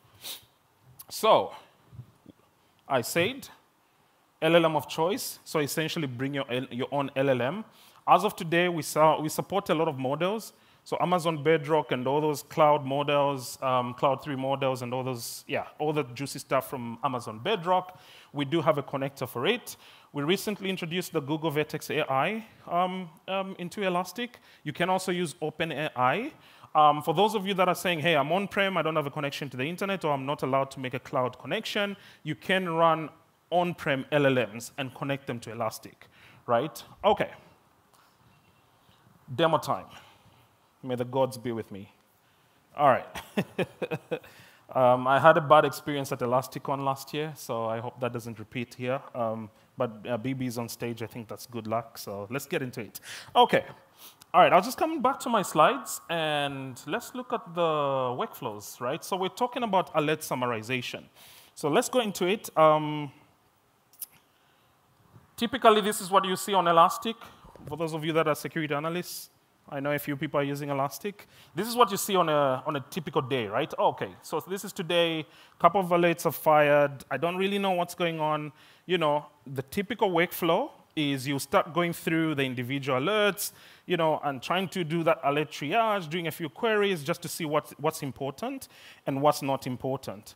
But how about, so let me just make sure I've got this in another tab. So how about we say, hey, I see today I've got 23 alerts, right? How can I run the AI assistant just to tell me what's going on? Is there something that is an indication of an attack campaign? So we introduced what we call attack discovery, right? I could literally run this and say, all right, it already ran. I ran it before, so I wanted the demo gods to be on my side. But essentially, when you come here, you can click on generate. So what attack discovery is going to do is it's going to go through all those 23 alerts and then try to identify how many of these alerts are associated with a single attack. And if there's 2 or 3 attacks, it will say, hey, out of those 23, 3 are associated with one attack, the other 5 with another attack, and the other 10, yeah, maybe they're just miscellaneous alerts, right? So I ran this already. I could run it again, but there's no point in doing that. But then also observe one thing, right? I could use any LLM of my choice because I've done the connection. So if I'm not happy with the results from OpenAI, I can use Mistral. If I've deployed it on-prem, I can use Amazon Bedrock or Google Gemini in that sense, right? So what I used for this demo purpose was Azure OpenAI. But again, you can use your own LLM. Now look at this interesting thing, right? So we had 23 alerts, and what attack discovery is telling me is there's a multi-stage cyber attack detected, right? This is not a threat hunting workflow. We'll come to that in a bit. This is an investigation workflow, right? Alerts are fired, but I want you to understand the logic so you can see how you can also apply it to threat hunting. So I look at those alerts, and what attack discovery has done is it's gone in, I hope people at the back can read, and it said, hey, I've actually discovered a multi-stage cyber attack, right? And it's a sophisticated attack, detected, and it involves multiple stages. Initial access was via phishing, right? And then execution of malware was involved. There was defense evasion, credential access, data exfiltration, and the impact was through ransomware. So we've got a ransomware at play in our environment. But then here come the details, right? So the initial access, literally, because again, let me go back to the slides. This part is important, right? So we're giving the LLM our alerts, logs, and events from our environment. And then it's using the knowledge it's been trained on, you know, to say, hey, usually this sequence of alerts indicates a certain attack campaign, right? So basically, that is what's happening here. And this is literally data from my environment. So it's telling me the initial access, the attack began with a phishing email containing a malicious attachment, and because I gave it my data, that is the malicious attachment sent to the user, the admin user, on this host, right? I hope people at the back can see this. I can zoom in if you want. Should I? Okay. I've been told I should. I hope this is better. I've been told Latvians don't say when they're not happy. And then I've been told Latvians also don't say when they're happy. So I'm getting the gist of it. Okay, so I hope now you can see this. So we see that the initial access, yada, yada, it tells me the user. It gives me a chronological order of how the attack happened. And because we do map to the attack framework, MITRE ATT&CK, it also shows me the tactics that are involved, right? So there's an initial access, there's an execution, and problem of doing zoom, there's an exfiltration as well, right? And we know that this is ransomware. So this is attack discovery. From a threat hunting point of view, we don't investigate alerts generally, right? What we do is we investigate events, right? But if you take the same workflow, using your knowledge base and feed this with your own events, and then say, hey, given these 10 events, is there commonality or is there a common threat scenario given the events that you feed it into? It probably will tell you if it is indeed a threat scenario. Make sense? Are we following? Yeah? Are you doing the Latvian thing again? Okay. All right, cool. Let me just go back into this view. Okay, so now I've seen this. So basically, what it does also is it will show me the alerts.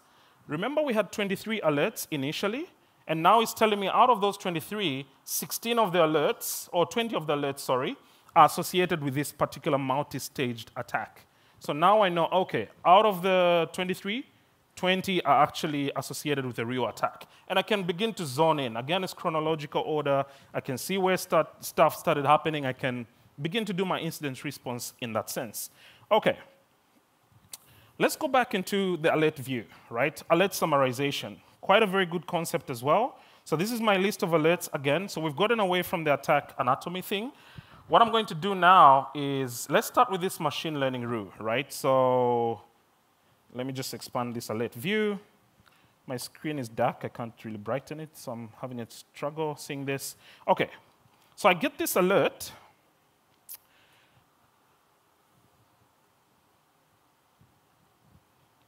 And it's basically detection, large spike in network traffic.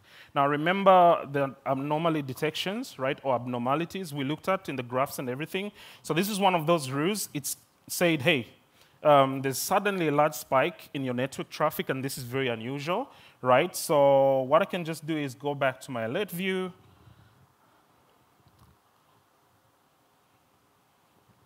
The lights are killing me, right? OK. Then I can say, I just want to chat, right? Now, notice one thing here. An alert has fired in my environment. I've got context. I can see which IPs were involved and things like that. But I can also optionally choose to give the alert summarization to the AI assistant. And we've created this pre-engineered prompts, right? So for example, the alert summarization. As an expert in security operations and incident response, provide a breakdown of the attached alert and summarize what it might mean for my organization. So I'm giving it context, right, from my own organization. Let's try this. The Wi-Fi was a bit slow during lunch, but I think it's improved a little bit. And there we go, right? So it's telling me, based on the provided context, I'll provide a breakdown of the alert. That's high severity. This is data from my environment. That's the IP. That's the MITRE attack context. And it keeps on generating more information about that alert itself. And because we're in Latvia, I'll just wait for it to finish, and then I'll do a Latvian thing in the solution itself. But this is pretty neat, right? And if I'm happy with the results that it's giving me, I can literally copy this and then add it into my report. Those of you that were in my workshop yesterday, we touched on case management, where we opened cases, attached alerts and timelines and things like that. Even here, you can do the same, right? So you can see, I can literally say, copy to clipboard. I can say attach this either to an existing case, or I can even create a new case. Cases on Elastic is a ticketing system in the security solution, because usually security teams love to collaborate, right? So we've created a place where you can collaborate, add evidence, attach files, and things like that, right? OK, so just a time check. Is that inclusive of the Q&A? No. OK, so this is for me. Oh, my God, I feel good. OK. All right, so it's told me, like, hey, this alert is concerning this IP, the MITRE attack mapping, potential impact to your organization. It could mean data exfiltration, reconnaissance, and all those juicy things. Then it says recommended actions. And security analysts love this, right? You can potentially isolate the affected host. You can initiate incident response, so activate that, and yada, yada, investigate network activity, and all those steps, right? And I like to be polite, so I'll say thanks. Give me, and I'll do a typo deliberately, give me the previous response in Latvian. I'm not going to read it, but yeah, I can't read Latvian. But hopefully it makes sense, right? So I'll say, hey, thanks, give me the previous response in Latvian. Bibi, does this make sense? For now, yes. OK. I see your faith labels. OK. Does it make sense still? OK. Approxed. Yeah? OK. Looks good? The words are correct. And the semantics and syntax? It seems correct, right? No, guys, girls, is this correct or not? I don't want it seems correct, maybe, maybe not. Is this correct? Make sense? The grammar is bad. I mean, yeah, it looks correct from the grammar perspective in Latvian language, but context-driven, yeah, maybe we couldn't be able to check it like from the if it's actually the things that it says actually has happened, right? But from a language perspective, it's okay. Okay. Yeah, but I mean, we saw it in the English version. The IPs, the usernames, the workstations is actually from our data set, where I can give you a guarantee because I know the data. But I mean, I think this is cool. Those of you that are security analysts, this takes you a long time to do, right? Okay, so we've opened one alert, and we've seen basically that feedback. Again, like I said, we can copy these results, add them to our case, we can copy to whatever external platform and whatnot. The other cool thing is, the reason why I was asking if this is correct, if I can find my cursor. Okay, I'm having a tough time to see here. Okay, the other thing is, if you're not happy with the results, you can ask it to regenerate, or again, you can change the model. The context is still there, but if I'm not happy with what OpenAI is telling me, I can try Mistral, I can try, the cloud, the Gemini Pro, and things like that. Okay. So we've seen that there's a data exfiltration. Let's just have just one more alert, right, that we can also summarize. So let me open this one here and check out the metadata, yada, yada, the risk score. So we see some malware detection alert. Let me also just give this context to the LLM. Again, just the alert summary. And I'm going to ask it to summarize this, right? And again, we'll see the same workflow where it does the summarization of what it's seeing in the context of the alert. Now here I'm using an investigation workflow, but you can do this for threat hunting as well. You're just giving it context. You can give it 10 events and say, hey, are these 10 events related? Is there a correlation? Is this a threat scenario? And again, these things have been trained on a lot of data. Possibly you could get something that is related. Okay, the last thing I just want to do, if this can hurry up, I'll blame it on the Wi-Fi at CyberChess and not on Elastic, but maybe just the model is slow. Maybe you could generate also the video in case no one wants to read it. You can watch a video, no? Yeah. Anyway, as it's doing that, you know what I'm going to do? I'll say, hey, are the last 2 alerts related? Again, typos on purpose. So remember, the first one was a huge spike in network traffic, outgoing traffic. And then this one is a malware alert. I just want to see if it started with a malware dropping into my environment, and then suddenly there was a callback and things like that, right? So I'm going to say, try this. And then hopefully it's going to give me, or it's going to identify that the data in the first alert is actually related to the second alert as well, or the first alert in this case. So based on the provided context, it appears that the last 2 alerts are indeed related. Let's analyze them, right? And then it's going to give me all that context in terms of this is what happened, that happened, that happened. And then it's going to refer back to the previous alert that I gave it and say these 2, it's going to literally tell you these 2 are related because of certain artifacts that are related in the 2 alerts. Okay. Next thing I just want to show really quickly is query generation. Now, we did introduce a new language. It's called ESQL, piped language. For those of you that know Splunk SPL, Microsoft Custo Query Language, that piping capability is available on Elastic as well. And there's a workflow for that, right? So we've, again, done the prompt engineering. So let's say I want an ESQL. I'm not here to teach you ESQL, but just the workflow. Let's say I'm doing a threat hunt. Let's say a ransomware campaign has broken out, and I just want to see if I'm impacted, right? So I want to use ESQL. So the pre-prompt is done by Elastic. I'll just say that, and I just want it to check for dark radiation ransomware, right? So just a background as this is running, dark radiation ransomware, again, uses living off the land.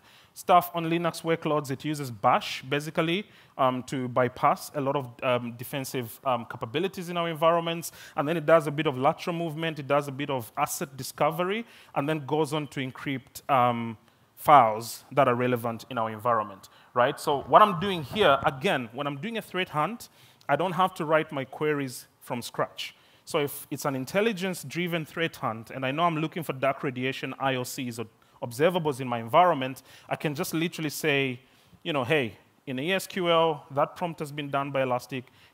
Give me queries that can help me to see if I've been impacted by dark radiation itself. So I can just copy this to the clipboard and then run it through my data, paste it in the query pen, and I see if I get interesting results from the data that I have.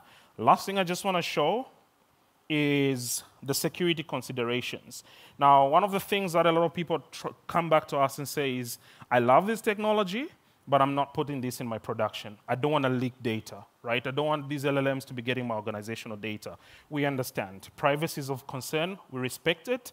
So one of the things we've done is we've built in certain capability that allows you to do two things, right? So the first one is, remember I mentioned Elastic Common Schema, our normalization schema, our normalization language, if you want to call it that, right? So once you do the mapping of your data to ECS fields, you can now come here. Before you send any queries, you can choose what fields you want to allow to be sent to the LLMs, right? So number one, which fields in my data set do I want to allow to be sent to these AI platforms? Secondly, you will notice that there's also an anonymization capability.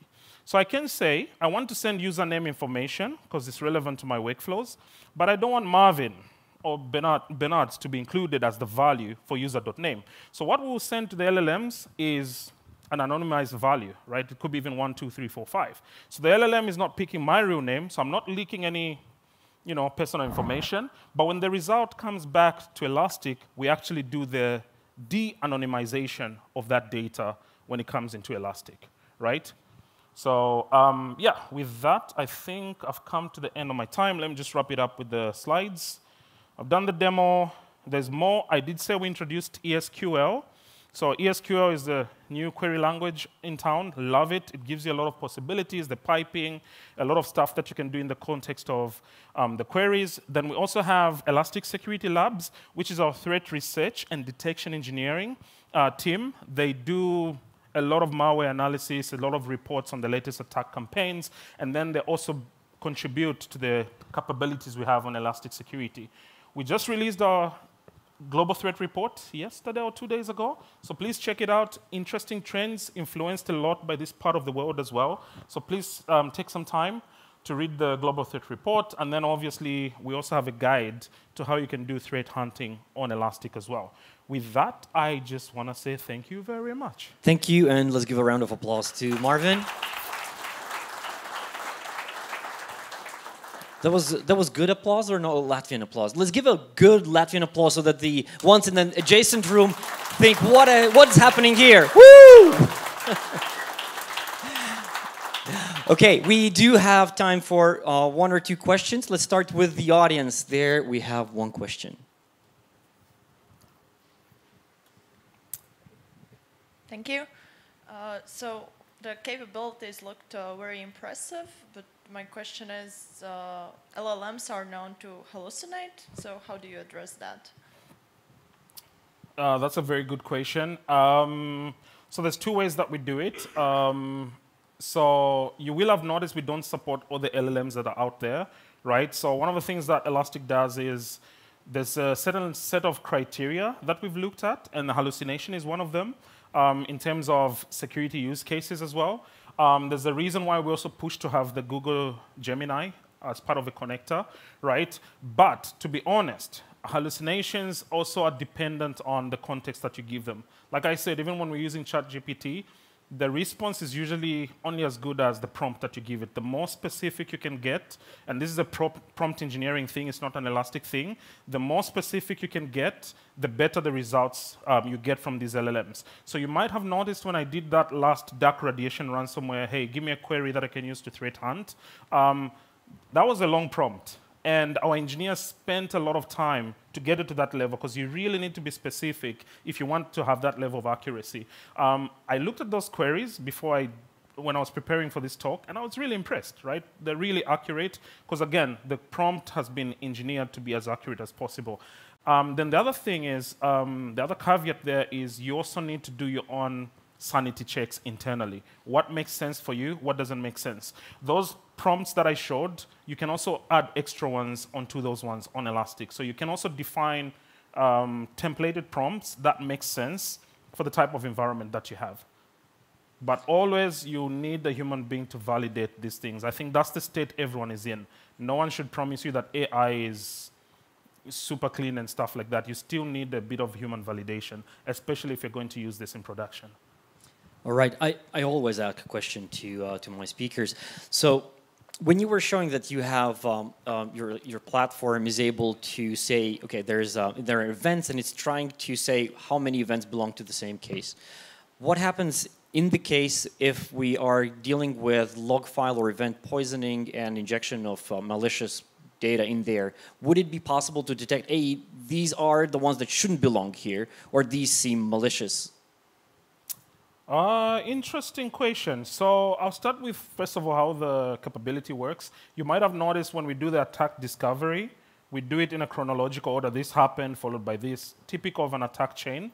But then also, similar to the previous question, you also want the analyst to verify. Because remember, we had 20 alerts associated with that attack chain. You just want to verify that stuff is accurate. I think you also need to have the human really validate some of these things. In terms of being alerted on log poisoning, unless you've got detection rules to detect log poisoning, it's a pretty of a tricky use case in that sense, right? You need to have some way of detecting that your logs have been poisoned. All right. Thank you so much. Let's give a round of applause to Marvin again. Thank you so much. Thank you. Thanks, Bibi. And of course, socks and candy for you. That means I don't need to do the survey, right? Oh, perfect. Thanks a lot. Thank you. Thank you very much. Thanks. We will resume in about 2 minutes with the next speaker connecting, and we will be on.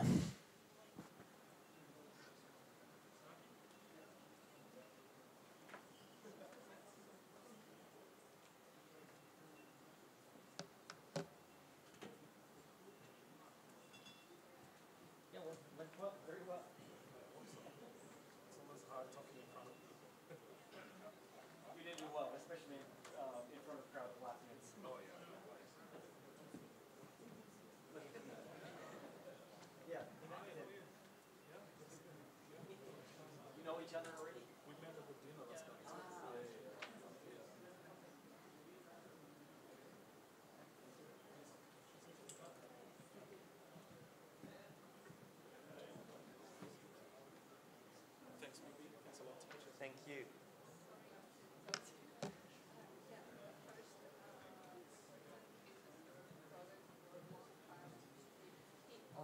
Arthur, just give me a thumbs up when you're ready, and then we'll start. Yeah, let's get the slides on and Mike, and then let you know. Ah, okay. They'll just switch it. Yeah.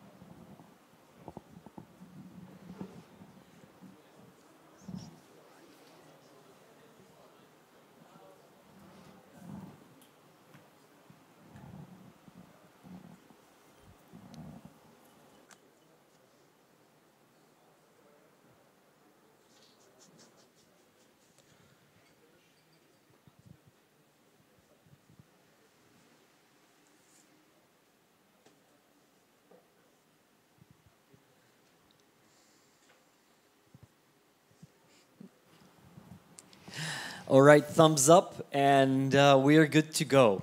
As our next speaker is Arthur. He's the systems engineer at the Energy Log server, and he's going to talk about how do we enhance the security operation capabilities by employing also artificial intelligence and developments in machine learning. That's right. Well, there you go. Let's start. Thank you very much. I'm very excited taking the stage after Marvin and having you here because we continue the same subject, and I hope what I will show you will be a little bit different, so you can compare, pick the one approach you like.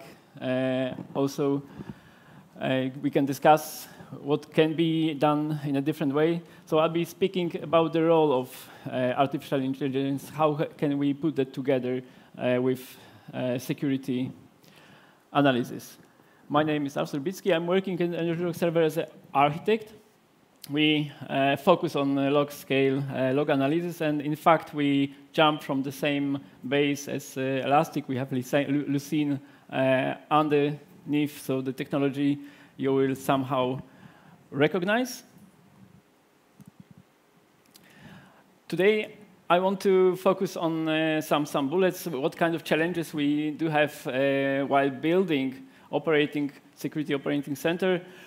So the biggest problem is the amount of data that we need to analyze on a regular basis. In my projects, how we deploy the system, it's just a regular problem that we need to tackle a terabyte of human-readable text generated a day.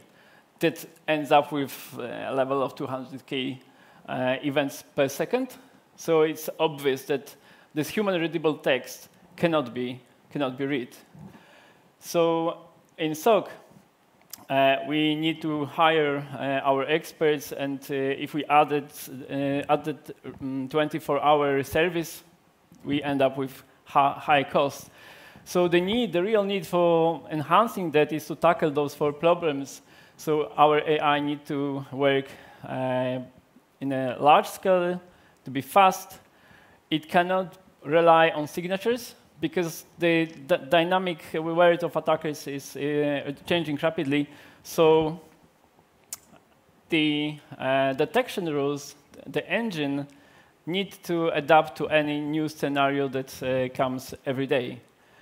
On the other hand, we cannot expect our SOC guys to have expert knowledge in AI, because AI need to be a regular tool, like one of the ways to analyze our threats. No one would be having diploma in math, but still algorithms can be complex. What we propose is a little bit different approach that you've seen from Marvin, because we try to share scenarios into different use cases. That is because of math, in fact, because math and algorithms that we use very precisely analyze logs that we put there. So, in fact, text, words are totally different from numbers, which is obvious. So you cannot use AI as a black box to detect just out of the box that you should expect some results without driving algorithms to correct approach. So let's see how we can deal with those different logs. First example is a text, finding anomalies in text. And here we start, of course, with reading subset of logs. And what we do differently, we want to calculate statistics for every word that appears in this data set. So having the logs parsed, we want to find out how often each word appears in the data set. Once the statistic is calculated, then we can recognize common words, things that are seen very often and they are known. We can get rid of it and concentrate and focus only on rare words. We introduce something like rare word. Once the log contains many rare words, we score it, we show it to SOC guys to analyze. Not sure it's clearly readable, but the numbers I want to show here is a simple HTTP log from 7 days from our lab. The number here is important. You know that it can be a big amount of information, more than 1 million records. Some examples here. It's difficult to spot anything special. But if we run statistics after parsing the statements, we see that words like HTTP, our browser type, file system type, operating system type, appears very often. Of our interest is, of course, the table on the right-hand side that contains unique words, things that happen very rarely. Could be random generated domains that our colleague told us about, random APIs, maybe it's a script that someone injected to our web server. The number of occurrences tells us that this is something special, and we should focus on logs that contain that rare words. Similar table that we have from mail server, typical on this side, user from session we will see very often, but that random users, random logins should be checked immediately. Windows has own way of presenting data in events. But if we calculate statistics, we can recognize dynamic packages that are being initiated on the machine, maybe dynamic registry keys. Everything that is suspicious, we will see as rare words. How could that work in production? We took HTTP logs, and we also run geolocation algorithms to have country names taken from the IPs.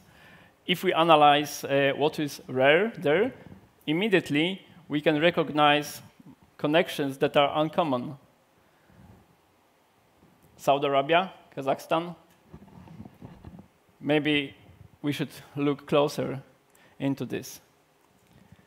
Same source, but even we had a question from the audience last time, how to detect things that contain attack. This is SQL injection. We have here select, union, somewhere there, and this binary string, which for sure appears only once in our 100,000 of messages. For this approach, it's extremely easy to detect that kind of strings.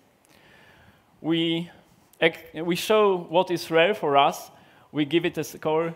We put it on the special graph. We call it spread of anomalies, because each entry will be summarized with anomaly score.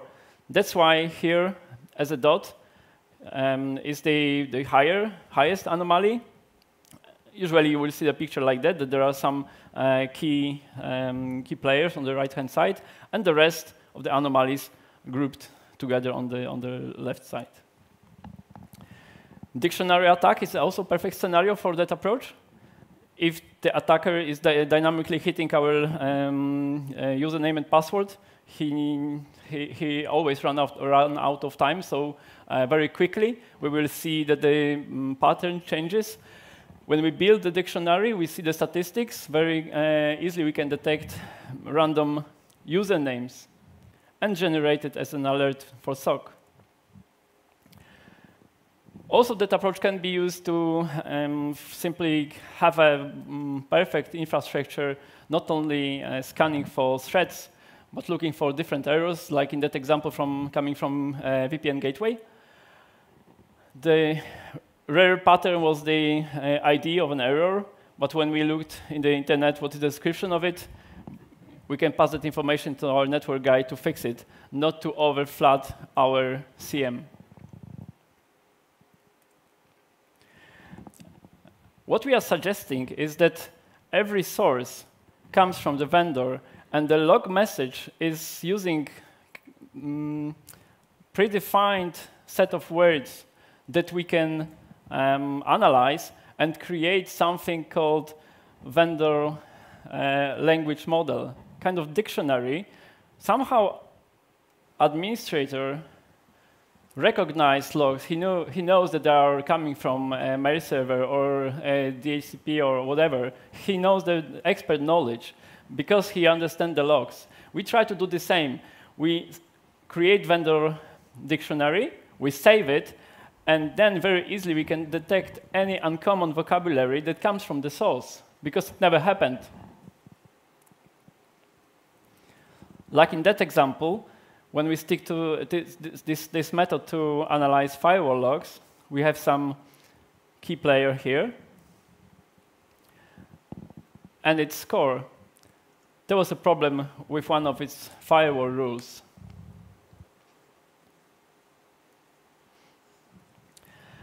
We can take one step forward. Now data are segregated into the normal ones and the logs containing attacks, because we already statistically could recognize them. Now we can use language model to additionally train. In that example, we use BERT from Google, which comes pre-trained, but additionally we can add our own knowledge to let the model decide whether the log is of normal behavior or not. Because we do contain the knowledge, we already classified that on entry. Training is very simple. There is a little procedure for that.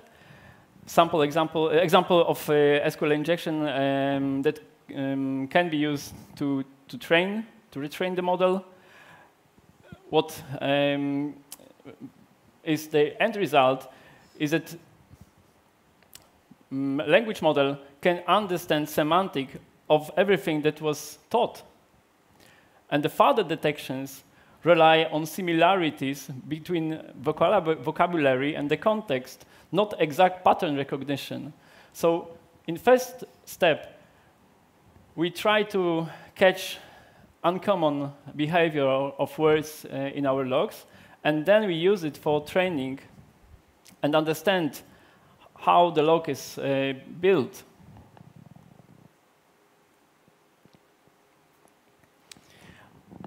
We want to create that kind of models for every kind of attack.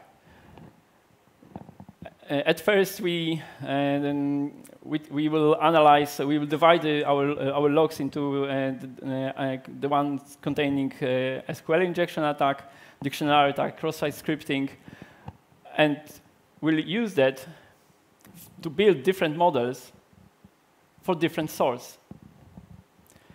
Once done, that can be put upfront and work in real time to have immediate recognition of what is suspicious without any background task. Right? Numbers are different. That's why when we talk about numbers, we need to pick up different algorithms.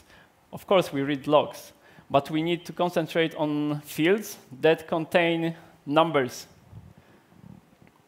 We learn what was the behavior of single number or values connected with each other.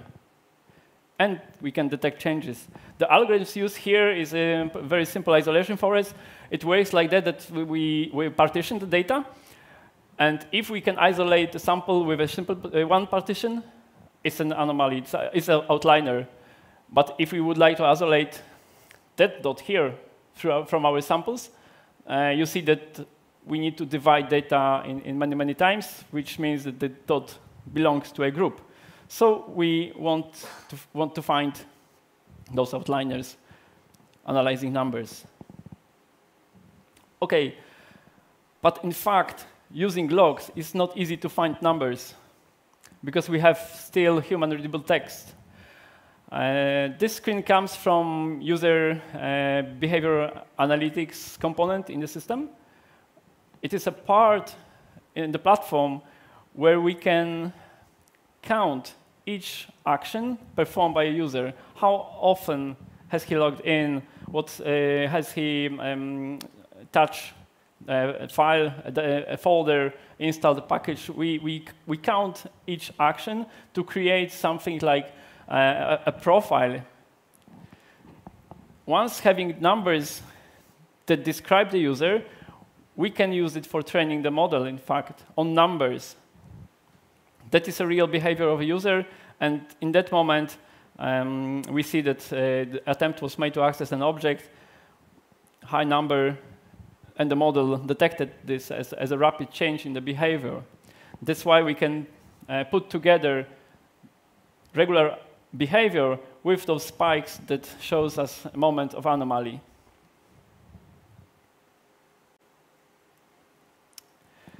Okay, what can we do if we do not have numbers at all in logs?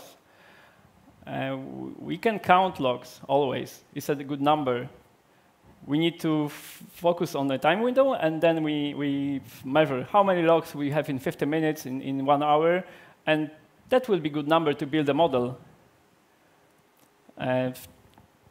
This approach can be used to detect DDoS attack when we have significant amplification in logs. There is a log count peak easily detected by algorithm. Each time we mark data in our database, so later you can integrate with external system with SOAR, send it to further analysis. Very different approach is forecast. Because forecast, we are using the algorithm XGBoost to really produce forecast, to generate a forecast to the future. We can use it to track application behavior. How many sessions do we have? What is the typical response time? We can build a model and generate samples to the future to actually see them. We can predict disk space utilization and forecast when that will finish. In the system, you will find a dedicated alert that can compare data that we forecast with the one that are coming in the real time. Screen is pretty obvious. With the yellow color, we've got the history, shape, historical signal, and the model try to predict its behavior. They are all values, they are all numbers.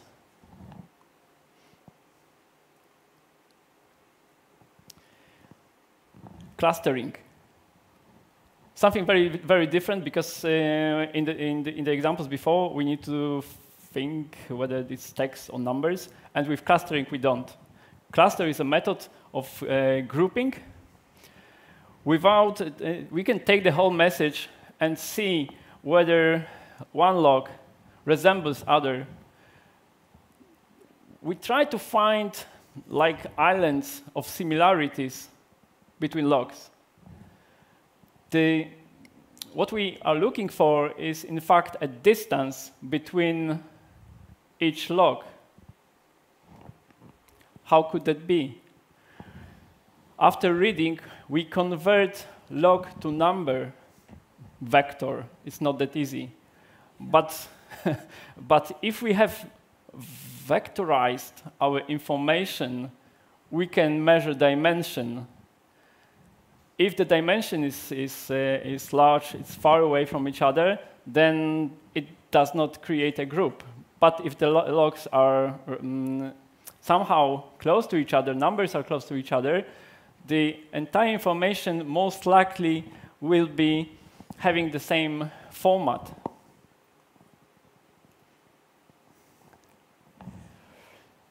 I'm pretty sure it's the first time you can see logs. You can graph them. So the algorithm is creating that visualization that is coming from your logs. We can see examples. Not everything is on the graph. It will be too many.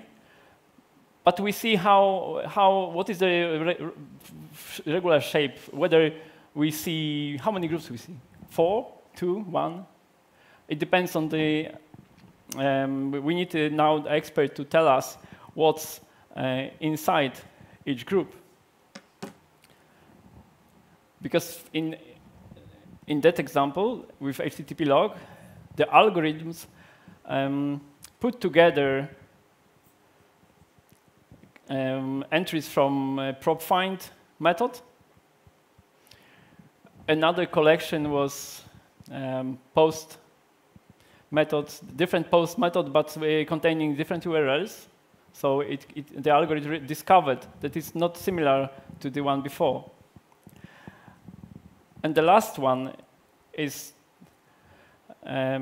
most important because without any additional knowledge, the algorithm put together all the errors. It is unsupervised. We haven't pushed any information up front. He just turned it to numbers, put it on the graph, and see, hey, this is the group that does not belong to anything else. And no surprise, because it's errors. It must be different. Again, we use a tag that you know from schema. We can enrich information, original information with the tag, and focus attention of SOC guys to look only for that group. We can create alert just for that cluster, how many messages jumped there in 15 minutes. Because we are not interested in all the others.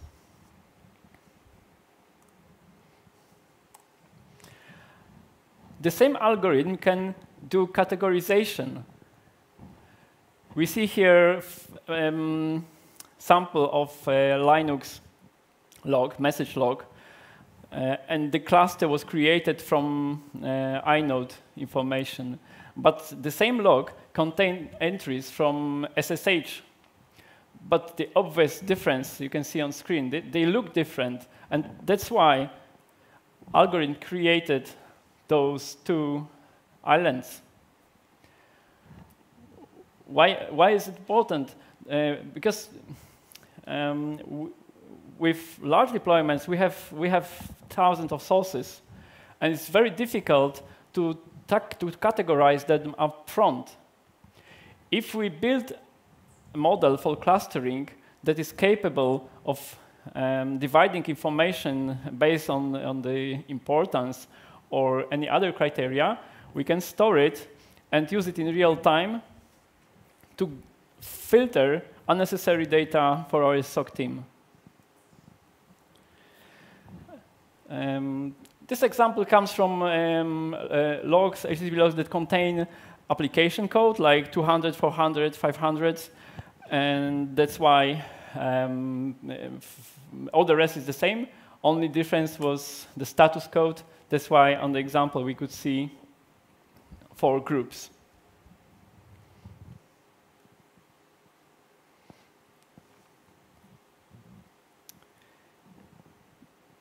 The root cause.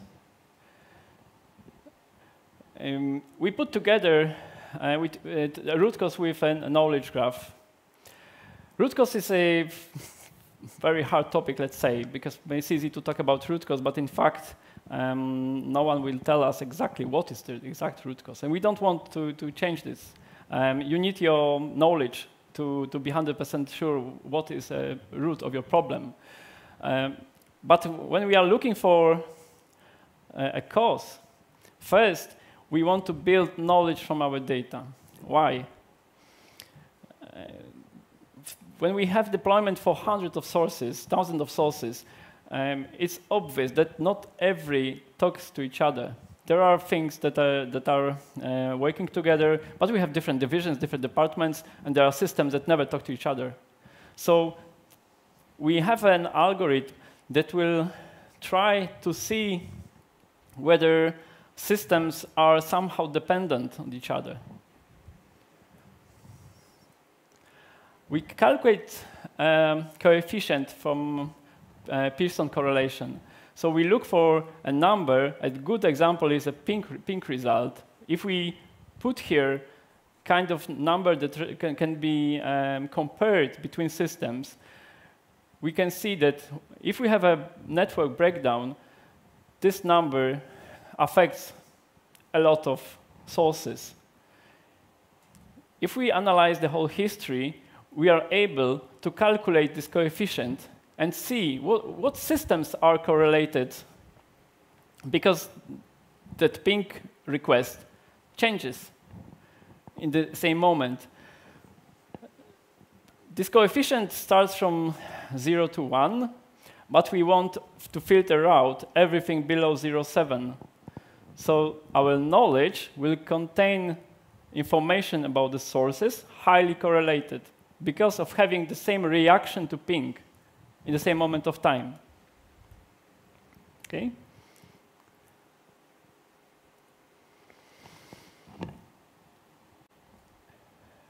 Result of it is a graph where in nodes we have sources, and the numbers here are telling us how many other systems are correlated. In fact, this is very crucial information because it's also importance of that source. If it's correlated with many others, with 9 other systems, it is important. You can use it for your CMDB to see that things are working together. This graph is created automatically. We have an option to see, to change the correlation coefficient, to see what is highly correlated and what not. So now we see systems that have something in common. We can save it, and during logs discovery, we will use that saved model to filter out again sources that are not working together. They had never a chance to react in the same way. So this component of Discovery tab. We have a new tab here, a root cause, where you can look for your one of the entries. You select a model to check whether our source is connected with others. So in fact, we are filtering all the results out. We don't want to analyze sources from different cities. The missing point for root cause is time. We filter out all the data, and now we are just looking for the starting point. When did it? What was the beginning? That's why the root cause analysis needs time perspective.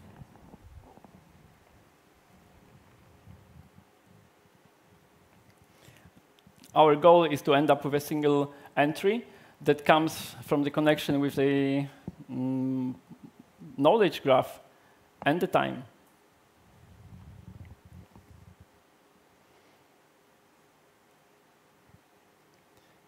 We have some minutes left. I can jump to the system. Maybe you have a question in between. Please ask if you'd like to. Sure. While the live demo is being prepared, if there are any questions, just raise your hand. There is one question. Oh, wait for the microphone, please. Can I get the screen back? Thanks. A quick question. When you plotted the logs, there were 2 clusters, each of respective color. Then there was one occurrence of the same color at the axis in 0, which is possibly to expect. And there was one more third color, just one green dot, not far away from the axis. Interesting. How come it got there? Yeah, I have a chance actually to check it. You saw it correctly. Yeah, it need to be verified. I think there is some technical issue when I presented the presentation, and they had to be more clusters, in fact. Thanks.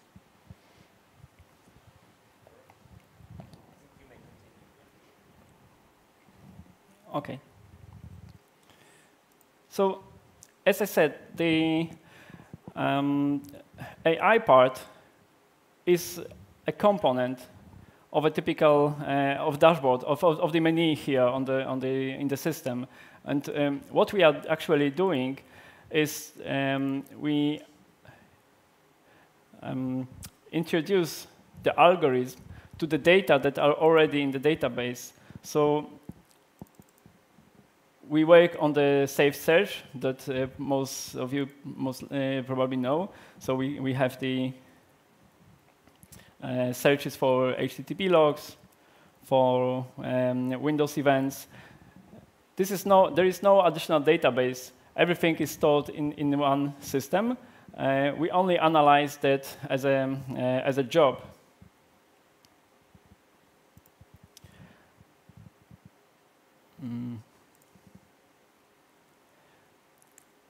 How does it look like in details? This is the one prepared for numbers analysis. We have a time perspective. We highlight each detection with score. And we put it on the graph of spread of anomalies.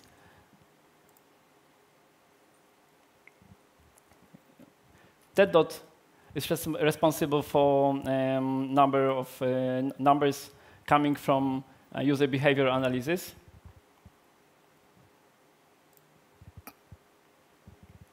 That's why once it's detected, we can put that together with real data using dashboard for user behavior.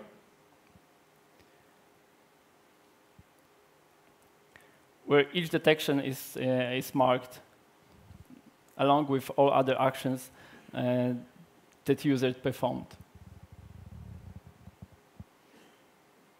If you would like to see how text analysis work,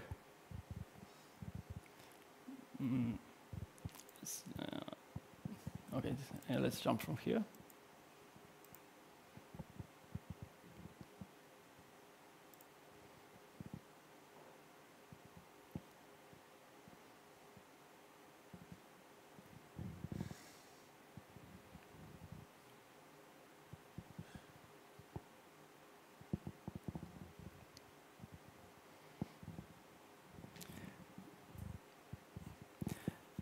It's sorted from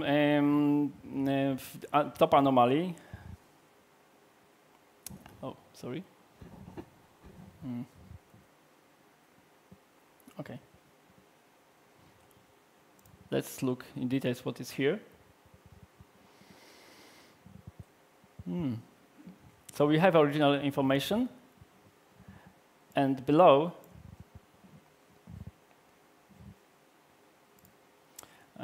we see how many words are rare. What are the rare words here?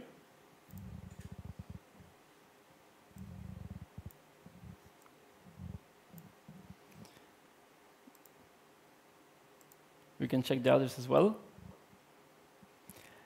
Each detection is enriched with the information about scoring. So the original log is here. I can jump back to Discovery tab and see the result.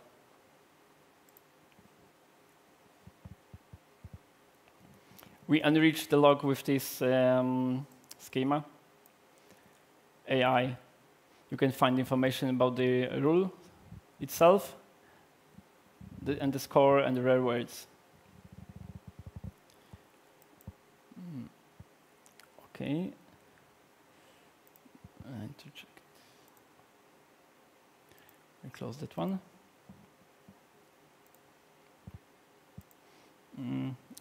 And the clustering, how in the practice it looks like, there is one piece of information that I haven't described.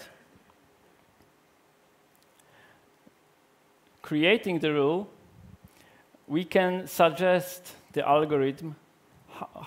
What do we think? How many groups we expect? But the algorithm itself will try to guide us and create this, we call it an quality of each group. Because if we share that too much, if we divide a cluster into too many groups, we will lose information. And that graph is actually telling us, if we tell the algorithm to create 6 groups, the amount of information in each group will be small. It will be much better to keep 3 groups here, or 4.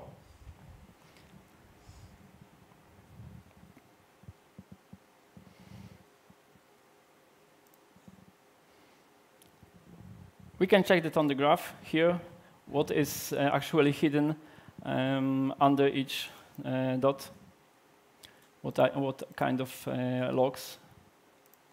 And below, we have a name of the cluster that will be used for tagging and examples. They are just examples, of course, because behind that task, there were millions of records. That's why we have just 10 random examples that will help us identify the meaning of each group.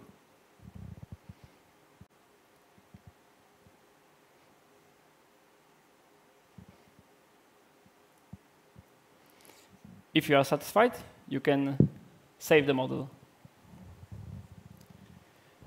Thank you very much. Thank you.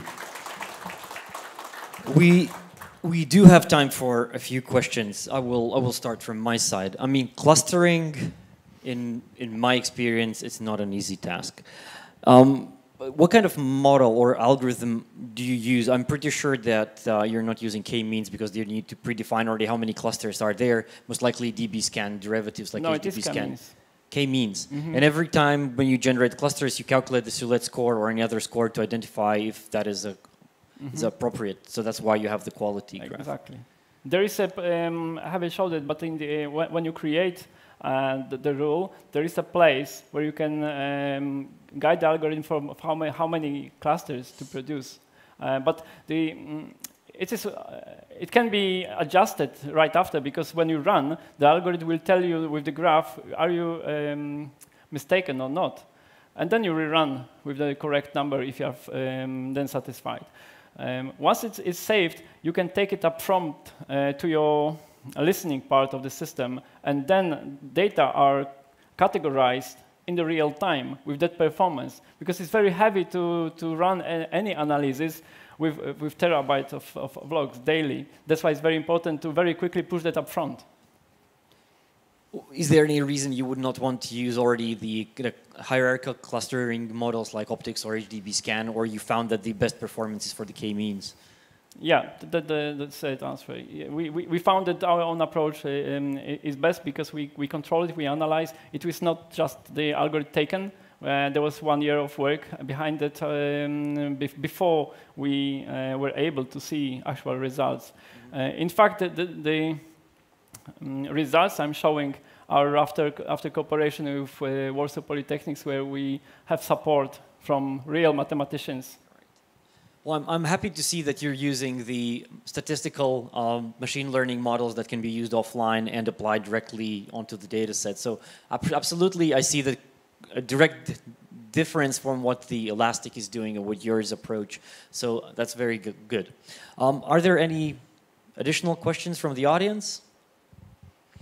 If not, we have already reached 5 o'clock. That's the end of today. Let's give a round of applause to our speaker. Thank you.